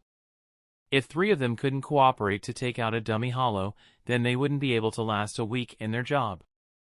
They were better off training a couple more years outside the Academy to hone their skills. Ranjaku crossed her arms, nodding seriously. Hold your composure and apply everything you've learned so far to the combat. It'll be a breeze, I promise. Momo suddenly raised her hand and waved from the crowd. Vice Captain Matsumoto, can we leave after finishing our assigned section? I'd like to roam the city. No, Nanao rejected sternly. You aren't going there to sightsee. Ranjaku playfully nudged Nanao. Era, jealous Momo-chan got a date? Nanao had spent a week growing closer to Momo. Ranjaku tried to stop Nanao from undoing the results of her hard work. Nanao scoffed. I'm acting according to my duty. Hi. Ranjaku giggled and winked at Momo. You can leave on one condition. Take that lad Kazuya with you. It was a clear show of favoritism, but no student had the courage to speak it out loud. Momo beamed a smile. Thank you so much, Vice Captain Matsumoto. Have fun on your outing, Momo-chan. Nanao huffed and turned around, displeased with Ranjaku mixing her duty with personal relationships. At her will, the majestic doors of the Senkamen slid open. Let's go. The students followed Nanao's lead and vanished into the dimensional door. Momo pushed Toshiro before she turned and waved at Kazuya. Come with us. Momo schemed with Ranjaku behind our backs. An elaborate scheme to isolate me. She must be planning on confessing. Be careful. She might stab you or take you to a dark dungeon. I'm a veteran at dealing with crazies. Besides, she gave me a huge opportunity. Coming out of the power plant, Kazuya observed the area. The Academy chose a massive power plant for combat training. The power plant had been out of service due to Japan's earlier conflicts. The massive structures served as a vantage point for the 6th-year students, allowing them to take early action against any hollow. Nobody is hiding there. At least I don't sense anyone. Aizen might be on his way. As Kazuya was lost in thoughts, 2 Shinigami stopped before him. A lean-built young man with sharp eyes and messy black hair. The black choker around his neck and the black 69-foot tattoo on his left cheek revealed his identity, the future vice captain, Shuhei Hisagi. In the current timeline, Shuhei had earned somewhat of a reputation as a 4th-year student for his talent. Accompanying Shuhei was a petite girl with relatively short brown hair. Part of her hair was tied up at the right side of her head with a hair clip consisting of 2 red pearls. For Kazuya, the cute student was a walking red flag. In the original timeline, she died 2 years later during Momo's first training mission. Her presence here gave him an ominous feeling. Is the timeline fixing itself to avoid repercussions? Could be. We have to be cautious. Meanwhile, Shuhei was appraising Kazuya just as he was being appraised. You've made quite a name in your first year. I wish I saw your fight in person like Hataru did. While his tone was overly serious, Shuhei seemed inspired by Kazuya's courage to fight a captain. Hataru nodded seriously. It was an amazing show of techniques. How much did you train to achieve those results? Before seeing his battle with Soifon, Hataru felt satisfaction in being one of the more gifted students. Compared to this year's Class 1, she felt extremely ordinary. 20 years, Kazuya answered with a shrug, leaving Hataru stunned. Or more. I don't remember. Hataru widened her eyes. I expected at least 100 years. Well, this is how geniuses are, I suppose. Shuhei placed a hand on Hataru's shoulder. Anyway, I'm Shuhei Hisagi, 4th year. Hataru Kanazawa, also a 4th year, Hataru said and stretched her hand for a handshake, which he accepted. We're here to take you to your assigned section. Thank you. Momo smiled. I can't wait to fight some hollows. Toshiro gripped his Zanpakuto's hilt. Makes the two of us. At the same time. Over a dozen screens flickered in the otherwise dark room. Sitting casually on a chair, Aizen calmly observed the live footage of the abandoned power plant, his gaze particularly affixed upon the silver-haired student. It was a pity he couldn't hear Kazuya's voice through the experimental screens. They invited Vice Captain Matsumoto at the last second. Isn't that interesting, Jin? Jin was standing behind Aizen, his hands concealed in his long bell sleeves. His ever-so-mischievous smile faltered for merely a moment. Some people's intelligence grows weaker with age. Matsumoto-san is the prime example. Tozen, who stood beside Jin, stared at the screens. He was blind, yet he often mimicked actions of those around him on an unconscious level. Sir, when do we start? Aizen's lips curled into a cold smile. Soon, Tozen. Chapter 171, The Field Trip Part 2. Guided by Shuhei Hisagi and Hataru Kanazawa, Kazuya passed by many sections, each echoing the ensuing clash between students and dummy hollows. Over half of the students in Class 1 struggled against the weakest of constructed hollows, a given for students with a few months of training. At least Renji is doing fine. The student may not survive if Aizen unleashes his hollows. They might if you're not busy raw-dogging Momo in the wild like dogs in heat. Nami's unfiltered comments always managed to amuse him. Straightforward to a fault, she perfectly personified her destructive flames. But then again, he shouldn't try something drastic this early. He, however, couldn't shake off the nagging suspicion, why do I have a feeling he will? Aizen got away with killing thousands to awaken the Hogyoku, what stopped Aizen from making another big move? The timeline had shifted dramatically with his presence. Muramasa, whom Kazuya couldn't find anywhere in the Soul Society, introduced so many unknown variables on his own. I'm a bit conflicted. On one hand, we'll finally get some action. On the other hand, everyone we know in Karakura Town will be put at risk. Fuck, our brazen daughter is messing with my head again. Shoo, don't worry about anything. Pushing aside his worries, he followed Shuhei to a secluded part of the compound, which seemed to be a building for storing various equipment. This is your section. Vice Captain ISE had this prepared for you. Hataru nodded, looking no less serious than Shuhei. This is the hardest training mission in history, let alone your Class 1. Kazuya narrowed his eyes.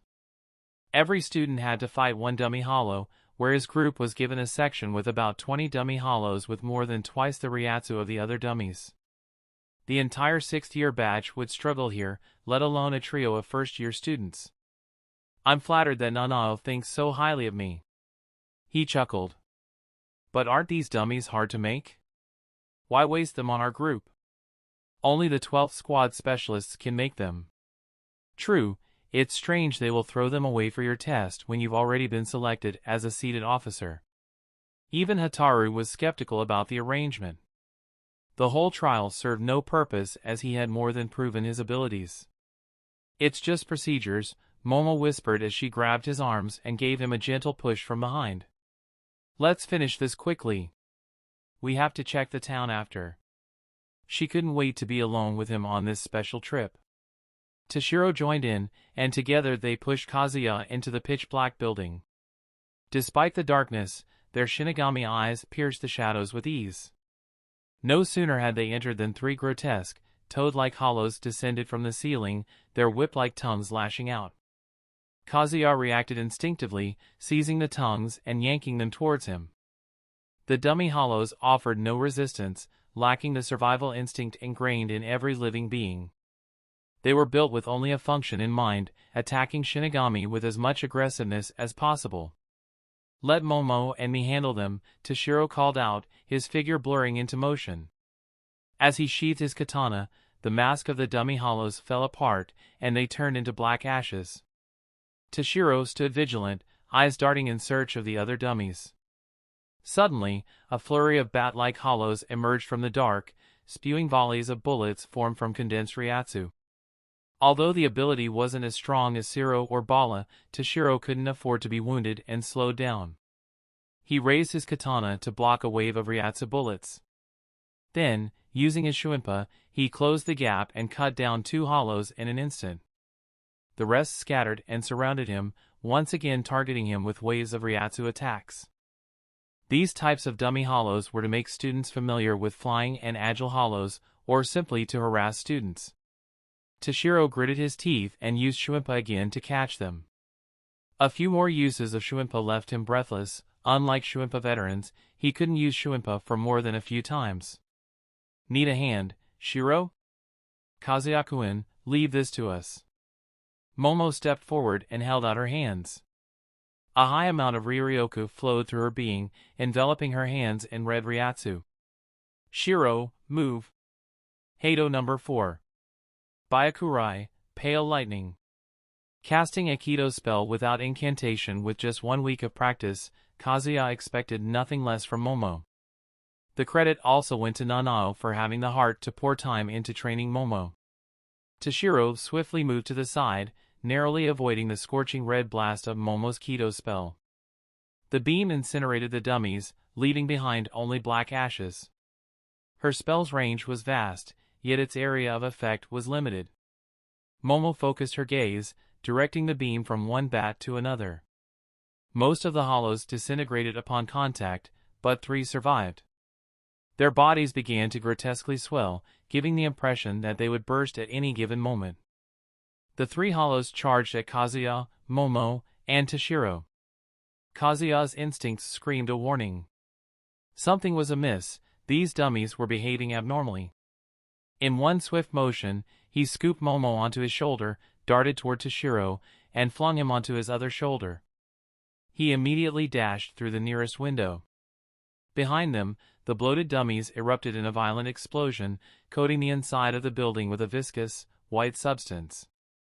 He was intimately familiar with the acrid stench. Hollow essence. An icy shiver raced down Kazuya's spine. He had acted just in time. Any delay, and Momo and Toshiro would have faced the brunt of the explosion. The infected hollow essence would have seeped into their bodies through the open wound. As souls with high levels of Riryoku, they would have essentially gone through the same process of hollowification as the visored, mindless hollows with the Ryatsu class of vice captain and captain, or worse, succumbing to soul suicide under the unbearable strain placed upon them. That sneaky rat altered the dummy hollows. Was he specifically targeting you or these two? All of us. Toshiro and Momo slipped from his grasp and swiveled to observe the building where the hollows exploded. The silver-haired boy held his chin, frowning in confusion. What is that white liquid? Bleh, it looks utterly disgusting. Meanwhile, Momo silently gazed at Kazuya's face. Observing him for a long time had given a deep understanding of his expressions. She had never seen him wear such a grave look. Her intuition told her that something was deeply wrong. The dummy hollows weren't meant to act the way they did. The explosion was an attempt to harm them, an attempt to assassinate them. The fact turned her blood cold. Still, she pushed past her emotional strain to discern the identity of the person out for his life. She will not let the person get away with this. Kazuya-kun, she whispered, tugging at his sleeve. Could it be the nobles? His eyes widened at her sharp observation. He wrapped an arm around her waist and pulled her closer, rubbing her hair. No, they don't have the balls. Then who? I don't know. I want you both to act like this never happened. The fighting happening everywhere within the power plant neatly masked the explosion sound. Tashiro's brows furrowed in bewilderment. Why, Nisan? Shouldn't we report this incident? Shiro, he said in a firm tone. I'll explain my reasoning later. For now, just do as I say. Can you do that? Tashiro sighed and nodded. Understood, Nisan. Momo, can you? Momo's response was more visceral. She clung to him, her body pressing close, as if seeking comfort or perhaps offering it. Your word is my command, Kazuya-kun. I'll never disobey you. Ha ha ha. This kinky little slut. Meow. Yoruichi landed beside him and licked his face. What is that foul-smelling fluid? You're late to the party, he replied, looking down at her with a look of disappointment. Well, Yoruichi. Take Shiro and Renji to Ranjaku and Nanao. I'm going out with Momo. Chapter 172 through 173, Reflection. Kazuya meandered through the quiet, almost contemplative streets of Karakura town with Momo on his side. He couldn't help but reflect on the recent incident. He'd harbored this belief, a somewhat naive one in retrospect, that Aizen wouldn't directly target any captain until the eve of his grand plan. But today, Aizen acted far more viciously compared to the canon event of him testing out his hollows. After dissecting through many theories, he arrived at 2 reasons. The first, that Aizen had somehow discovered his secret as a hollow, was quickly dismissed. It didn't align with Aizen's modus operandi. Such a discovery would make Kazuya not a target, but a subject of intense, perhaps morbid curiosity. His rare ability to switch between races was a key that could unlock new realms of power for Aizen, even take him through transcendence. Aizen wouldn't rashly send some mere hollow essence for him. The second reason, however, held a grim plausibility. The chessboard of power had shifted with Kazuya's actions. Espada's ranks had weakened considerably when compared to the canon lineup of Espada. On the other side, Gotei 13 kept getting stronger with the inclusion of vice captain and captain class candidates like Kazuya, Renji, Rukia, Momo, and Tashiro. Aizen's actions might have been to kill these rising threats. I can believe in that. The loss of Barragan and Stark, the number 1 and number 2 Espada, is immense. During the week Kazuya stayed in the living world, he had taken Coyote Stark and Lilynette Gingerbuck from Hueco Mundo and turned them into a permanent member of Kasuke's shop, granting them the same fate as Grimmjow's group. He didn't have to threaten Stark. In fact, Stark was rather relaxed about coming with him. Then there is the hollow essence infection. He deliberately used it. If he, Momo, and Tashiro went through the hollowification in living world, the blame would fall upon the Shinigami who had been previously charged for the Vizart's incident. The former Shinigami who had fled the Soul Society to avoid the judgment from Central 46. Kasuke Urahara. Taking out 3 potential captains/vice captains and shifting the blame on his rival in one move. He is even more terrifying than we had anticipated. How exciting, partner! That sly motherfucker has his eyes on Kasuke's Hogyoku. Does that mean he has a counterplan for Yama's Zanpakuto? Cuckoo. He can prepare all he wants for Yama's flames. Our flames will destroy him. Kazuya shook his head at Nami's eagerness to fight Aizen. Even after Aizen tried to assassinate him, he didn't change his stance. He'd only fight Aizen until he was completely confident in killing him. Anohana's training should fill the gap. Let Mama Hana whip you into shape so you can whip her into shape. It's a win-win for both of you, Umu. Did you just imitate the Umu Empress Nero? No, I'm the Umu goddess. Umu. Momo, who was walking by his side, grabbed his hand. Kazuya-kun, people don't realize we're here with them, it's like we're in a separate world, where we can do anything without being judged. Her glinting eyes and slight smirk carried positive sexual energy. Unfortunately for her, he wasn't in the mood to do anything remotely close to sex. Momo, is this your first time in the living world? I think so, she said, looking towards the starry sky. I died when I was 4 or 5. Shiro-chan too. We were fortunate that Oba-san adopted us and took care of us like her children. Having good parents is nice. Momo nodded, then she excitedly dragged him to the shopping district of Karakura town. Being a regular visitor to this place, he helped her with directions. After strolling the streets for a couple of minutes, she stopped at a bouquet shop. Strangely, he could sense 2 familiar Ryatsu within the store. Things started to make sense when he checked the shop's name. Haiwa Namir no Hanaya, the shop's name directly translated to Peaceful Pride's flower shop. Kazuya-kun, these flowers smell nice. Will it be robbery if I take some? No. Momo pulled him into the flower shop. Inside, the cramped space was a riot of colors and scents.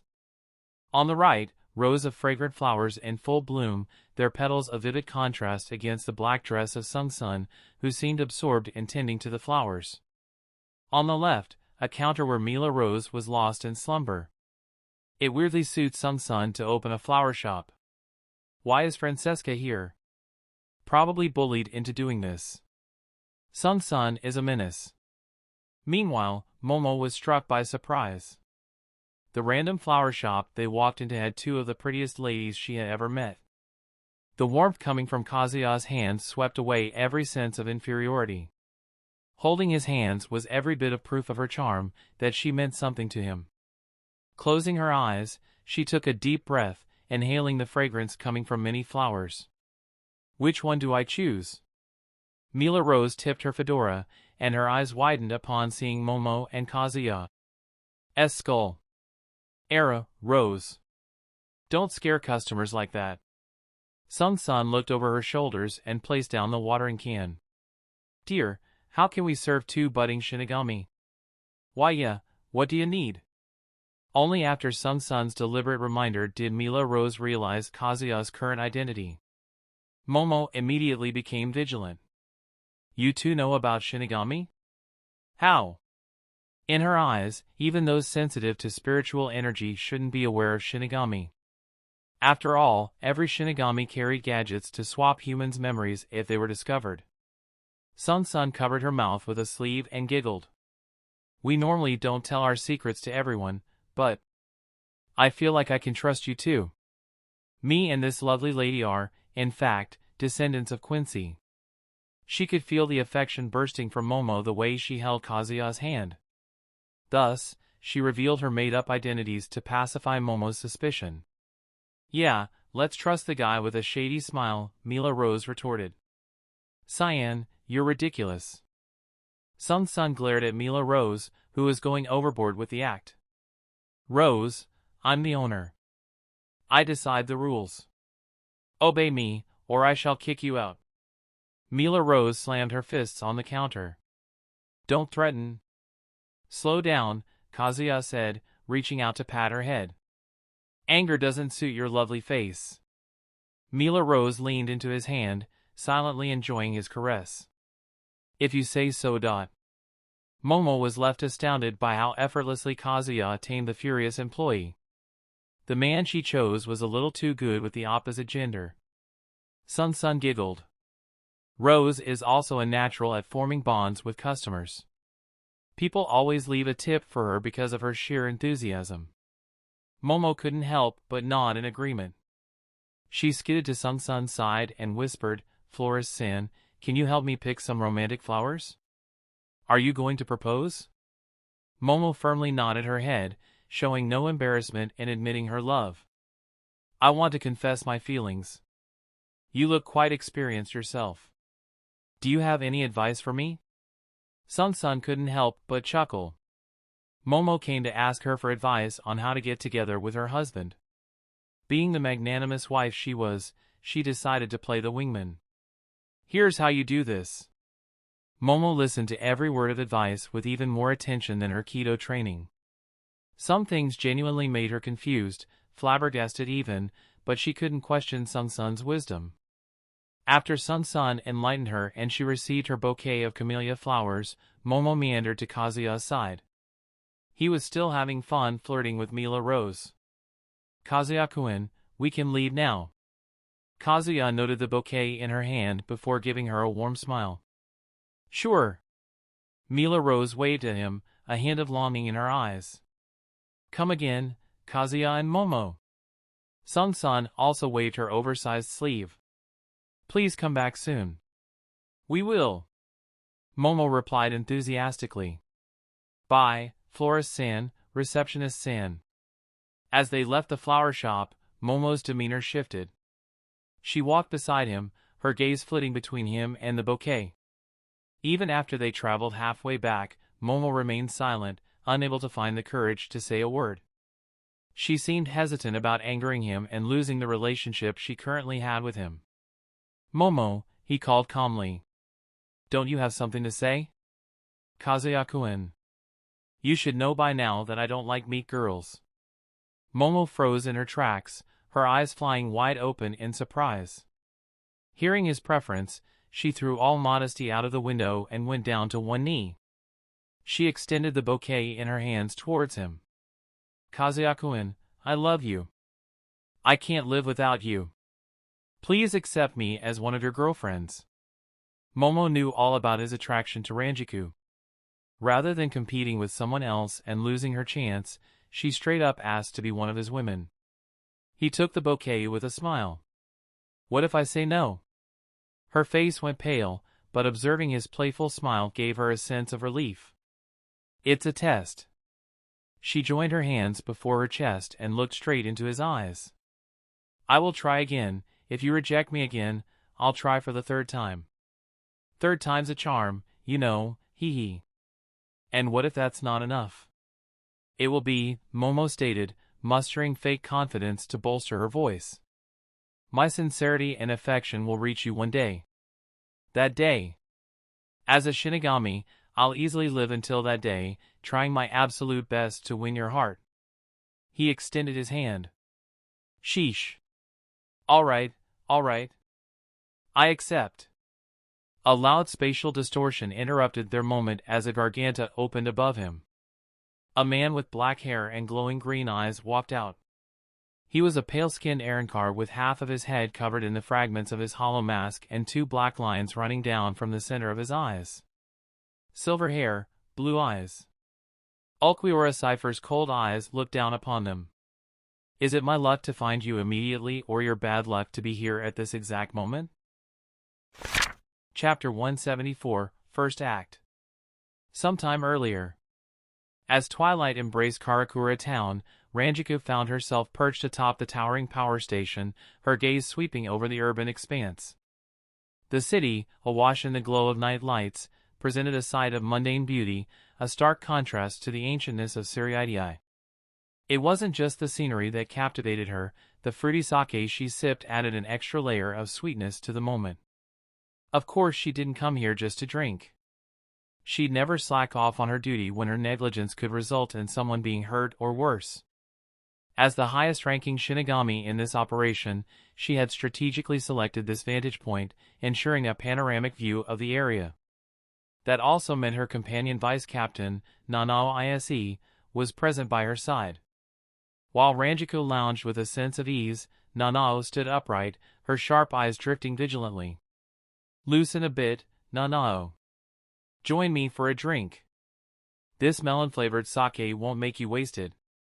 It's pretty easy on the body. Nanao cast a sidelong glance at the bottle in Ranjiku's grasp. No. I never drink during my work time. Ranjiku saw her stern refusal coming from miles away. No need to be so perfectly vigilant. The sixth years are also keeping watch.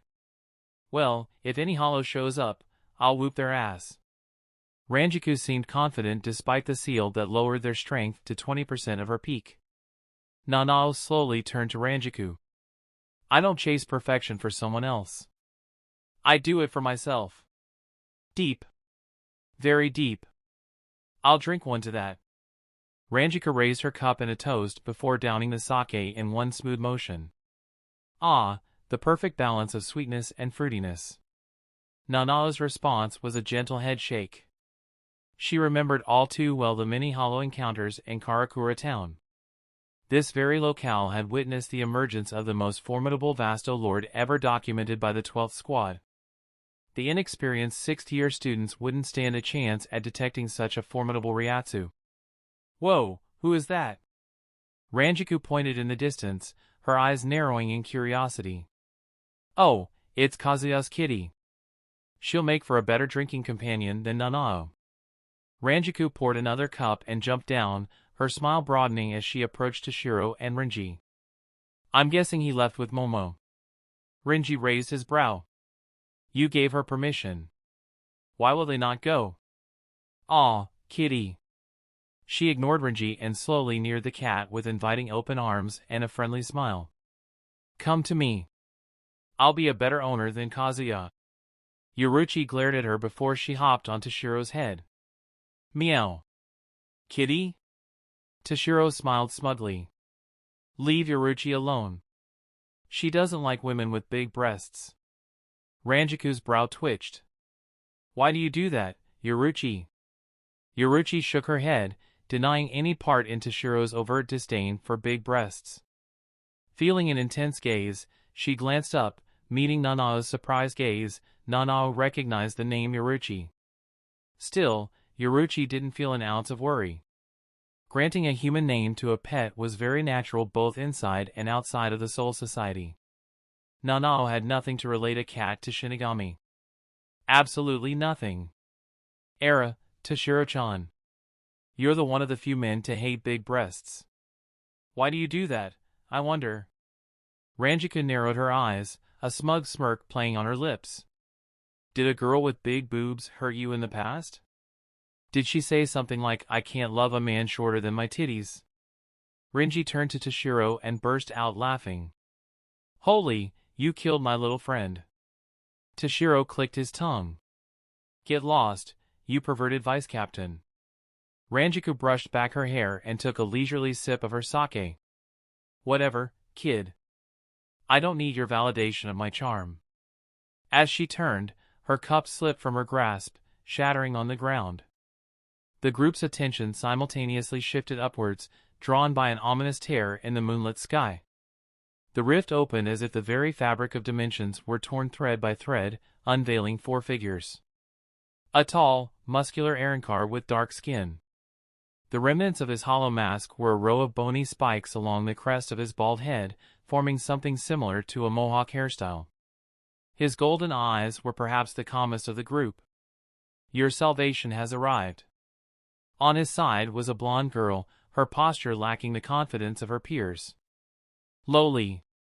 Her words were cut short by a sharp slap from another woman, her hair black and styled into twin tails, bangs cascading over one side of her face. Who the heck gave you permission to speak? Ha ha ha, laughed the slim man standing furthest to the left. The white helmet covering his scruffy black hair resembled the skull of a saber-toothed cat. Always a fun time with you two. Even with their overly relaxed banter, no one from Shinigami dared to underestimate the 4. How could they when the 4 Hollows Ryatsu was on par or even stronger than Ranjiku's peak? Lowly placed her hands on her hips and laughed haughtily. For so long we, Hollows, have died at Shinigami's hands. Today, I, Lowly Avern, will take a stand for Hueco Mundo. She pointed a finger down at them, smirking condescendingly. Hear me, Shinigami. This is a declaration of war against your race. A war to annihilate the entire Soul Society for good. Meanwhile in the hidden dimension. Jin's eyelids lifted ever so slightly, revealing the striking blue of his eyes. The screens before him captured the stunned expressions of Renji, Toshiro, Nanao, and Ranjiku from various angles. Though he knew the declaration of war to be a mere facade, a flicker of unease lingered in his heart. Aizen had planned to spare one Shinigami to convey the information to the Soul Society.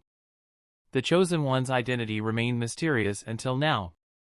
It could be Renji, Toshiro, Nanao, anyone from the group of students, or Ranjaku. The odds of Aizen choosing Ranjaku out of 50 Shinigami present at the scene were 2%. The uncertainty squeezed his heart, and he was helpless to do anything about it. Is it the day? No, trust your instincts. Aizen won't kill her, his Zanpakuto spirit assured him in a calm voice. His ego rivals our thirst for revenge. He wouldn't extinguish her life without first subjecting you both to excruciating torment. Jin shut his eyes close and revealed his signature smile. It's getting boring here. When will they fight? Aizen chuckled. Have a little patience, Jin. We aren't here to watch our colleagues die. Patience was hardly a virtue Jin lacked, yet he nodded in concurrence. Indeed, Captain Aizen. I became overly eager to assess the Espada's combat potential against the vice-captains. They are nothing spectacular. Aizen shook his head. Quite underwhelming for my vision. They are decent placeholders until we find better replacements. Jin settled into a chair, a leg casually draped over the other. Regrettably, we've yet to locate the wolf-masked individual and his allies. It's only a matter of time, Aizen whispered. Only a matter of time. Chapter 175, The Struggle Part 1. Meanwhile, Kazuya's dearest black cat, Yoruichi, observed the four beings emanating the dual-natured Ryatsu of Shinigami and Hollow. She had anticipated trouble from Hollows, but an ambush by high-level Arankars, especially those aligned with Aizen, was beyond anyone's predictions. The evidence was clear in the intricate high-class barrier spell shrouding the power plant zone, a Keto spell so precisely timed with the Garganta's opening that it almost escaped her notice. Everyone focused on the Garganta rather than the real threat. As long as the barrier stood, nobody from the Godii 13 would sense these Arankars. And Kazuya, the senior captain equivalent, wouldn't sense them either. She needed him here as the vice-captains, under the effect of their seals, wouldn't be a match for the Espada. Her concern grew as she glanced at Nanao, who appeared visibly shaken, her body trembling as if overwhelmed by the intensity of the Ryatsu, a surprising reaction for a vice-captain who should have some resistance to such power. Captain Kairaku is protective of her. At least Ranjaku acted reliably in shielding Toshiro and Renji from Arankars. Her face lacked any playfulness, only a somber expression that reflected the dire circumstances. She might buy enough time. I'll go and dismantle the barrier quickly. She patted Toshiro's head intently. Shiro, use your Shurikai and support the vice-captains from afar. Toshiro could barely nod when Yoruichi leaped off of him and darted to Nanao. She slapped the shaken vice-captain's face with her paw. Her soft slap snapped the vice-captain back to the present. Nanao rubbed her face with wide eyes, unable to believe that a cat just slapped her like a human and escaped. Yoruichi, she shook off the distracting thoughts and looked up at Loli. You must be the leader of the group. Loli crossed her arms arrogantly. Will a bottom feeder make a grand declaration of war? Ranjaku's giggle cut through their conversation. Grand? Please. Even 1,000 of you won't stand a chance against the Soul Society. Loli responded with boisterous laughter of her own. You won't live long enough to see us demolish the Soul Society. Because all of you will die here. Ranjaku unsheathed her katana from its red sheath. Either it was her love for cats or her own cat-like nature that granted her Zanpakuto a unique design characteristic of a cat. Her katana's handguard was shaped like a cat's head, with pointed ears on the top half and a sleek tapering point on the bottom. Loli, let the students leave. I'll take on all 4 of you on my own. Loli sneered contemptuously. You take on everyone? It's not a competition to use your vulgar body, bitch. Ranjaku's eyes flashed with anger. Everyone can see who's acting like a bitch. And please stop projecting your vulgarness on others. You might have reached your rank through bootlicking and sexual favors, but I'm a vice-captain for my ability. Rather than jumping into battle, she continued the fiery conversation to stall for reinforcements. Unlike Yoruichi, she hadn't sensed the high-level barrier obstructing the transmission of Ryatsu and hoped the reinforcements would arrive soon. Ranjaku-sensei, you own her, Toshiro added and casually kicked Renji's ass. Oi, dumb buffoon. Renji rubbed his rear, a hint of tears in his eyes. What was that for? Toshiro narrowed his eyes smugly. You looked frightened like a little girl. The kick on your ass worked. Renji grabbed Toshiro's collar and pointed at Loli. Rukia will tease me to death if I let a girl named Loli scare me. Who the hell names their child Loli? Toshiro slapped Renji's hand away and smiled. I know right. Renji cracked his knuckles and pulled out his Zanpakuto from his back. Yeah, I agree with you on this. Their banter infuriated Loli, rightfully so. She looked venomous. I'll kill you bastards. Not if I'll kill you first. Renji chuckled and leaped over Ranjiku. He raced towards Loli, creating platforms of erasure beneath his feet. Here I come. You idiot, come back. Toshiro yelled, but his warning fell on deaf ears. Gripping his blade, he whispered the chant to release his shurikai. Sit upon, I won't make it in time. Ranjiku, help him. Finding his shurikai chant too long, he yelled at Ranjiku to stop Renji from dying foolishly. Loli's lips curled into a smirk. She vanished, followed by the explosive sound of Sonido, and arrived before Renji in the blink of an eye. Caught off guard by her high-speed technique, Renji couldn't react to the curved dagger swinging down at his face. Just as the blade touched his forehead, Ranjiku flash-stepped to his side and parried the dagger with her katana. Too reckless, Renji. Ranjiku grabbed Renji by the collar and yanked him back to safety. Her eyes locked onto Loli, a fierce determination burning within. No one will hurt these students on my watch. This is a war, dimwit. We don't take hostages or spare enemy soldiers. Loli gestured to Gio Vega, the Arrancar with a saber-toothed helmet. Kill the rest of the students. Gio shrugged. I'm not interested in tainting my claws with the blood of weaklings. Minoli, why don't you please your friend by doing her dirty work? Minoli, though hesitant, drew her katana. Fine, if I must. Chapter 176, The Struggle Part 2. Minoli dashed towards her objective, only to collide against a translucent yellow wall, a high-level barrier spell. Her katana, her Zanpakuto, slipped from her hands and clattered to the ground. As she scratched her head, her back bumped into another massive wall. Confusion and panic set in as she realized she was imprisoned in a shrinking box of energy. Vessel of the Divine, Fury of the Lord. Minoli's gaze followed the direction of the voice, seeing Nanao extending her hand with a claw-like gesture. The vice-captain was controlling the barrier, unafraid of the two Espada attacking her in this state. I won't let you kill them, Nanao said through gritted teeth and forcefully closed her claw hand. With light, crush the prisoner. Shimon say no sure. The barrier responded to Nanao's command, contracting with a force meant to compress Minoli into oblivion. Minoli frantically reached for her Zanpakuto to activate her Resurrection, but it was futile, her sword was beyond her reach. In a panic, she pounded against the barrier with her fists, but it was like striking steel. Desperation in her eyes, Minoli turned to Gio Vega.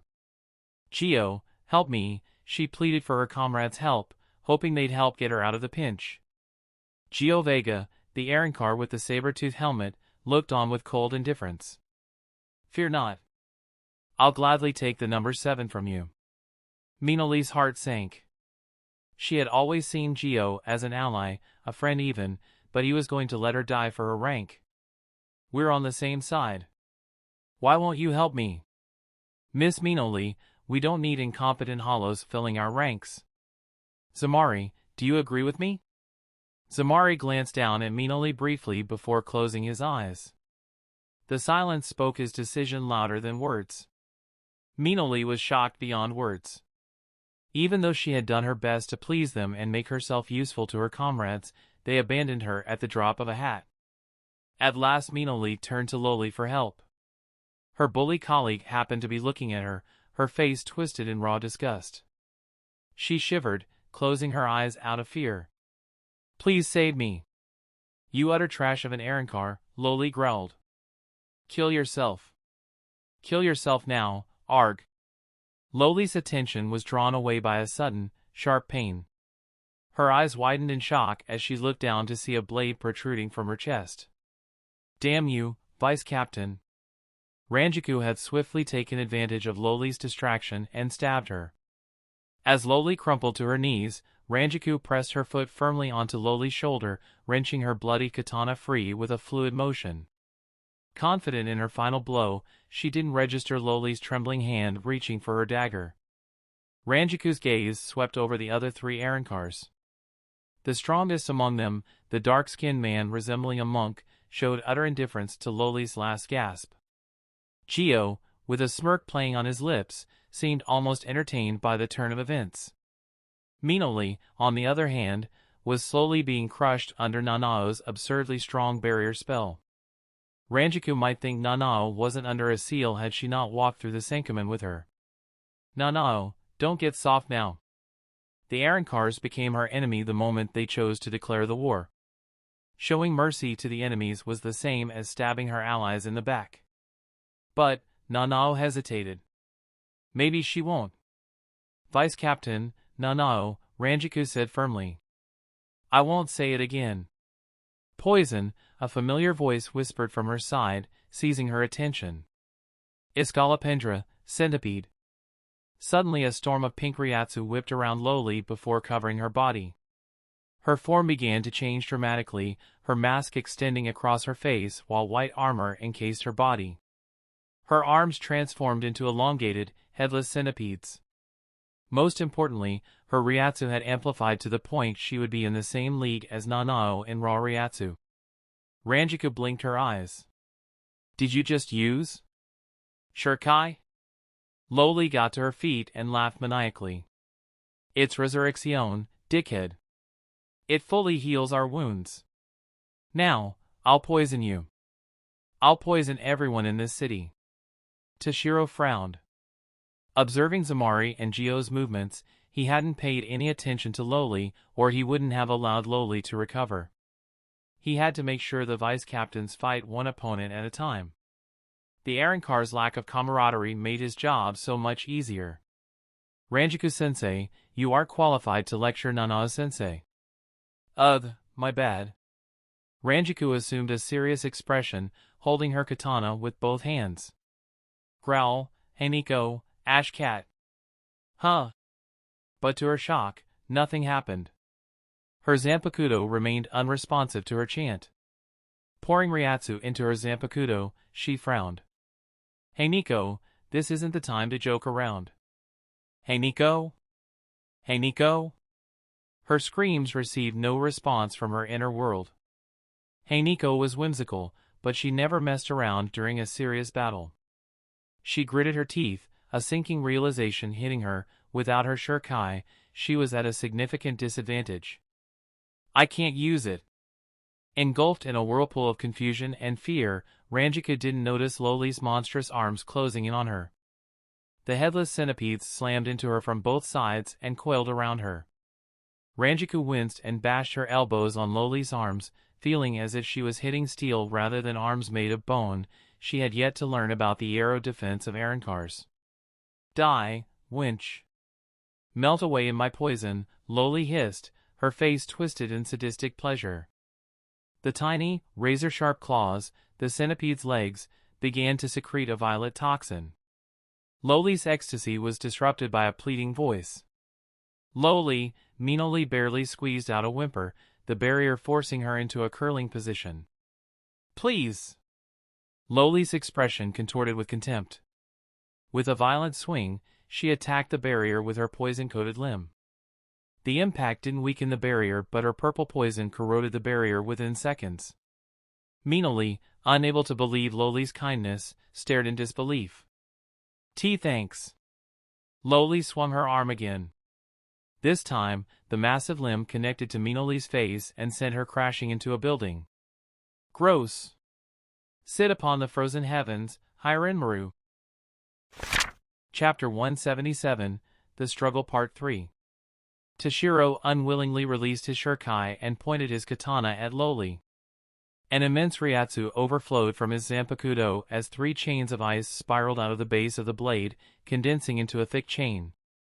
The ice chain moved through the air, absorbing moisture from the environment to grow into a massive dragon with blazing crimson eyes. The frost dragon roared at the heavens before flying down towards Loli. Fuck! Loli hurriedly released Ranjaku and slapped the ice dragon. Of course, with her higher Ryatsu, she easily shattered the ice dragon, but not without consequences. Her poison began to crystallize, the frost creeping along her limbs. The ice forced her to expend Ryatsu in shattering the ice crystals. A little brat as Shirkai. I'm not a brat, he growled. Ranjaku-sensei, let's fight her together. Ranjaku's Shihakusho was half melted and her skin singed by the poison. It was pure agony. But she didn't let her injuries slow her down. She had joined the Godei 13 with the intention to get her childhood friend back, but she ended up becoming a responsible Shinigami. Giving her life to duty wasn't something she frowned at. Okay, let's end this pathetic worm. Nanao, meanwhile, aimed an arm at Loli, whispering a chant under her breath. It's getting boring for you, isn't it?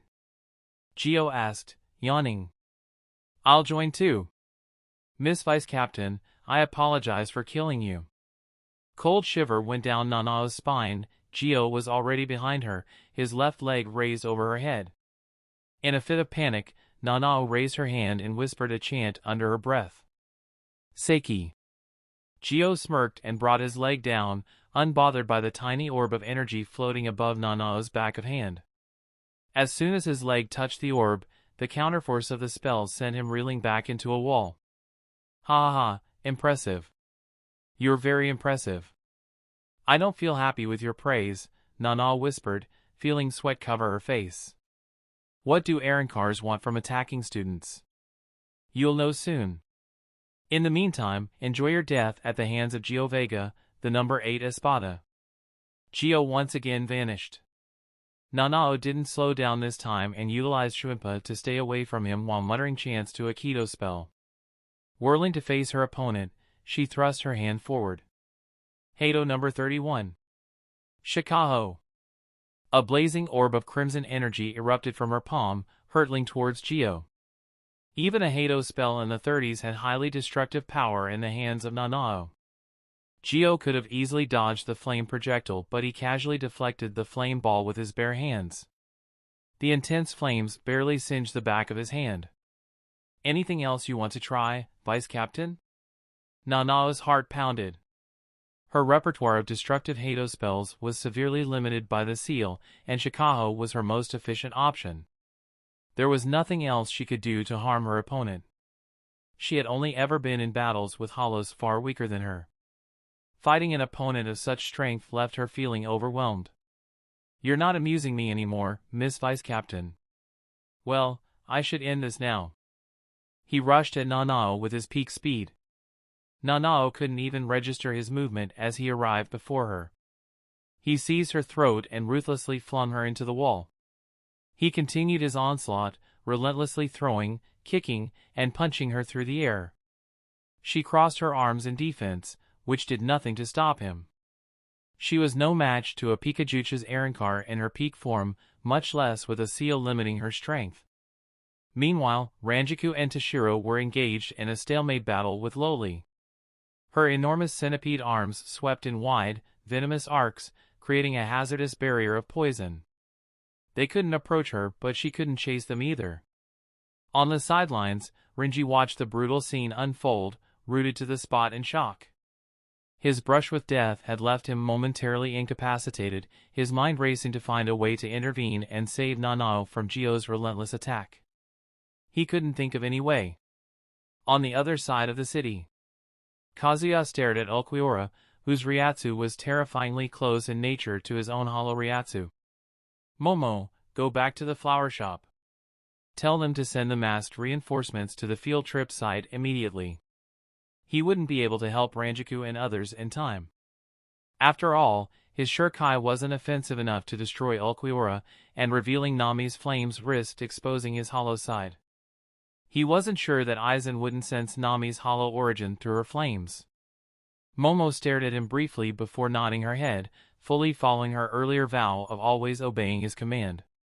Kazuya-kun, don't get hurt. He couldn't help but smile.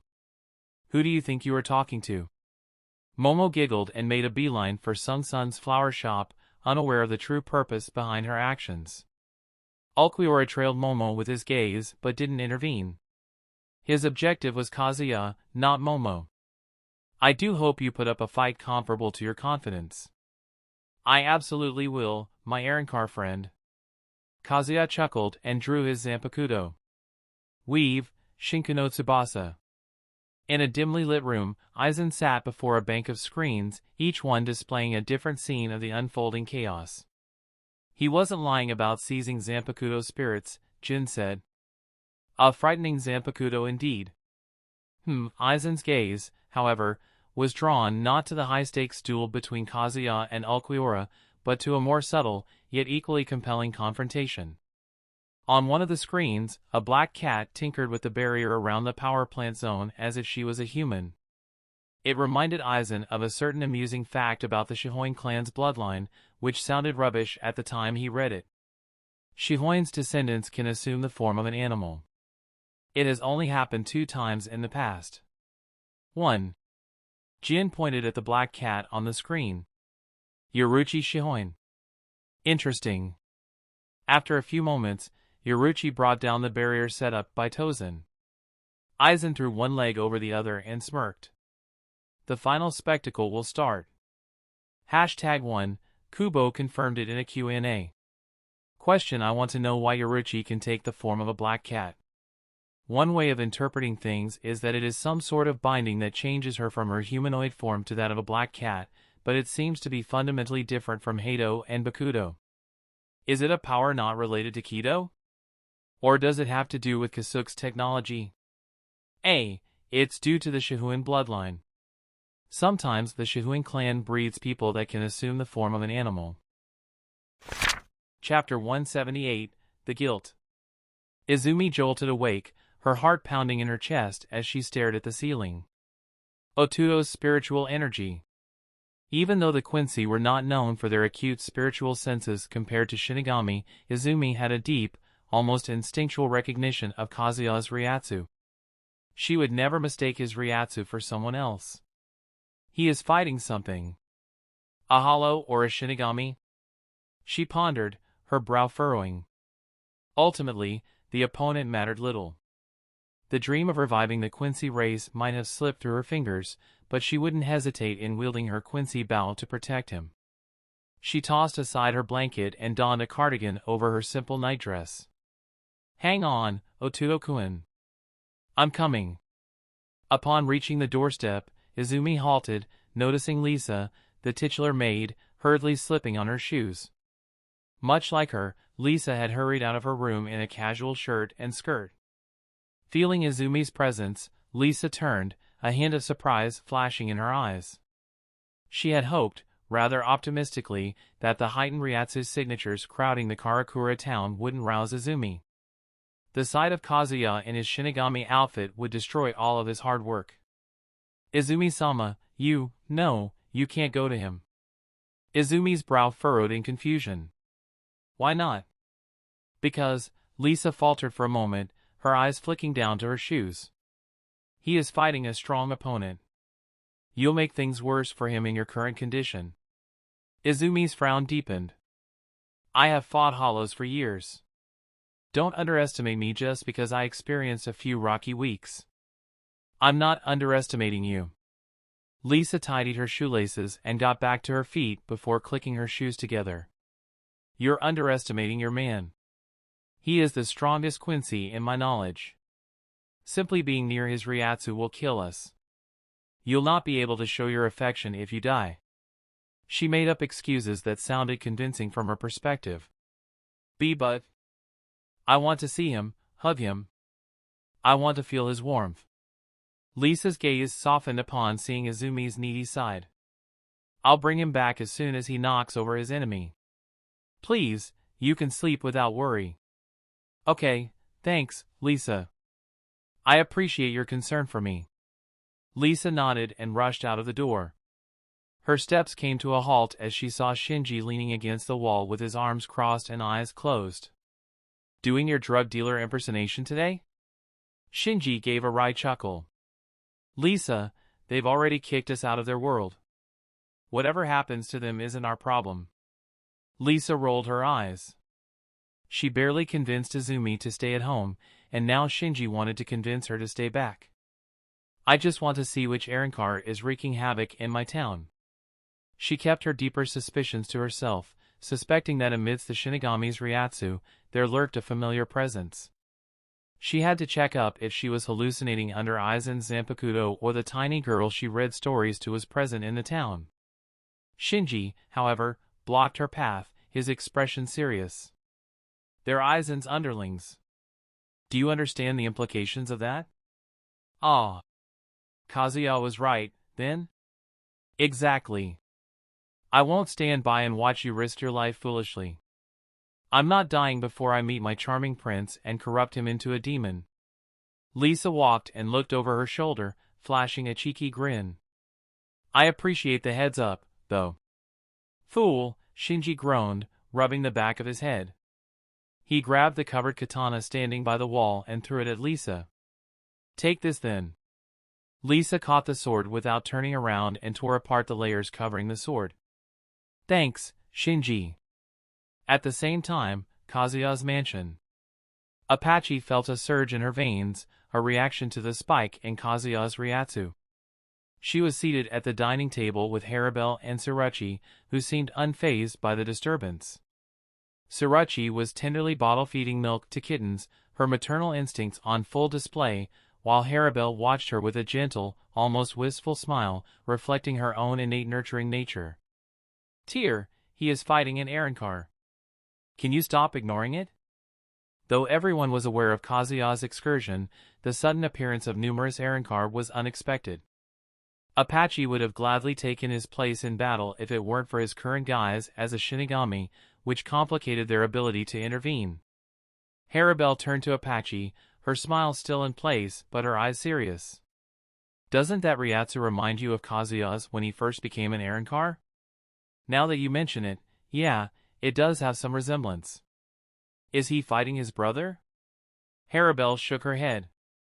"It can't be his brother, you both stay here. I'll go over to see if he needs any help."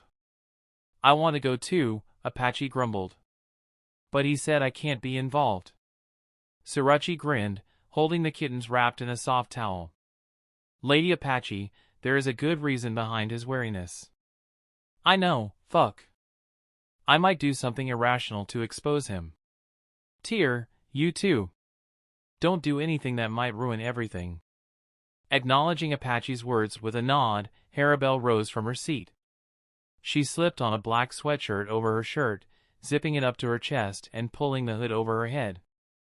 The cover of night outside provided a perfect chance to conceal her distinct features as she prepared to venture into the uncertain darkness. Soul Society. The bustling high-tech 12th Squad headquarters, the Shinigami Research and Development Institute, was awash with a sudden, frantic energy. The operators scurried about in a state of near panic. The reason for their distress: their gadgets had just detected multiple high-level Arrancars converging in the same location as a group of their students. Their precise devices messed up somewhere and overlooked the spatial distortions of Garganta. In a division where small mistakes could spell disaster, such an oversight could have dire, even life-altering consequences. Akon, however, didn't seem at all worried about the consequences. "Send a transmission to the Captain Commander. He must know this as soon as possible." He understood the stakes. The presence of powerful Arrancars in close proximity to their students was a threat of the highest order, one that demanded immediate action and the involvement of the Soul Society's highest echelons. The Gotei 13 had to mobilize reinforcements to provide support as soon as humanly possible. Chapter 179, The Replacement. Ulquiorra curiously watched Kazuya release his Shurikai. Despite the astonishing process, the end results left him underwhelmed. He pointed a finger at Kazuya, his eyes the embodiment of apathy. "Zero." At the tip of his finger, a flickering green light revealed the imminent release of his destructive energy. In an instant, a massive beam shot forth. Kazuya simply brought his Enmyaku together and formed a shield. The fiery shield absorbed the devastating zero that threatened to consume him, and the rest illuminated the night sky with its green glow. Ulquiorra's expression remained unchanged, but a hint of intrigue sparked in his eyes. A shield is an unconventional choice for one as arrogant as you. Is that so? How about I show you something traditional? He grabbed the Enmyakus with his hands and merged them together, which took the form of a sword with a ridiculously large handle. Let's fight with swords, shall we? Ulquiorra grasped the green hilt of his Zanpakuto and drew it in one swift motion. The weaker blade will chip out and break. You'll be surprised. In a burst of speed, they launched themselves skyward above Karakura town, their blades clashing with a force that sent shockwaves rippling through the night air. The metallic ring of their swords echoed, distorting the atmosphere with each powerful strike. Kazuya aggressively pushed Ulquiorra, aiming to create an opening where he could target Ulquiorra's vital spot. But Ulquiorra didn't lose his calm in the face of aggression. He remained as calm as the moon, bearing witness to their clash, his katana moving like a whisper in the darkness.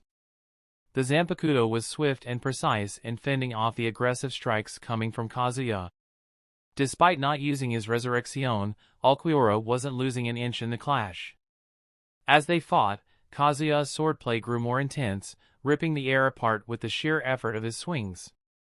He held back his maximum Ryatsu, but he didn't hold back his physical strength. In fact, he only grew stronger clashing with Ulquiorra, since he was the strongest opponent he had ever fought. Haribel didn't count since she started holding back after he officially became her lover. He wasn't the only one growing through the battle. Ulquiorra too became strong through battling an equal opponent, something he couldn't find in Hueco Mundo as the #1 Espada. You're surprisingly strong for a student, Ulquiorra commented. You also have a decent grasp on combat itself. I understand why he thought of you as a barricade in his plans. You don't need to know that.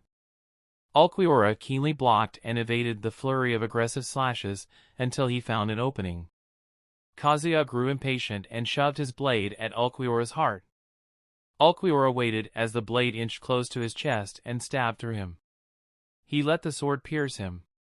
His move caught Kazuya off guard. The perfect opening didn't go to waste, as Ulquiorra pushed his katana through Kazuya's throat.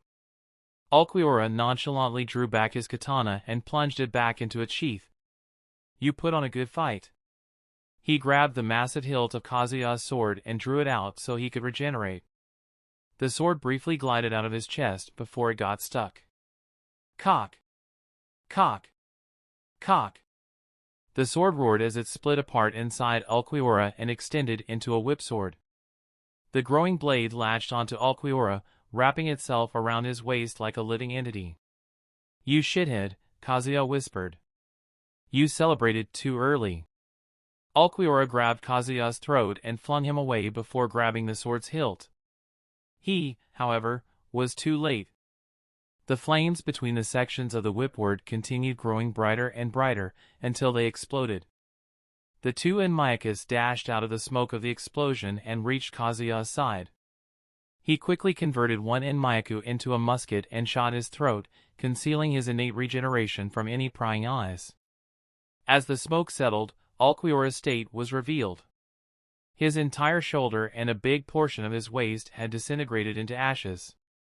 The bloody torso healed within seconds, however, he paid a hefty Ryatsu in exchange for the regeneration. My flames would have finished the job. Nami didn't exaggerate one bit. He only used Tsubasa's flames as a ranged technique. The bright flames were simply not made for destruction. His senses suddenly registered a familiar presence approaching him fast. Ah, finally. My beautiful tear is here. Ulquiorra brushed his right shoulder, frowning. Our intelligence severely underestimated you. Your versatile abilities to defend and regenerate, and your willingness to go this far for victory make you a great threat. Be quiet for a second, please. Kazuya pointed at Tyr, whose shark-like eyes gleamed in the distant park. She had taken the perfect spot to hide and observe. Is that beautiful lady part of your crew? What are you scheming by exposing her to Aizen? Can't you read my mind? I don't read minds. I make assumptions based on your emotions. But sometimes I feel like there is an external entity interrupting our connection. That's quite bizarre. Ulquiorra turned around and glanced down at Tyr. As if taking disrespect from the pale Arrancar looking down on her, she soared to an even higher point and then flipped her hoodie. Arrancar, Shinigami. Do not fight in my town. I know you. Ulquiorra narrowed his eyes. You are Tyr Haribel. Las Noches has been searching the Hueco Mundo for you. Tyr crossed her arms, radiating an air of authority. Am I that famous in Hueco Mundo now? Ulquiorra stared at her with the same apathetic gaze. Yes. Every Espada knows you. Why did you hide after slaying Barragan? Did you have no interest in the crown, or was your victory a fluke? Despite his typically emotionless demeanor, Ulquiorra had a penchant for engaging in lengthy dialogues, a trait somewhat at odds with his usual stoic nature. Tyr's eyes flared with rage. You pathetic Arrancar dare challenge my pride. I'll make you pay for this. She dashed at Ulquiorra with Sonido and grabbed his throat. Her explosive speed and raw strength caught him by surprise. She ripped open the garganta with her other hand and tossed Ulquiorra inside. Turning to Kazuya, she gave him a menacing glare. Stay where you are, Shinigami. It's between me and him. He raised his hands. Whoever wins between gets the privilege to die at my hands. Tyr snarled before dashing into the void. Alone now, Kazuya exhaled deeply. Tyr's reaction had been astoundingly intuitive, almost as if she could read his mind. She understood his desire to leave and assist Ranjaku and the others, and chose to replace him in the battle. God bless our Holy Mother. Kazuya narrowed his eyes. Nanao's Ryatsu is getting weaker. Fuck the voyeur Aizen. I bet he is having an orgasm seeing everything go according to his plan. Chapter 180, The Freefall. Only a day prior, Jin Ikimaru might have staked everything on Ulquiorra's victory against a Shino Academy novice like Kazuya. Aizen had put extra effort into enhancing Ulquiorra with Hogyoku. As the strongest Vasto Lord and a key figure in the Arrancar project, Ulquiorra, the last original Hollow, enjoyed privileges that set him apart. Yet, today unfolded with startling revelations. Kazuya Ishihara toyed with Ulquiorra, baiting the Vasto Lord into an explosive blast. Without his extreme regeneration ability, Ulquiorra would have died right there. The Arrancar project's crowning achievement faced an unexpected humiliation, and unless he released his Resurrection, he'd have certainly lost at a student's hands. It was a bummer that Jin didn't get to see the finish. Tyr Haribel unexpectedly showed up and altered the course of the battle. His gaze then shifted to the Shinigami's side of the equation. Ranjaku Matsumoto was struggling, her body succumbing to toxins that rendered her a sluggish mess. She'd have long died if not for Toshiro's Shurkai contending against Loli. However, the stalemate wouldn't last long. Toshiro was visibly strained, running out of Ryoryoku using his newly developed Shurkai. Their situation was growing increasingly dire. I can trust him to send away the Espada. Of course, Jin's face betrayed none of his internal urgency. Kazuya-san is brimming with raw potential like an uncut diamond. It's strange he decided to be part of the 4th and 10th squad. This battle maniac could easily fit in with the 11th squad. Jin sensed deeper undercurrents influencing Kazuya's decisions beyond his ties with Isshin Shiba and Vice Captain Aizen Kotetsu. However, their limited intel provided no solid footing for these speculations. His Zanpakuto is a support type and quite suited for the 4th squad. Aizen's eyes gleamed behind his specs. It can be restructured into an offensive form. It's a sign of his extraordinary adaptability. With a hand on his chin, Jin grinned. Extraordinary was the highest praise Aizen ever gave to anyone. Even Ulquiorra, one of the original Hollows born from the ashes of Hueco Mundo, received an adequate for our mission remark. Is there a chance he has a monstrous talent like Aizen? It'd be quite a miraculous twist if Kazuya ended up becoming a bigger threat to Aizen's plan than Captain Commander Jinryusei Shigakuni Yamamoto. A twist Jin would wholeheartedly welcome with open arms. "Captain, what do we do with Haribel?" Jin asked to keep the conversation flowing. "She is in Hueco Mundo as we speak. Capturing her would be easy." "Leave her be." Jin already predicted Aizen's answer.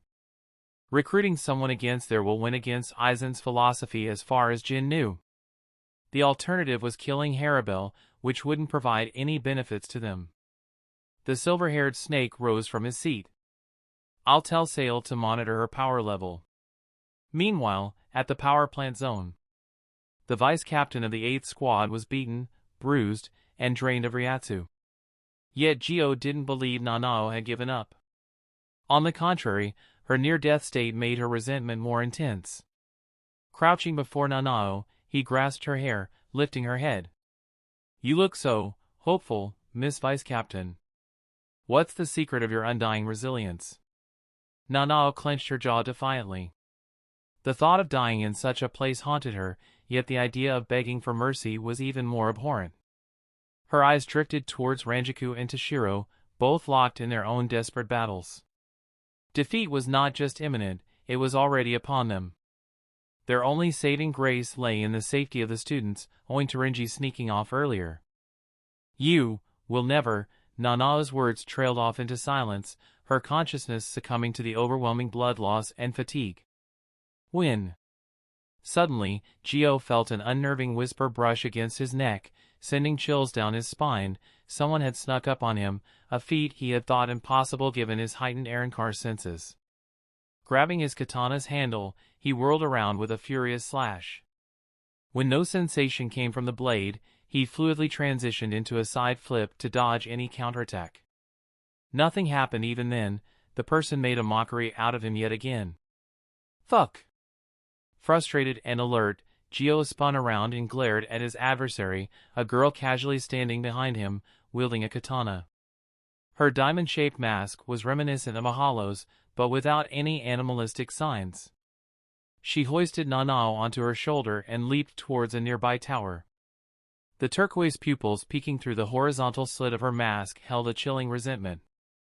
"Wait for your punishment, you sick pervert." "Wait." She ignored his call and flash-stepped to the perimeter of the power zone. Her Shuinpo was so fast that it seemed like teleportation. Her speed was on par with his own. Gyo attempted to pursue, but Zamari Leroux abruptly blocked his path. "Zamari, what are you doing?" Your hubris led to her escape. Then don't block. Your mission is here.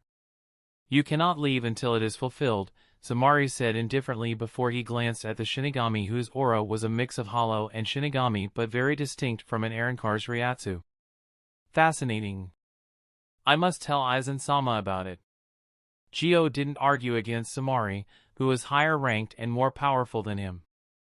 Instead, he redirected his fury towards another target, Vice-Captain Ranjaku Matsumoto, who seemed momentarily distracted, possibly by the mysterious figure who had whisked Nanao away.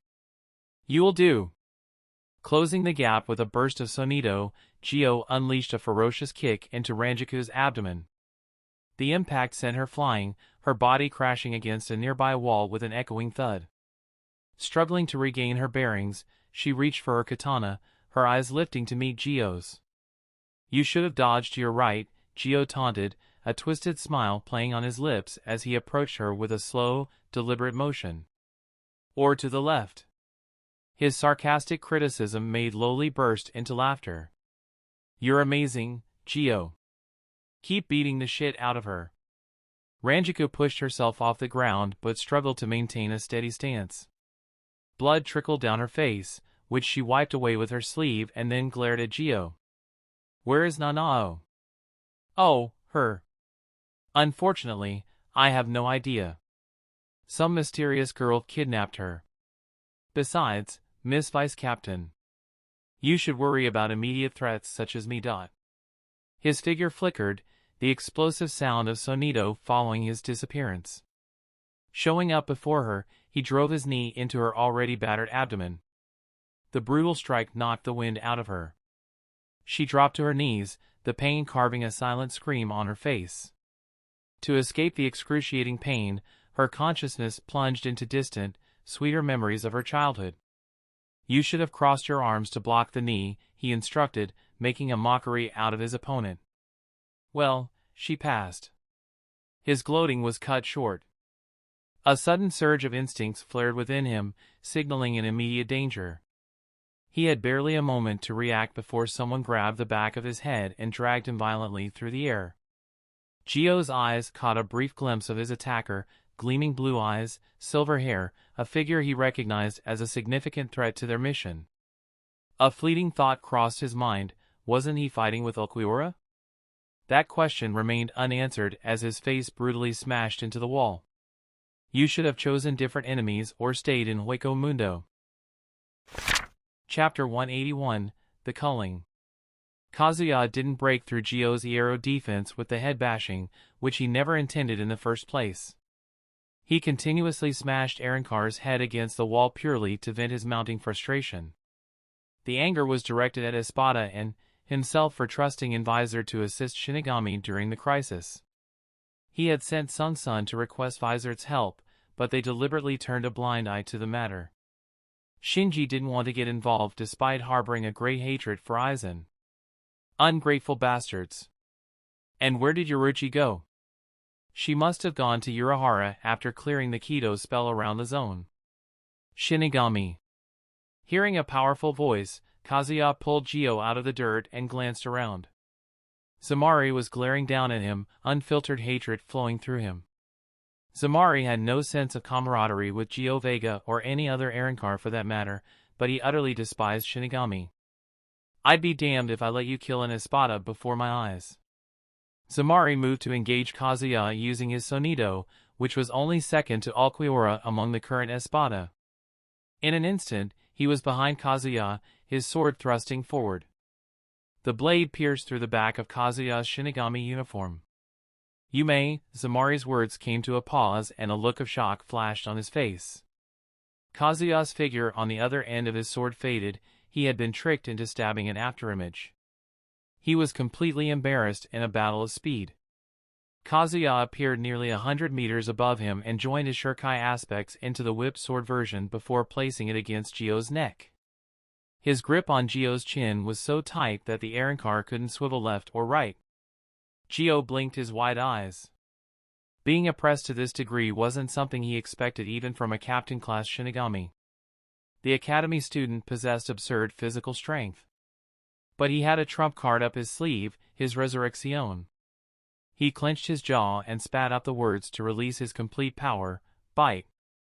Kazuya pushed the sword a tad deeper, effortlessly slicing through Gio's arrow and drawing a crimson line across Gio's throat. Where is the other vice-captain? Gio gritted his teeth. We have nothing to do with her disappearance. She was taken by some masked girl. Describe her. What did her mask look like? Black hair. She had black hair. And her mask, it was shaped like a diamond with 2 slits. Gio honestly answered every question. It hadn't been long since he became an Arrancar from an Ajuchas, he had so many unfulfilled goals. Kazuya heaved a sigh of relief. Why did you attack us? That. Zamari glared furiously at Gio. Silence. You've disgraced yourself more than meanly. I should cut you down myself. Gio raised his brows. Fucking help me out or fuck off. Kazuya couldn't help but chuckle. As expected of Espada, they turned on each other the moment things got tough. It was impossible for them to act as one unit in any given timeline. Excellent team synergy. Zamari pointed at Kazuya. A man with your strength should feel ashamed of taking hostages. Huh? When did I say I was taking hostages? Wait. Gio grew panicked at the thought of death. Don't. Kazuya silenced him with a hand over his mouth, forcing the whip sword deeper. Zamari once again tried to stop him with his high-speed movement. Having anticipated Zamari's actions, he used Shuimpa ahead to reposition again and again, each instance digging his sword deeper into Gio's throat. Zamari could only watch with wide eyes as the blade cut through Gio's flesh and bones and decapitated him. The headless body lost its footing and fell to the ground. Kazuya raised Gio's head in a moment of triumph before dropping it to the ground. Reversing his whip sword transformation, he made twin muskets and shot Ranjaku, who was seemingly at death's door. Flames engulfed her body, weaving a cocoon around her. When the cocoon dissipated, all her injuries had been healed. Her breathing reached an even pace, yet she showed no signs of waking up anytime soon. The battle took its toll on her. Ranjaku could have put up a great fight if not for the automatic seal placed on her by the Senkuman. Even if she wasn't able to defeat these Arankars, she most certainly wouldn't have received life-threatening injuries. Don't forget her soul is kind of incomplete after Aizen took that out of her. He reverted his muskets to the whip sword and pointed at Zamari. You want to talk now, or do I have to kill more of your colleagues? He still couldn't get the full picture of Aizen's strategy at play. It was neither to kill Ranjaku or Nanao, nor was it to get Ulquiorra to kill him. Otherwise, Ulquiorra would have used his Resurrection from the get-go to finish the job. Ulquiorra was trying to assess him while stalling time for an unknown purpose. Damn you, you arrogant Shinigami, Zamari roared at the top of his lungs, his eyes ablaze with fury. I'll make you pay for this. Zamari finally lost his calm. He held his Zanpakuto horizontally before releasing his grip one finger at a time. Kazuya knew Zamari was performing the release of his Resurrection. Stopping Zamari was pointless, as any injury he received would be healed after the release. He also lacked the means to insta-kill Zamari without revealing his complete hand. Shifting his attention to Loli and Toshiro's battle, he made a split-second decision. He flash-stepped to Loli and stomped her arm. The force of the stomp shattered her centipede-like arm into brittle bone fragments, oozing a white, mucus-like fluid. Loli's face contorted in agony and she unleashed a guttural scream. Arg! Fuck you! She swung her other arm in retaliation. But Kazuya was quicker. With a swift slash, he severed her arm at the base, then plunged his blade into her forehead. Her single eye widened in shock before life drained from her. As he pulled the blade, she collapsed, motionless, dead. Toshiro's face lit up with a relieved smile upon seeing Kazuya safe and sound. Nissan made a joke out of her. Our gap is like heaven and earth. He had struggled alongside Ranjaku against Loli, yet Kazuya had dispatched her effortlessly. Nissan, where is Momo? Don't worry about Momo. Take Ranjaku and leave. I'll finish these idiots and meet up with you. He couldn't let Zamari use Toshiro against him. It was better to face him alone. I see. Toshiro reverted his Shurikai transformation and sheathed his Zanpakuto. There is something I should tell you. A girl wearing a mask took Vice Captain ISE. She seemed to know the Vice Captain, which is very odd. Kazuya ruffled Toshiro's hair affectionately. Got it. Now, hurry. Toshiro nodded and departed with novice Shuinpa skills. Kazuya refocused on Zamari. The Espada was now engulfed in a thick, white, foamy liquid, mixing in with his violet Ryatsu. As the foam receded, Zamari's transformed figure was revealed, a grotesque form adorned with numerous eyes scattered across his body. His lower half resembled a pink, pumpkin-like structure, ringed by cyclopean faces echoing his own. A skull-shaped neck brace with an open eye on the front covered his neck. Chapter 182, The Curtain Rises. Zamari clearly remembered the plan, which was quite easy to follow. He also knew that Kazuya was meant to engage Ulquiorra during their part in the power plant. To defeat Ulquiorra, who was currently the strongest Espada, in a short period proved Kazuya's strength. Understanding the limits of his own abilities, Zamari harbored no illusions of defeating Kazuya in a direct combat. However, his Resurrection could massively shift tides in his favor. He stretched his palm towards Kazuya. The golden eye on his palm shimmered ominously, and the black dot in the eye center rapidly expanded. Your end is nigh. Kazuya was well aware of Zamari's Zanpakuto Brigeria's ability dubbed Amor.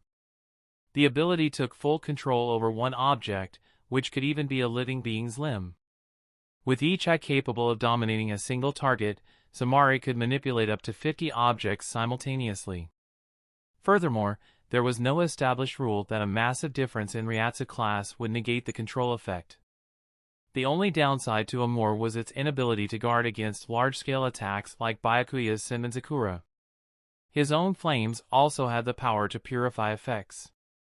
Without further delay, he closed the distance with Shuinpa and slashed the eye living in Zamari's palm. His boldness in confronting an enemy with unfamiliar powers momentarily caught Zamari unprepared. However, Zamari was no rookie and had countless years of battle experience as an Ajuchas. He immediately blinked a distance away with Sonido, eyes glaring at Kazuya with a crazed look. The insolence, Zamari growled like a beast, and the eye in his palm glowed purple with his Reiatsu. You'll pay for your arrogance by losing your right arm. A black sun-shaped tattoo bloomed on the back of Kazuya's hand, the mark of Amor. The ability works like a Kido spell. It must be why it's working on you. That said, how dare he mark my beloved's perfect body with his taint?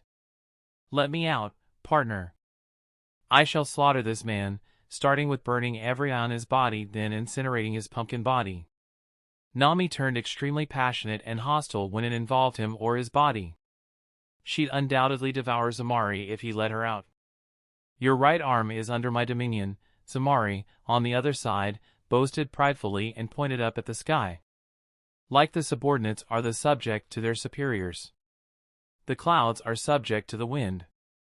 People are subject to their kings. With my Brageria, I can overrule any established authority and grant it my dominion. Kazuya's ability, oppression, mirrored the mechanics of Zamari's Brageria in some ways, yet its effects were less convoluted. Engaging Zamari in his hollow form promised a more exhilarating duel, one Kazuya might have relished under different circumstances. Zamari took Kazuya's silence as him being lost and confused. It must be difficult to understand the concept of sovereignty for an arrogant man such as yourself. You have my sympathy. Many things in this universe are incomprehensible for those who lack wisdom. A sophisticated way to call someone an idiot. Well, aren't you also stupid for preaching knowledge to someone you consider an idiot? Pitiful creature, your arrogance has blinded you. I shall open your eyes. Zamari slowly raised his hand and beckoned. Right arm, cut off his left arm.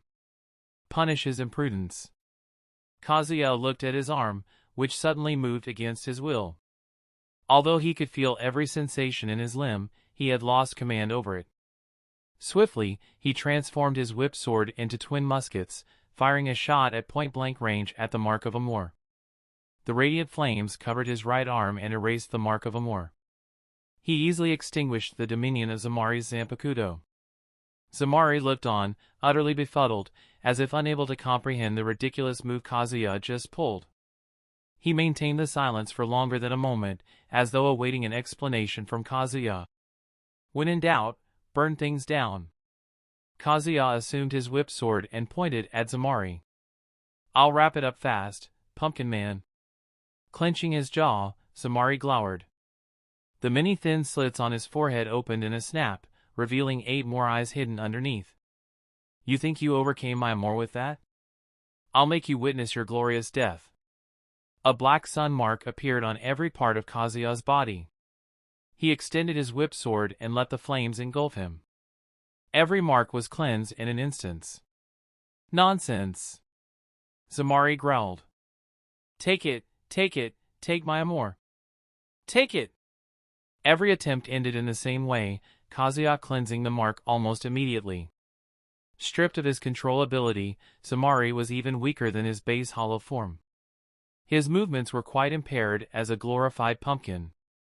Kazuya arrived before Zamari, who seemed hopeless. Mercy!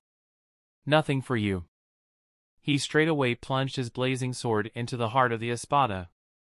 The searing tip of his weapon, engulfed in flames, tore through Zamari's pristine white garb and impaled him. Simultaneously, a sinister black tattoo emerged on the back of Kazuya's hand, wresting control of his arm away from him. However, Kazuya's flames were swift and relentless, consuming the mark of Amor in moments. This brief lapse, though fleeting, was a substantial advantage in a battle between captain-class individuals. Zamari seized the chance and vanished using Sonido, reappearing hundreds of meters away. Kazuya gave chase, but the Espada evaded him again in the same manner, clinging to hopes of survival. Despite having the speed and power advantage, Kazuya couldn't swiftly dispatch Zamari. The small moment of control allowed Zamari to run endless interferences with his body and continuously avoid a fatal attack. Nevertheless, Kazuya inflicted significant damage. His flames scorched Zamari's face, riddled his attire with holes, and even maimed parts of his lower half. Gradually, the accumulation of injuries began to take their toll on Zamari. "Man, stop being annoying. Just die already." Zamari huffed, beads of sweat covering his forehead. Out of choices, he turned to the corpses of his dead comrades, and his purple Ryatsu filled his eyes. The black sun tattoo appeared on Loli's forehead, whereas it was present on Gio's limbs. Loli rose up stiffly, as if she was a mannequin, and stared at Kazuya with lifeless eyes. Gio's headless body, standing up with a katana in hand, was a scene straight from a nightmare. Misinterpreting Kazuya's reaction as fear, Zamari's confidence returned. "You fake god of death, learn the life of a vermin and become one." Loli lunged at Kazuya with her one poisonous centipede arm. Gio also dashed at Kazuya. The fallen Espada pincered him from both sides, their speed no less than the time they were alive. Yet, unexpectedly, they halted mere inches from striking Kazuya and retreated to Zamari's side. They both turned their attention to an area where Ranjiku's blood stained the ground.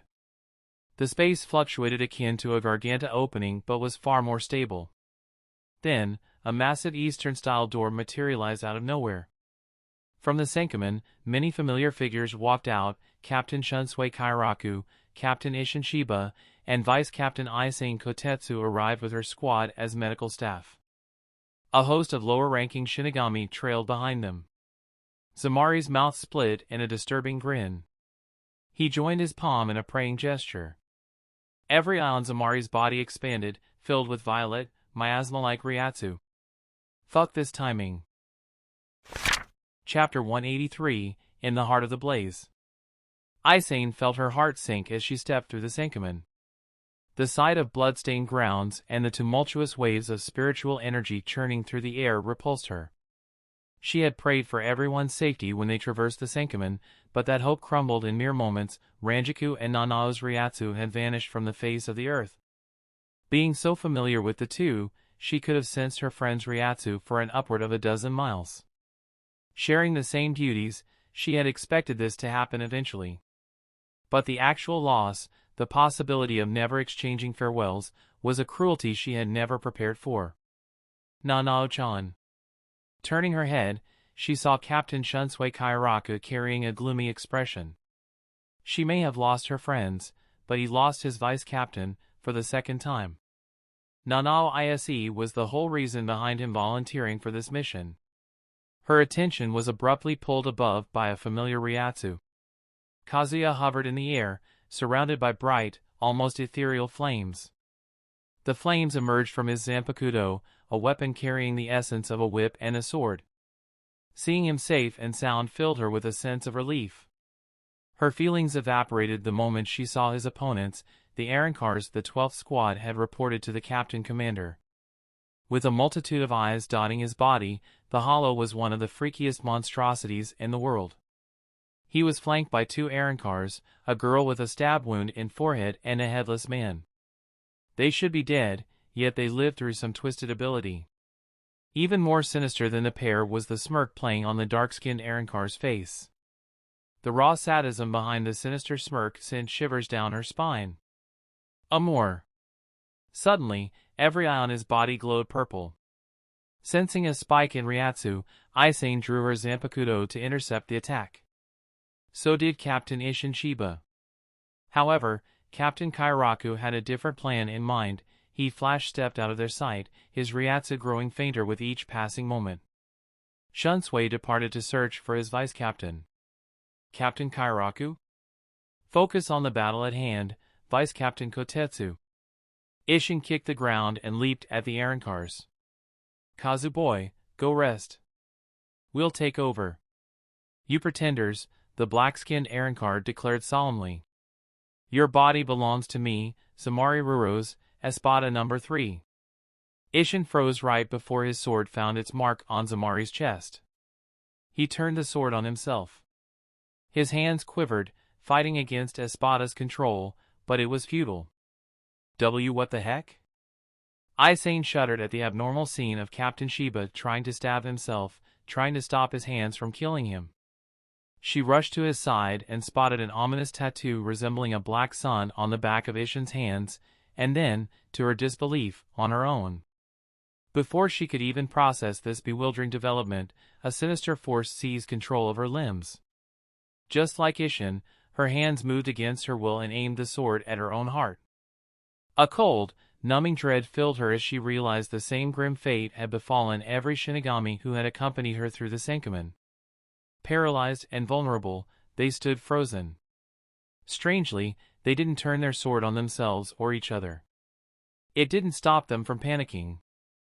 Amidst the discord, the headless Arancar Gio Vega moved explosively with his high-speed movement technique and appeared in the ranks of frozen Shinigami. His sword, glowing with an unnatural white light, delivered a brutal slash across a Shinigami's chest. Stop! Isshin commanded, his entire being strained against the invisible force controlling him. What is this? Neither he nor Aizen came prepared for an ability that controlled the body. As a matter of fact, they had never come across such an ability in their entire career or even heard about it. Arg, Aizen roared, drawing out high-level Ryatsu and every fiber of her willpower to resist the control. But despite her efforts, the blade inched ever closer to her heart, piercing her Shihakusho and skin. The pain, though sharp, was nothing compared to the terror she felt. The thought of having such a loathsome death terrified her. More terrifying was the thought of never seeing her captain again. The image of Unohana, who was akin to her mother, crying at her grave twisted her heart. I can't die. She looked towards Kazuya for help, who happened to be aiming muskets at her and Captain Shiba for some odd reason. Even in this crisis, he seemed calm, almost too calm for an ungraduated Shinigami. His confidence, however, sparked a tiny hope that he might be able to save her. Bang! Bang! Flames trailed the bullets, one hitting her chest, the other finding its mark in Captain Shiba. A blazing fire engulfed her, however, she felt no sensation from the fire itself, only its warmth. The agony in her chest disappeared, so did the black marks on her limbs. Regaining control of her limbs, she quickly withdrew her Zanpakuto from her chest. Meanwhile, Kazuya swung his whip sword, and its blade coiled around Zamari's neck like a snake. Only the skull-shaped neck brace separated his sword and Zamari's neck. Oddly enough, Zamari's reaction was far from fear. Throwing his hands in the air, he celebrated like a lunatic. Banzai! Banzai! Kazuya could sense an anomaly in Zamari's behavior, but he couldn't let go of the opportunity. Pouring more and more Ryatsu into his flames, he empowered his flames. The flames began melting the neck brace and soon spread to his entire body. Yet he continued his fanatic chants. Las noches, banzai! Lord de las noches, banzai! Kazuya glanced towards Aizen. The injuries inflicted upon the Shinigami were serious but not fatal, something within the realm of healing through Kaido. Aizen was already at work, applying her healing techniques to a Shinigami who kneeled before her. The worrying part was that every Shinigami attacked by Gio showed similar symptoms. He was familiar with these symptoms. Kazuya clenched his jaw. Aizen, get away from him. Whether she didn't hear him or ignored his warning, Aizen continued her healing efforts, as if she couldn't sense the pure hollow Ryatsu emanating from the Shinigami. Fuck! His focus, however, remained unshaken as his whip sword burned through Zamari Rurosa's neck brace. The blade tightened and tightened until it severed Zamari's head from his body. The miracle of Samsara, banzai! Zamari rejoiced as his head flew through the air, his hands eerily repeating the celebratory gesture. I fulfilled my mission. Banzai. With a last cheer, Samari dissolved into black ashes. His death killed Gio and Loli for the second time, and freed the rest of the Shinigami. Chapter 184, The Embers. The man Aizen was healing began coughing violently. He vomited a gooey white liquid that eerily drifted to cover his face, taking the form of a hollow-like mask. A deep, guttural roar, more akin to a beast than a man, escaped his throat. Aizen stepped back in horror, unable to comprehend the horrifying transformation. She had never seen or heard about the concept of hollowification. The Shinigami, now almost resembling a hollow, lunged at her with a feral aggression. Abandoning his sword, he clawed at her like a wild animal. Reacting on pure instinct, Aizen raised her Zanpakuto to defend herself, her mind racing to make sense of the chaos. Captain Shiba-san! Aizen yelled, her gaze darting across the battlefield, only to be met with similar scenes of horror. Shinigami after Shinigami underwent the same grotesque transformation, turning into creatures they were trained to fight. Amidst the turmoil, Kazuya appeared beside her and sent the hollow Shinigami hybrid flying with a powerful kick. Grasping Aizen's hand, he flash-stepped to the relative safety of a distant tower. "This is madness," he whispered, surveying the chaotic battlefield of Shinigami and Shinigami-turned-hollows. The only way to stabilize the Shinigami soul undergoing hollowification was through Hogyoku. And the owner of Hogyoku lived in the same town. Aizen's goal became extremely clear in his mind. Almost everything that happened before the captains arrived was a sideshow. Ulquiorra was stalling him to allow the other Espada to rampage and force the Gotei 13 into sending large reinforcements. Aizen's main goal was to let the Espada infect as many Shinigami as possible and guilt-trip Kasuke into revealing the Hogyoku. Despite being a calculating individual, Kasuke was one with a kind heart. There was simply no timeline in which Kasuke would let almost 50 Shinigami die when saving them was as simple as waving his hand. The moment Kasuke revealed the Hogyoku would be the moment Aizen took initiative. Cunning bastard. Has he really found a way to take care of Yamamoto? Kazuya thought back to all the changes from the canon timeline. The first and most important change was Muramesa's early awakening, who could steal even Yamamoto's Zanpakuto spirit. Aizen could have gained his cooperation? Oh shit. We can't let him take both Hogyakus. Aizen tugged at his sleeve, tears glistening in her eyes, clearly overwhelmed by the hollowification. Kazuya, why have the Shinigami turned into hollows? He shook his head. I don't know. All I can say is that using Kaido won't help them. His resurrection could solve their problem, but he would never sacrifice his identity for a bunch of no-namers. He'd gladly take the risk to save Aizen or Rangiku. Isshin appeared above him, his expression genuinely chilling. They are no longer our comrades in arms. He clenched his fists tightly. Kazuya, Kotetsu, I have a request. Help me immobilize them. All right. Kazuya placed a hand on Aizen's shoulder. Let us handle it. I can't afford to risk your life. She shook her head. I can help. The vice captain of 4th Squad acted stubborn, despite knowing her limitations. Her unarmed fighting was simply not on the same level as other vice captains. She still wanted to help. Just don't get hit by their attacks. I'll try. Kazuya deactivated his Shurikai and sprang into action, followed by Isshin and Aizen. It was an effortless task for him. The number continued to grow as the infected Shinigami attacked the non-infected and hollowified them, but their combined efforts stopped the hollowified Shinigami's assault. They quickly immobilized and bound the infected Shinigami.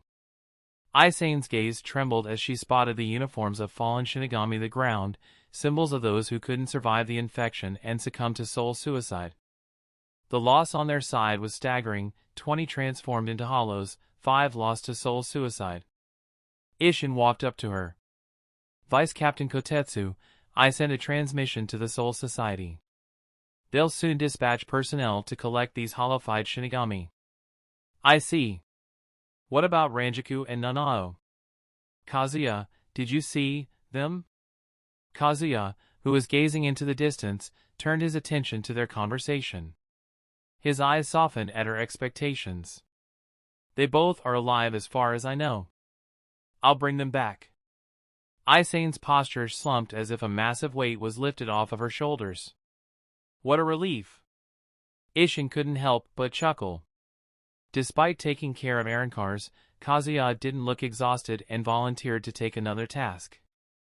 He had chosen the right candidate to succeed him. What about the students?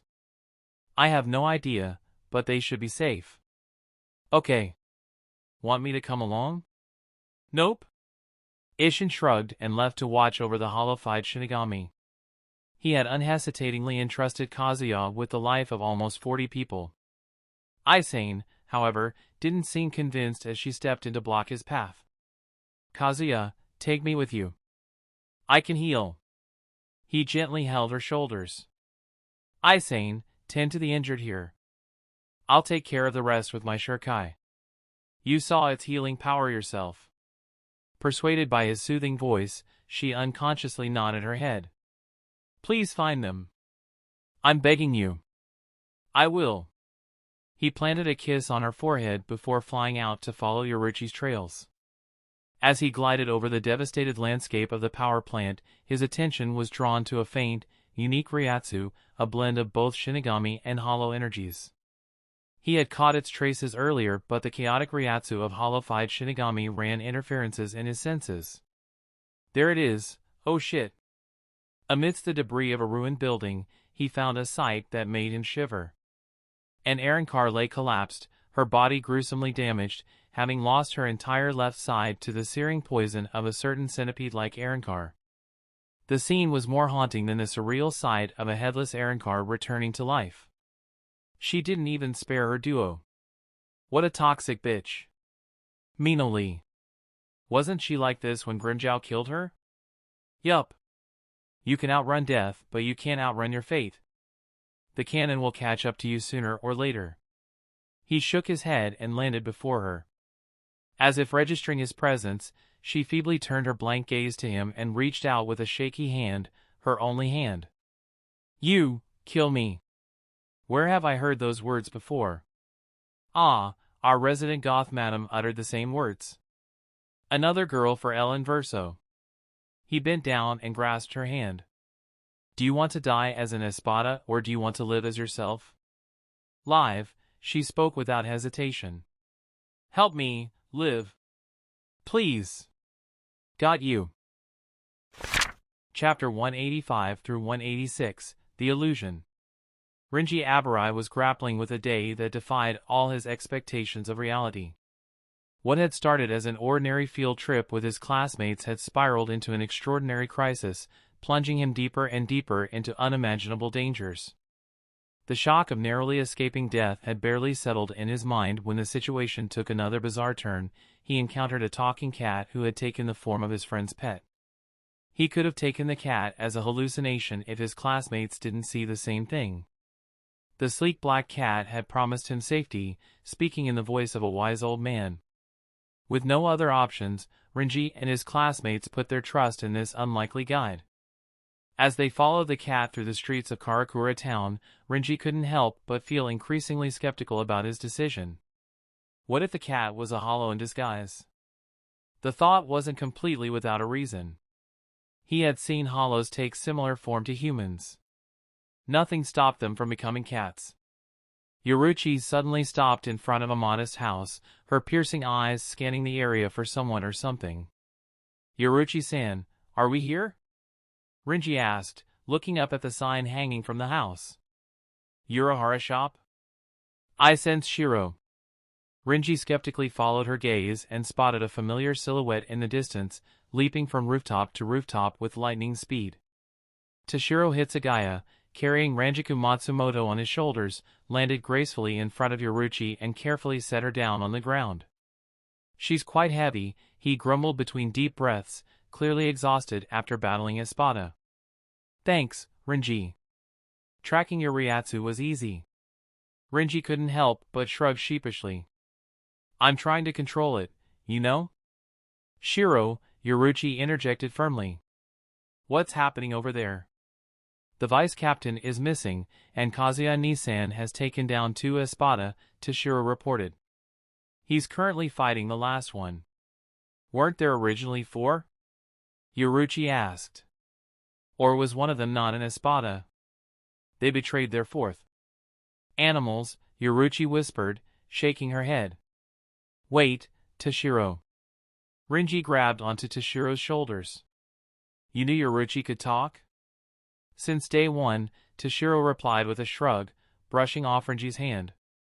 Momo knows it too. Renji clicked his tongue in annoyance.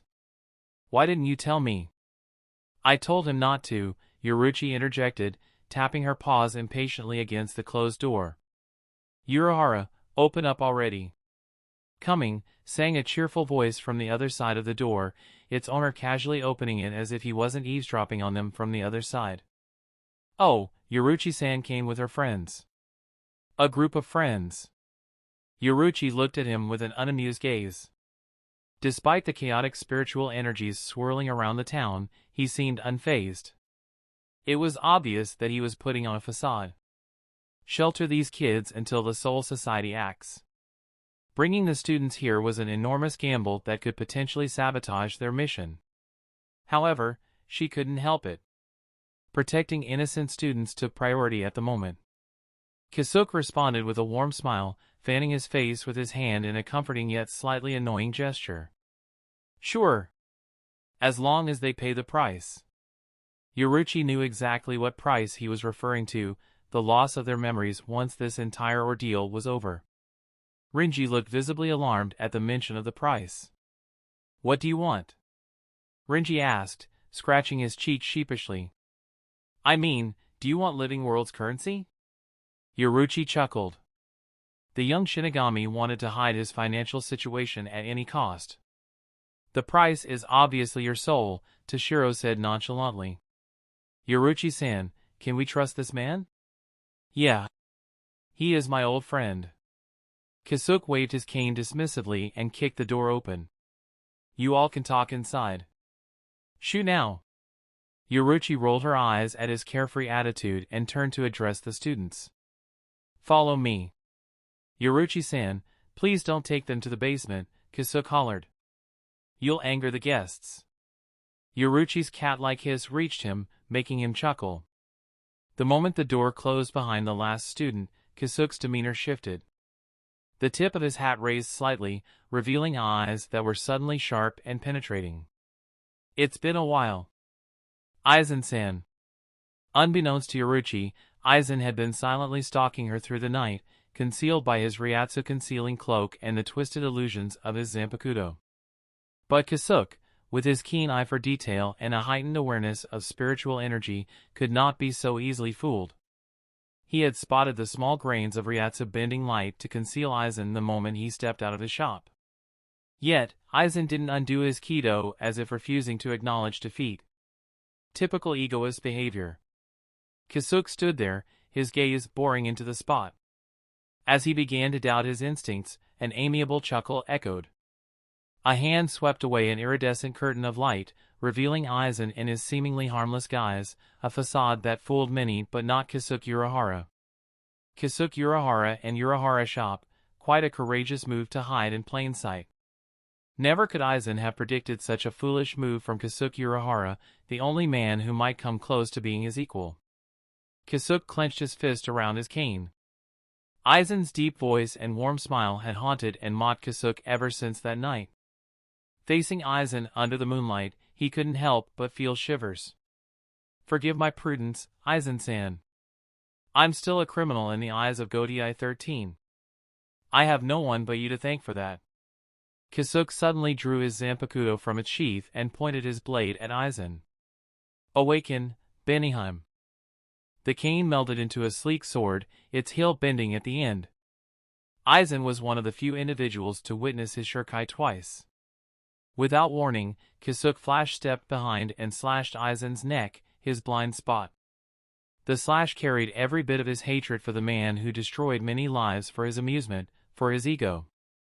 A burst of vibrant crimson energy surged forth in a sweeping arc, carrying more destruction than mid-level Kido spells cast with long chance.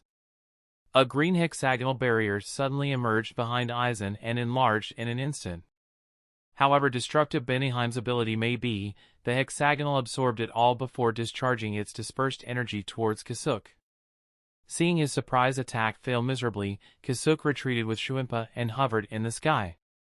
You have planted a Milan Escudo in your blind spot. So terrified of getting jumped, are we? He knew deep down that a single sneak attack wouldn't be enough to defeat Aizen, but he had to try. After all, innovation often comes from countless failed attempts. He could have never reached any breakthroughs if he gave up just because something seemed absurd on paper. Aizen calmly observed Kazuya, as if he didn't register Kazuya's attempt to assassinate him. Blaming others for your problems and responding to civility with hostility. When did you become such a loser? Look at me, Aizen-san.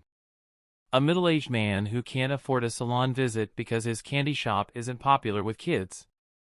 Isn't that the very definition of a loser? Kazuya attempted to deceive Aizen by self-deprecating humor, hoping to catch him off guard. But Aizen remained composed, refusing to give any hint of vulnerability that could be exploited.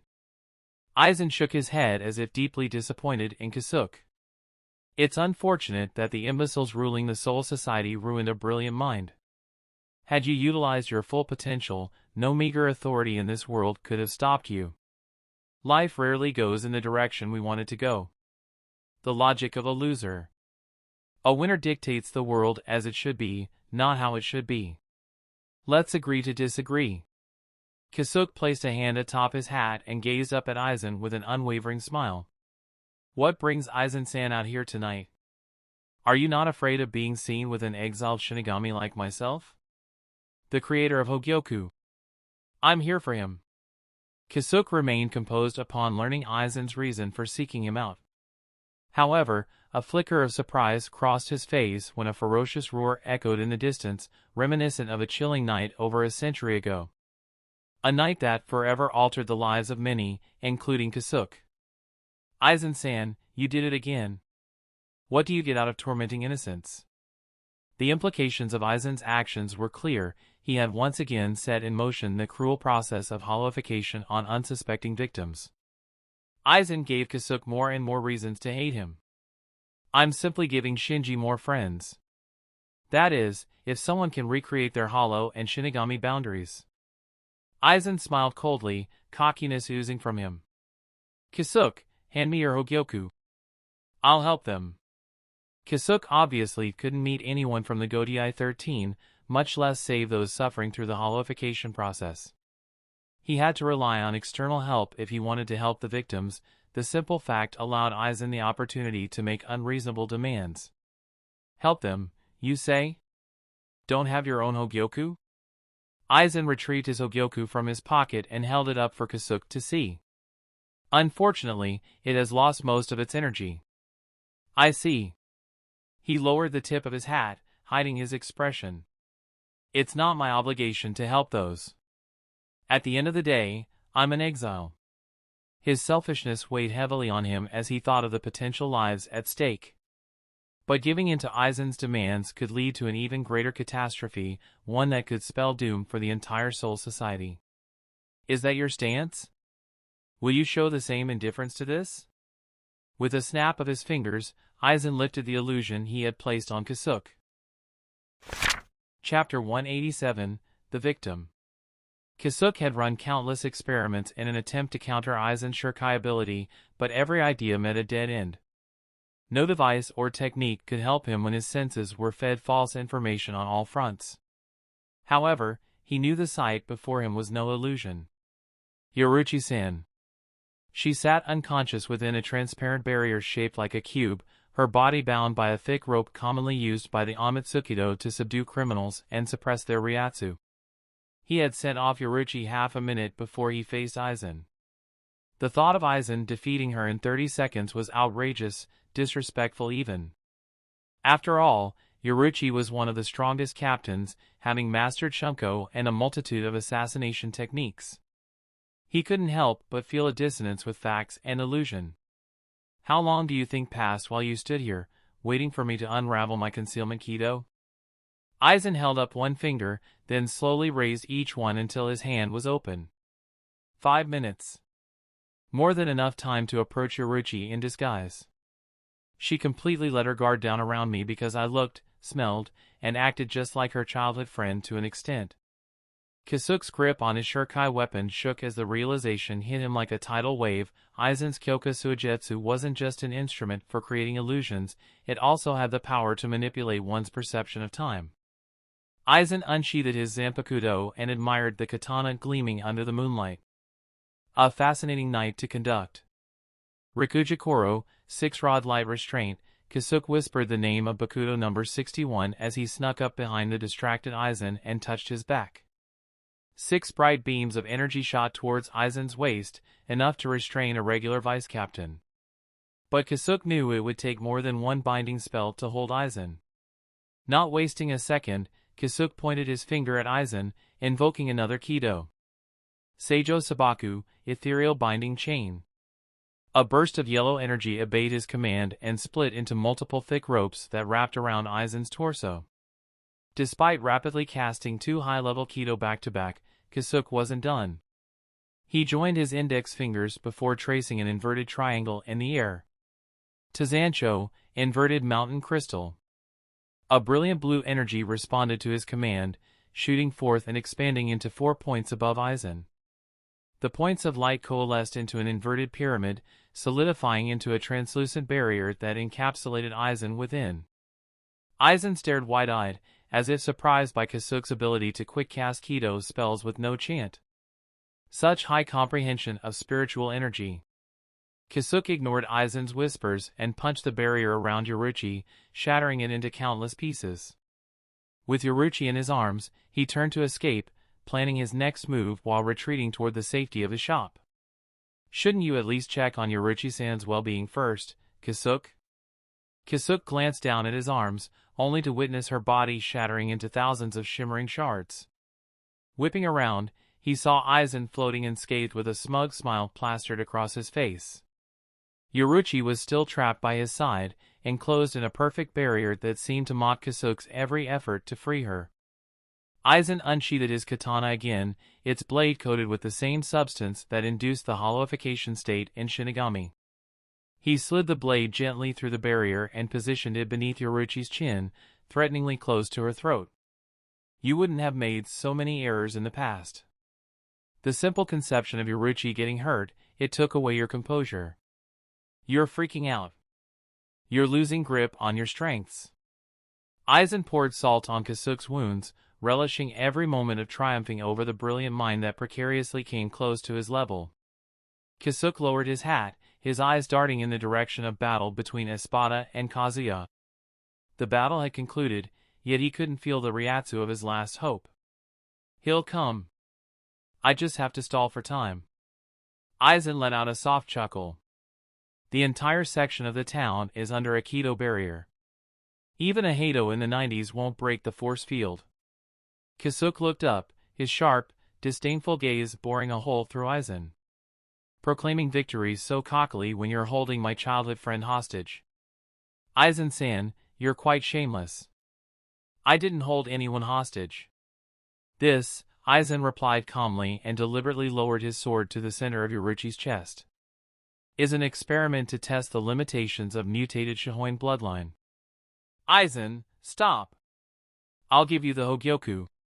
Kazuya desperately cast another Rikujikoro spell, but once again, Aizen shattered into shards and revealed himself as an illusion.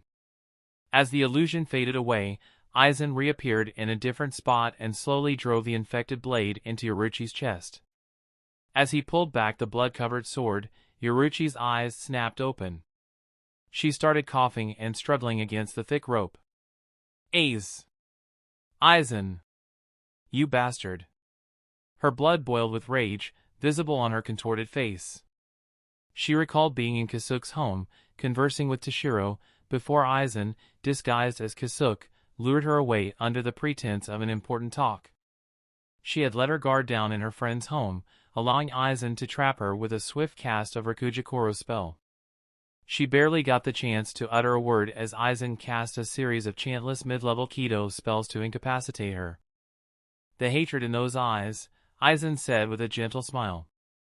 You seek to destroy me over prioritizing your survival. The former leader of Amatsukido hasn't lost her touch. As if this can kill me, Yoruichi growled before letting loose a fierce smirk. With the same unyielding spirit, she looked at Kasuke, who stared at her with wide eyes. Kasuke, stop being a dramatic pussy. I'll smash this bastard once I become a hollow. Her time spent with Kazuya and all the friendly ladies around him had changed her perception of hollows. Becoming a hollow was a far better alternative to letting Aizen manipulate Kasuke into revealing Hogyoku and achieving his ambitious goals. Just then, Yoruichi's spiritual pressure perception registered a familiar Ryatsu, prompting her to turn her head. Huh? Isn't that? A tide of crimson petals cascaded from the sky, swirling and coalescing into a tempest fiery. The tempest slowed down. The person who emerged wasn't her friend, but a woman. Long, silver hair drifted around her, each strand gently waving to the rhythm of her Ryatsu. She even wore the same blindfold Kazuya wore in the first form of his resurrection. Yoruichi's mind reeled. The oppressive Ryatsu, the crimson flames, and even the familiar features, all the logic pointed towards the mysterious woman being her companion. Having grown close to Kazuya, she refused to believe in a reality where he existed as a woman. It was simply ridiculous that she flirted with a woman all this time. Could he have gained the ability to switch genders? No, that's crazier than him switching races at will. Yoruichi's pupils suddenly dilated as a burning sensation welled up in her throat, a visceral urge to vomit overtaking her. She bashed her head against the barrier, fighting the barrier with every ounce of her will. As courageous as she was, she lacked the strength to defy the natural laws. Chapter 188, The Hollowification of a Cat. It required immense self-control for Kazuya to finally utilize the gender-changing feature of his system. Now, he could step into the biggest fight and use his hollow powers without anyone being able to link him to his Shinigami identity. The only traits he retained from Kazuya were a captivating voice and silver locks. Even his figure had shrunken down to 5 feet 7 inches. The only concern left now was Aizen, who had utterly dominated the battle with Kasuke. The perverted shopkeeper had backup plans prepared for everything except for Aizen's powerful illusions. As he contemplated, Yoruichi's hollowification reached its climax. The slimy white matter drifted to her face and formed her distinct hollow mask. To no one's surprise, her hollow mask took on the shape of a cat, complete with 2 sets of ears, one large and one small. 3 claw-like marks edged above the hollow sockets for her eyes, while sharp canines filled her mouth with a fearsome appearance. Yoruichi became cooler. Surprise, surprise. Suddenly, a pair of blazing golden eyes ignited within the hollow sockets of her skull. With a deafening roar, she shattered her restraints and materialized in front of Aizen in an instant. Kazuya was taken aback, unable to sense even a trace of spiritual energy behind her lightning-fast movements. She relied not on Shuinpa or Sonido, but on her own body to achieve this speed. She had also completely suppressed her spiritual energy, blending seamlessly into her surroundings as if she were one with nature itself. It was a monstrous display of power and control that left everyone both impressed and terrified. Aizen's piercing gaze widened in surprise as he saw Yoruichi's fierce white claws approaching his face. As impressive as she was far from the level of successfully ambushing Aizen. Raising his katana in one hand, he casually blocked her flurry of offense. Her sharp claws could have torn any other Shinigami to shreds. Yet Aizen's fluid and elegant sword skills easily deflected the extreme force behind her attacks. He made hollowified Yoruichi look weak, when in reality, she could floor your average captain with ease. After all, she reached the realm of high-speed movement techniques with her body alone, making it extremely hard to track through a Shinigami's innate spiritual pressure perception. Her fighting style abandoned any martial arts and purely relied on her bestial instincts, which made her unpredictable. Technically, she was one of the best fighters in the world, but she lacked the crucial element that separated good fighters from great intellect. In a high-stakes battle, where quick thinking and predicting the opponent's next moves were paramount, her skill set fell quite short. Aizen's lips curled upwards into a sly smile as he extended his left hand, fingers spread wide. With a flick of his wrist, a small orb appeared above his palm, pulsing with dark, otherworldly energy that seemed to bend and twist the air around it. Hado number 90, Kurohitsuji. Caught in a powerful torrent of gravity, Yoruichi was pulled down to the earth. A surge of dark energy erupted, its surface etched with intricate symbols that glowed ominously. The black energy cracked and hummed before coalescing into a massive box-like structure that enveloped her. Massive spears pierced through the black box, each going through Yoruichi and heavily wounding her. For once, Kazuya was grateful for his blindfold.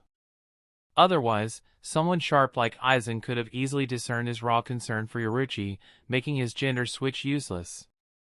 The chantless version of Kurohitsuji could heavily wound a captain class. It was only natural for him to feel worried over his loved one's safety. Calm, partner, you can't act like you care for her. We must play the role to perfection. I know. As the black box vanished, Yoruichi's bloodied body came into view. The once graceful figure was now marred with deep wounds, but even as they watched, the flesh and skin began to knit itself back together. The newly regenerated skin was covered in the signature white armor of hollows, adding an extra layer of menace to her already dangerous appearance. Yoruichi didn't seem bothered and dashed past Aizen. Her sharp claws extended eagerly towards his back. As a natural hunter, she could not attack Aizen's vulnerable spot. But just as she was about to make contact, a shimmering emerald shield materialized behind him, thwarting her mischievous assassination attempt and protecting him from harm. Unable to attack his back, she loomed over Aizen, then appeared on his right. Becoming a white blur, she moved in every direction, accelerating even beyond her previous limits. After having fun stalking her prey, she pounced at him with her claws open. Hiss! Aizen, catching a glimpse of her figure in the corner of his eye, smiled before impaling her chest with his katana. Tremendous raw speed and explosiveness. It's all wasted with a barbaric mind. He pulled back his right fist and threw a punch at her face. Her hollow mask shattered, revealing a pale-skinned Yoruichi. Bakudo number 99, Kin. At Kasuke's ominous whisper, thick tendrils of dark spiritual fabric swirled around Yoruichi, tightly binding her arms behind her back. Desperate to break free, she strained against the tight grip, but her efforts were in vain as heavy metal weights appeared out of thin air and pressed her body firmly into the ground below. She couldn't move an inch. Kasuke tipped his hat. This is where I take my leave, Aizen-san. Thanks, and fuck you for everything to. Stop right there, Kasuke, Kazuya called out. His blunt voice, although soft, was just as if not more enchanting for the two men present at the scene. Where is my tear? He and Tyr lived in the same town as Kasuke, so it'd be strange if he acted like they never ran into each other. I don't know. You should ask this man. Kasuke pointed an accusatory finger at Aizen. He's responsible for everything that happened here. Aizen's eyes widened momentarily before a hint of intrigue flashed in his eyes. You are the Vasto Lord with Tyr Harabel. I was under the impression you were a man. Disappointed that a woman slew the King of Hollows? Kazuya smirked and let his Ryatsu loose. Immediately a Ryatsu almost as dense as a captain filled the air, the Kido surrounding them creaking. Scum of Soul Society.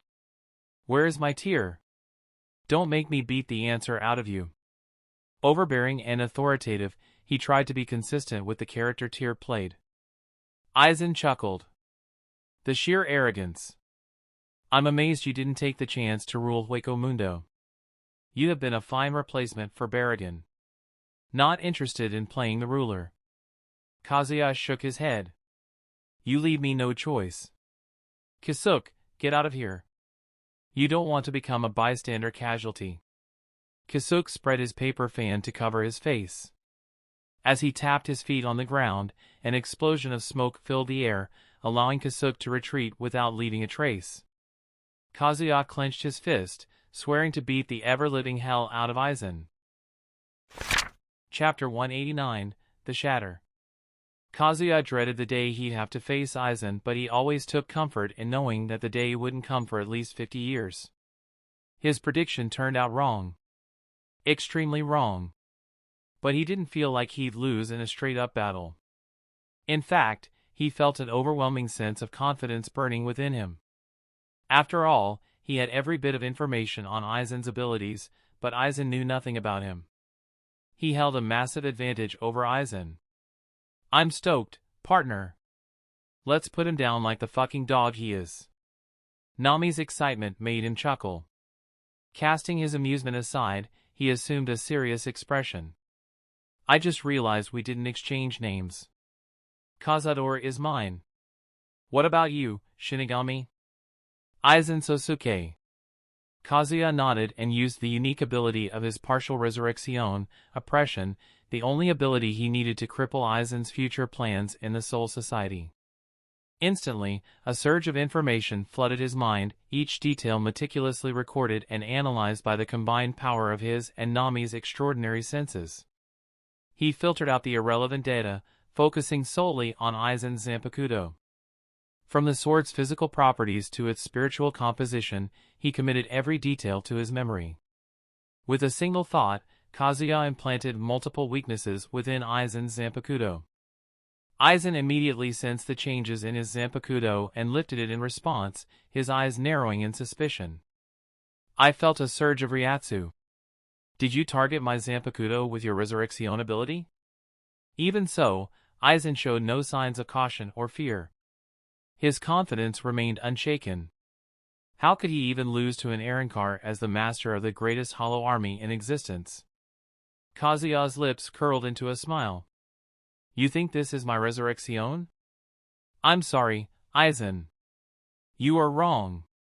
Overdrive mode, god of life and death ready to engage." He yanked off his blindfold and tossed it in the air. "Sing, Phoenix, the great demon poet." The blindfold stayed still momentarily, then it transformed into a beam of intense red and black, shooting through Kazuya with blinding speed. The beam grew into a flame pillar that connected him to the earth and continuously poured out scorching heat. The intensity of the flames was enough to melt away the Keto barrier Jin had set up to conceal Aizen and Kasuke's face-off. "Fascinating," Aizen whispered, watching the downpour of flames melting the earth. So much power was sealed in her small blindfold, and still her Ryatsu was on par with senior captains.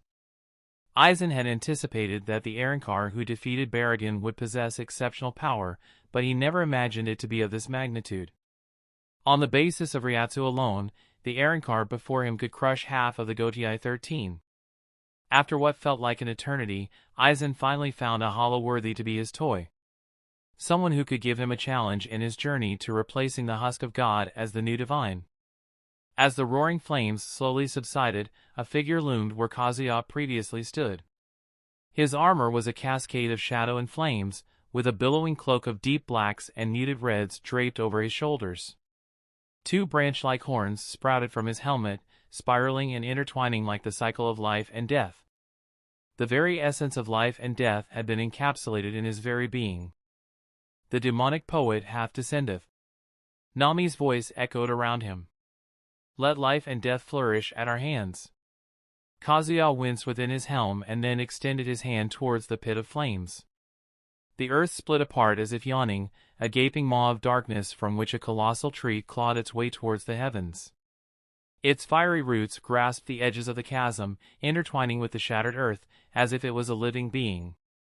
Anyone with a working sense wouldn't attribute the tree to a living entity. Despite its divine and majestic appearance, the tree filled the air with a stench of decay.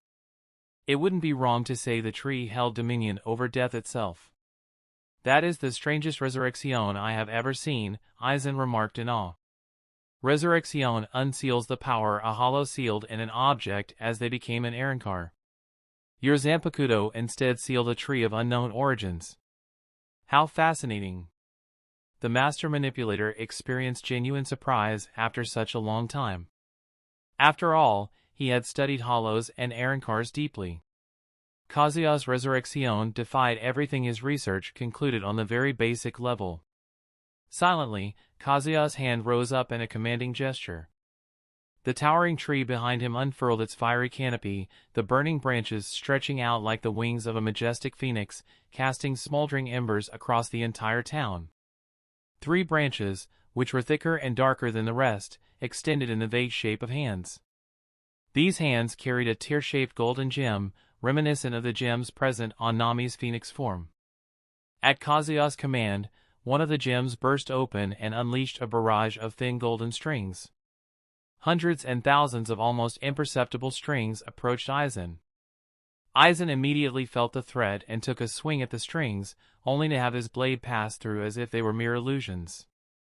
Unable to comprehend the nature of Kazuya's resurrection, Aizen tried to retreat, but, "Aren't you leaving yourself too open?" Kazuya's soft whisper reached Aizen from behind him. Just like hollow-eyed Yoruichi, his movement was purely based on his physical strength. Aizen, in the middle of warding off the strings, couldn't have the leisure to keep Kazuya in his vision. He was left open for an attack. Rather than admitting to his oversight, Aizen whirled around and swung his blade furiously at his opponent. Kazuya grasped the blade in between his gauntlet-covered fingers. A gentle blue aura enveloped his gauntlet and spread to Aizen's Zanpakuto. Aizen yanked his Zanpakuto away. Crack, crack, crack. The once proud blade of Kyoka Suigetsu began to fracture under the effect of oppression. The shards drifted in the air, reflecting Aizen's shocked face, an expression that he had always faked to play with others. Having this expression born out of pure emotions filled his chest with rage. An Arankar, a lowly hollow born in the soil of Hueco Mundo, crushed his most valuable tool. The outrageous part of it all was how ignorant, how foolish he was made to look throughout the exchange. He had always been the one to make others feel this way ever since he remembered, never the other way around. Aizen's hand curled tightly around the hilt of his Zanpakuto, his face contorting into a twisted expression. With a menacing growl, he reached out for Kazuya's throat. But before he could do so, his body was suddenly frozen in place as numerous golden strings pierced through his back, connecting him to the divine tree of samsara. Chapter 190, The Echo. The divine tree of samsara enacted laws from the original world from millions of years ago. Those who were connected to it were granted immortality, as long as they possessed Ryatsu. Any wounds they sustained would heal instantly, but at the expense of their Ryatsu. The ability would be worthless without the true power of the tree, creating a domain where Kazuya ruled over the life and death of everyone and everything. Those who possessed no Ryatsu would have no resistance to the tree, and by extension, Kazuya's will. They would live at his whim. They would die at his whim. Connecting Aizen to the tree was the easier part of the plan. The tougher part was to wound Aizen over and over to drain his Ryatsu, a tall but achievable task. Aizen was currently having a first-hand experience with the feeling of death just like Yoruichi. Unlike his usual composed demeanor, he reacted with pure terror. It was a reminder that even someone as powerful as Aizen was not fearless in the face of death. Kazuya didn't forget to capitalize on the sweet chance. Wrapping his gauntlets in Nami's flames, he unleashed a barrage of punches at Aizen. The very moment the flames touched Aizen's face, his skin melted, and his white cheekbones could be seen. Golden threads appeared and stitched Aizen's face. The pain jolted Aizen out of his trance and reignited his fighting instincts. Despite his eyes being closed, he was able to evade Kazuya's attacks. Aizen's expression softened, a faint smile appearing on his lips. Life is transient like cherry blossoms. Apes, humans, gods, they will all eventually perish. He sheathed his broken Zanpakuto and opened his eyes with a piercing gaze. This is what drives them to evolve. I had somewhat forgotten what made me start this whole plan in the first place. Cazador, thanks for the reminder. His ultimate goal was to ascend beyond all beings in the universe, to become the supreme deity above all. A true god. Someone like him shouldn't rage from temporarily losing something as worthless as his Zanpakuto. Kazuya couldn't help but chuckle. So much arrogance for someone connected like a puppet. Aizen glanced back and reached for the strings attached to his back. Once again, he was unable to touch them as if they existed in another dimension. Do these strings serve any purpose other than evoking fear of death and healing my wounds? Perhaps they also create a curse each time my injuries are healed? Kazuya lunged at Aizen and threw a fist at Aizen's smiling face. He was nowhere close to Aizen in terms of combat skills, but he had the massive advantage in close combat because of his armor and Nami's flames. He'd come out on top in a war of attrition. The only blockade between Aizen and his death were the Shinigami present in the city. The massive tree would attract Shinigami to it like moths flock to flames. Those present on site like Isshin and Aizen would be appearing any minute now. He had to wrap up his battle with Aizen as quickly as possible. Aizen evaded Kazuya's ferocious punches with ease. His Haori fluttered in the night breeze as he effortlessly caught yet another flaming fist aiming for his face. The flames charred his skin, even so, he maintained a calm expression. You seem hurried. This desperation, does it come from your companionship with Tyr Harabel? Kazuya responded with a fierce kick at Aizen's gut, which was blocked by Aizen's elbow. Using his wildly unpredictable moves, he kept Aizen on his toes. As he didn't formally train, apart from Yoruichi and Tyr's unofficial lessons, he hadn't locked into one style of fighting. One could say he had refined his own style of martial arts. The rampant pressure prevented Aizen from concentrating on casting Kido spells. Even though Kido spells drained Ryatsu, he would rather not let Aizen change the pace with high-level destruction spells. But it didn't stop Aizen's mouth from spitting manipulative words. Are you worried about her? Aizen attempted to get under Kazuya's skin. Cazador, she is fighting Ulquiorra, the most successful Arrancar after you in Hueco Mundo. The silence paired with Kazuya's helmet made him extremely hard to read, but he couldn't stop his Ryatsu from fluctuating slightly. For someone as observant as Aizen, noticing any slight change was quite simple. Kazuya's passionate feelings for Tyr became obvious to Aizen. Aizen smirked. If Tyr Harabel somehow survives Ulquiorra, the rest of my army would devour her for their sole nourishment. I can stop her if you agree to come with me. To a Hueco Mundo where hollows are treated as individuals, not as beasts. Aizen couldn't reveal the full extent of his Ryatsu to the world. Instead of overpowering his enemy, he directly attacked their weakness. Thus, Kazuya's feelings became his prime weapon to easily achieve victory. No. It seems you aren't willing to believe that a world like that exists. When was the last time you visited Hueco Mundo? Could you just shut up and die already? Aizen's eyes widened a tad before a spark of fury gleamed in them as if he couldn't accept a hollow continuously reject him. Immediately, he swung his fist at Kazuya's chest. Clang! A resounding clang echoed as Aizen's Ryatsu-wrapped fist struck the thin yet extremely durable armor. Aizen became serious, and it showed in the battle. He moved and fought with a grace that depicted his mastery over every form of combat, his movements a seamless dance of attack and defense. As wild and ferocious as Kazuya was, Aizen belonged to a league of his own. His skill was not just in his physical prowess but in the way he anticipated and blocked every move. Aizen had mostly adapted to the nuances of Kazuya's violent martial art. Just when Aizen thought he could overpower Kazuya, he pulled out his trump card, Sonido. In an instant, he disappeared and reappeared behind Aizen, launching a powerful kick towards his head. But Aizen quickly raised his hand, blocking the attack with his wrist. While this simple tactic didn't catch Aizen off guard, Kazuya's next move certainly did. He withdrew his hand and sliced through the air. Crimson Ryatsu was condensed around his hand and shot out as a crimson bullet. The howling crimson bullet, Bala, struck Aizen's right shoulder and left a massive hole in its wake. Captain Sōsuke! Aizen's distressed voice echoed through the battlefield, having arrived just in time to witness Aizen's injury. That's the end of this tale for now. Thank you for watching and I'll see you in part 7. Peace.